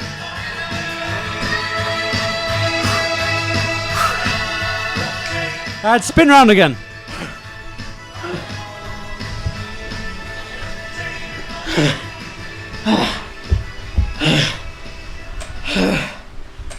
Ladies and gentlemen, Mr. Matt Simpson's exercise routine. Time to coincide with all the high points of the 2018-19 season. If you're watching at home and you want to lose a few pounds, that is exactly what you need to do. So please, if you want to see that again, subscribe on the thing down here. Plastic Scouser, Simpson and Collins on YouTube. We'll be back very soon. We are edging towards the end. Matt is more than edging. I think Can someone send all of the ambulances? I think Matt is there. Matt, would you like some of this delicious cocktail? It's isotonic. Okay. It's what Ian Rush drinks, and he says, if you don't drink your Ring of Fire cocktail when you grow up, you'll only be good enough to play for Accrington Stanley. Close enough. See you later. And we're back. And we're back. Oh, How you feeling, Matt? You alright? yeah. What's wrong? I've just done a workout. Ah, yeah. How did you feel afterwards? Liberated. Oh, good. Good. I think I've got a bigger card if I can move my arms. Yeah, if you can flex the old lactics. Oh, Okay. what we got? It's the last rule. The last rule is the Queen. Whenever Owen does anything, I can murder him. No. Okay. Right. Oh, okay. I have to think of a rule. I'm genuinely knackered after that. Anytime either of us say each other's name, Yeah. we have to slap ourselves on the heads and call ourselves silly billies. Okay. So if I say Owen, silly Billy. Okay. What does Billy not count as a name then? No, just yours or my name. Not anyone's name, just yours or mine. Okay. Cool. So Matt, silly Billy, or Owen, silly Billy. That can work. And that's anyone. So Matt McQuick, silly Billy, same thing. Oh, it's any name. Or Michael Owen, silly Billy. No, it's just your name or my name. How this isn't difficult to understand. All right. So as long as If you it's say got- the word Owen or the word Matt, you have to slap yourself on the head. that's twice. And silly Billy, silly Billy. Done. Okay. Cool. Okay. I'm with you now. Good. I'm glad we're clear. We have 2 cards left, ladies and gentlemen. We are really at the end of this thing now. We've been here for a long time. Owen has got drunk and sobered up all at once. I've done a fitness workout regime. So we've got 1 forfeit and 1 category. And we have... The Ace of Hearts. not quite Ace of Spades. The Ace of Hearts. That The means Ace we of finally can talk about Player of the Year, which is a nice fitting end, I think. Yeah, it is. You know, it is the biggest prize in any award ceremony. It's going to be difficult though, because I mean, who are we going to pick? Who do we pick? Also, I mean, How do we talk about them without getting hammered even more? Oh god! Well, no, we don't have to drink. We just have to sing that song, which I'm rapidly losing track of. Well, it's not my fault. Well, Should we talk about some other players first? Maybe. if you've got Because let's any, be honest, let's finish with the player of the season, but let's talk about some others who are worthy nominees. Well, I've literally got one. Okay. So you know. Let's mention a few more. Bobby Firmino must be the unluckiest player in our squad. Yeah. However brilliant he is, someone's always just better than him. Who is it? I don't know. But I mean, genuinely, as we've talked about before, the fact that he is the most unique striker probably in the world. No one can really replace him. That is the biggest problem we have, is if he's not around, no one can fill in his role. And that's a huge amount about how important he is to the team. Like, you can't... He is one of the first names on the team sheet. He's such a vital cog in the way that our whole team works. He works so hard. He's a cracking cog. Like, he scores no-look goals, which we love. He scores look goals that we love too. You know, he scores some delightful finishes. He loves playing for Liverpool. That's evident. The fact he committed himself for the whole future. The fact he convinced Alisson Becker, some might argue one of the most promising goalkeepers in the world, to come, shows you how much he loves the club, loves the fans, loves playing for Klopp. And he's so talented. Like, genuinely, as I said, I think he's just so unlucky to be playing alongside other players who happen to stand out for one season, because if not, he would definitely be Player of the Year. We're also lucky, though, that he gets to play with such amazing players. I mean, the whole front three. It's just a shame he looks like the cat from Red Dwarf. Does he? Yeah. Fair enough.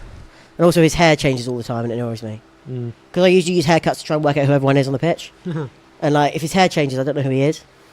He's the one that's not looking. That's true. It's still scoring goals and creating assists. Bobby Firmino's a great shout. Who else is there? We've talked about Trent, who was in my list. Yeah. Simply because he has had a season that you couldn't... It's what dreams are made of. Liverpool lad, we've talked about this already. Liverpool lad, young, academy player who's become a star of the team. Everyone loves him. Fans love him. He's an exceptional footballer. Let's not forget that. Incredible. He's very good. You can't look past him. And I've also gone the other fullback. Andy Robertson should not have had the season he's had. He has been way beyond... £8 million for the best left-back in the league. Basically what we sold Kevin Stewart for. Yeah. I mean, what would he sell for now? 10 times that? For a young British fullback? Definitely 50 million or so. Yeah. Beyond a bargain. And we love him. Got a wonderful personality. Loves playing for us. Loves playing football generally. I hope he's our left-back for a decade. Why not?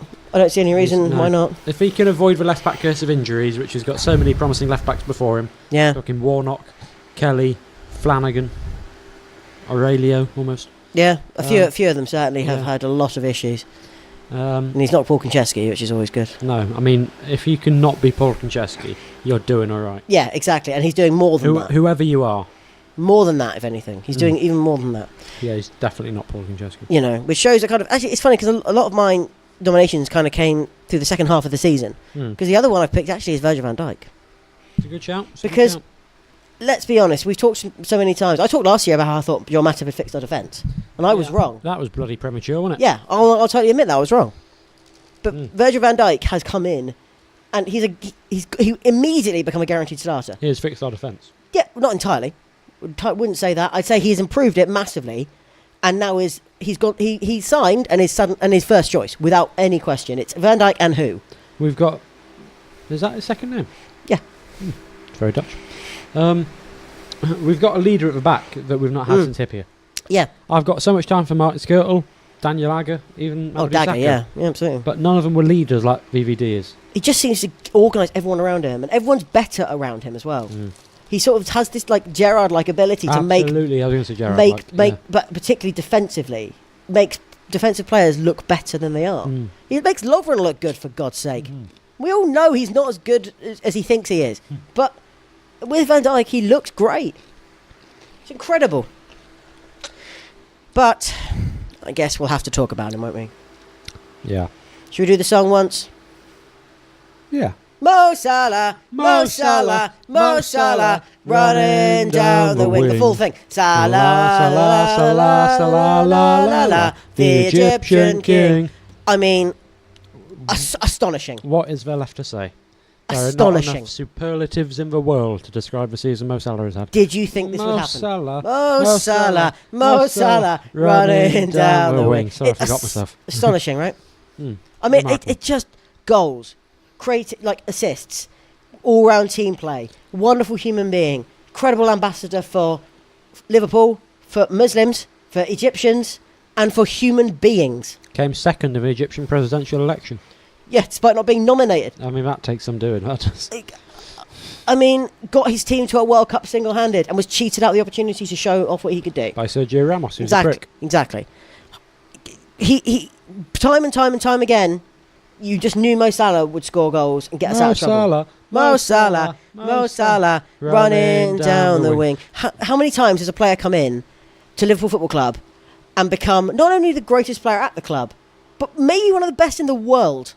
And certainly one of the best in the club's history. I mean, even Luis Suarez took a couple of seasons before he had that 13-14 season. You know what I mean? That was 18 months into his career. Torres was pretty hot off the mark, but never quite sustained it. I mean, he didn't so much as hit the ground running as beat it to a pulp. First season, and he broke the Golden Boot record for most goals scored in a 38-game season. He scored 32 times. Mm-hmm. He came very close to breaking Ian Rush's record of most goals in a single season. Yep. He scored 44 times in just 52 appearances. Almost won a game. He scored 11 goals just in Europe. There's only 2 teams that were in the Premier League that he didn't find the net against. Man United. Yeah. And I can't think of the one. Swansea. Mm-hmm. Which is weird because they were awful. Yeah, we weren't very good against them, were we? Yeah. He immediately got, at least 3 of his, dedicated chants. He is an exceptional footballer. How often has a Liverpool player been genuinely considered a Ballon d'Or nominee? Yeah. Since Gerrard? Yeah, not since Gerrard. Gerrard was never really in the running because Gerrard was up against people like Kaka, Ronaldo. But no one's been in the running since Ronaldo and Messi have dominated for a decade. But Salah is the player who is genuinely looking like he might break it. He's that good. He is. But no one saw it coming. That's we bought him thinking he was back up to Mane. How ignorant were we? We bought him for what? About the same amount of money we spent on Oxlade-Chamberlain? What was he about? Yeah, Mane, Oxlade-Chamberlain were about 35. Yeah. Yeah. Well, we thought he was cover for Mane. Not the best player in the league. If not the continent. Yeah, it's extra. You can't find enough superlatives. Jaw-dropping. He's a jaw-dropping player. And he's ours. And he's loving being ours. Yeah, and he signed a new contract, so he loves being at Liverpool more than anything. And I think he thinks he's found the club that's right for him. Which and also it's good because he's not Latin American, so he doesn't want to play for Barcelona or Real Madrid, which obviously every Latin American does. Although we're f***ed when he wants to go in for Mamelodi Sundowns, aren't we? Yeah, or is that an Egyptian team? No, I think we're from Swaziland, but I couldn't think of any Egyptian teams off the top of my head. But I was going to say I can't think of many myself. It shows you that neither of us can really find the word. Well, you can't because you're drunk, but I can't find the words. I'm not. But I can't. I'm as drunk as you are. Well, I can't. Stop burping. I didn't. I hiccuped. I can't find the words to genuinely. Also, I just did a workout and I'm still sweating. I can't. None of us can find the words to describe how. Do you know what? How much joy he has brought us this year. To paraphrase, and this is probably the highest compliment I can pay him, but you can say of Salah what they said of Shankly, and which immortal words are carved into the plinth below the statue which stands outside the Kop. He made the people happy.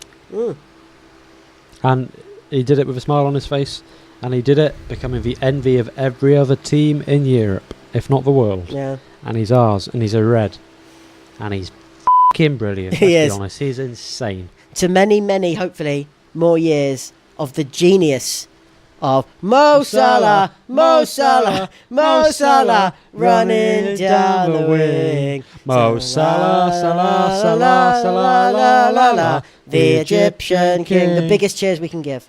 Yes. Thank you for everything. Thanks, Mo. Which means there's one card left, and oh, what a coincidence! We've left one card to last, almost entirely unintentionally, to be fair. But there's one thing left to do.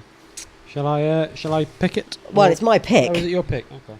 But I think I'm going to have to sing us out.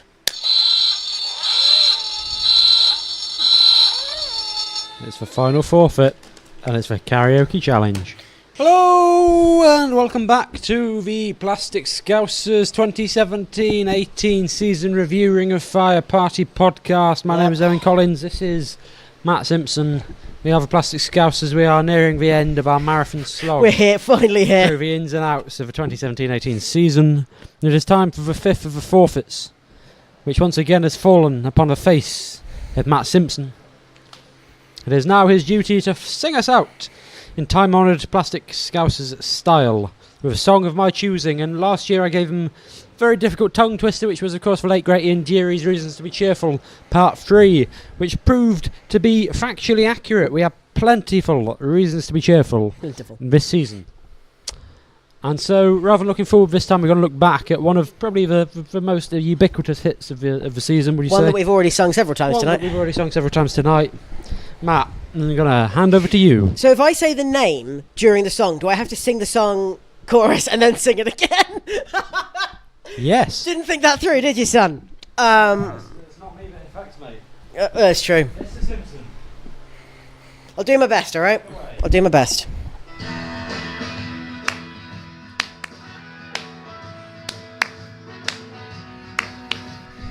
Oh.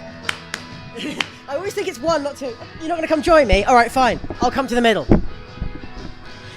I'll sing myself to sleep, a song from the finest, darkest hour, secrets I can keep inside of the day, whatever that means. Swimming from high to deep, extremes of sweet and sour, hope that God exists. I don't. I hope. I pray. I definitely don't do that. Drawn by the undertow, my life is out of control. I believe this wave will bear my weight, so let it flow. Mo Salah, Mo Salah, Mo Salah, running down the wing. Mo Salah, Salah, Salah, Salah, la la la, the Egyptian king.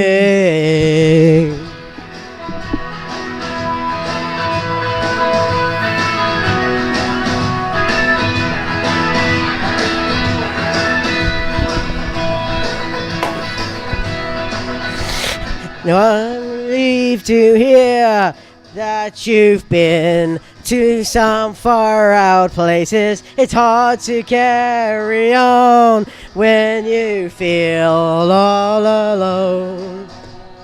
Now I've swung back down again. It's worse than it was before. If I hadn't seen such riches, I could live with being poor. Mo Salah, Mo Salah, Mo Salah, running down the wing. Mo Salah, Salah, Salah, Salah, la la la, the Egyptian king.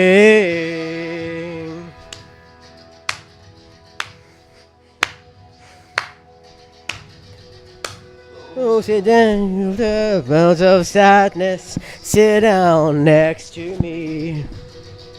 Those who find they're touched by madness, sit down next to me. Those who find themselves restricted, sit down next to me. In love, in fear, in hate, in tears. In love, in fear, in hate, in tears. In love, in fear, in hate, in tears. In love, in fear, in hate. Down.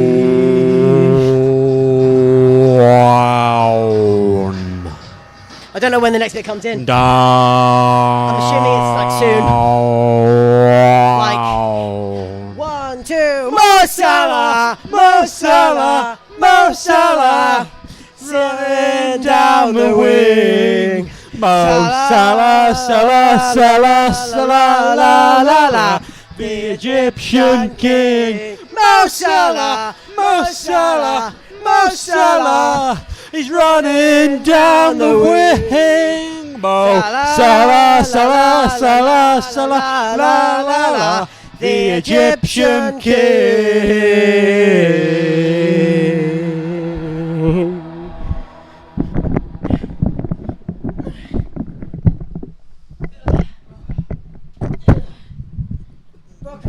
Mr. Matt Simpson covering the words of James there. Thank you. Ladies and gentlemen, that has been officially the end, just in time, of the 2017-18 season. Thank you very much for listening all the way through this rampant madcap podcast that we call the Plastic Scousers. I'm very sorry. Ring of Party Review. Ring of Party Fire Review season podcast. It's been Thank real. you, internet friends. It's been Love real. you all. If you want to get in touch with us about anything you've seen tonight or listened to over the last few hours, you can on our Twitter handles. I'm at MTH Simpson. I'm at OGB Collins. Or you can follow us at P Scousers or at Keegan's Veg. Which is a long story. Obviously, if you're watching this on YouTube, please subscribe. Simpson and Collins. iTunes, please subscribe on iTunes. Get following on the podcast. We will be back at the beginning of September for the August review as we start again. As it's now, the wheel turns and nothing ever changes. No, Owen. I think one thing's for sure: nothing changes. But other than that, thank you so much. Generally, it means a lot if you actually do follow this. It's been chaos. It's been fun. We hope you like it. And ultimately, look after yourselves and each other. We love you all, and we'll be speaking to you again very soon. Next year's our year, boys. Next year's our year. Cheers. Good night. Thank you. We've conquered all of Europe. It's never gonna stop. From Paris down to Turkey. Yeah, I'm just gonna fake this out, right? We've won the f***ing lot. Oh, I am a Liverpudlian, and I come from the Spion Cup. I love to sing, I love to shout, I get thrown out quite a lot. We support the team that's dressed in red. It's a team that you all know. It's a team that we call Liverpool, and to glory we will go. We've won the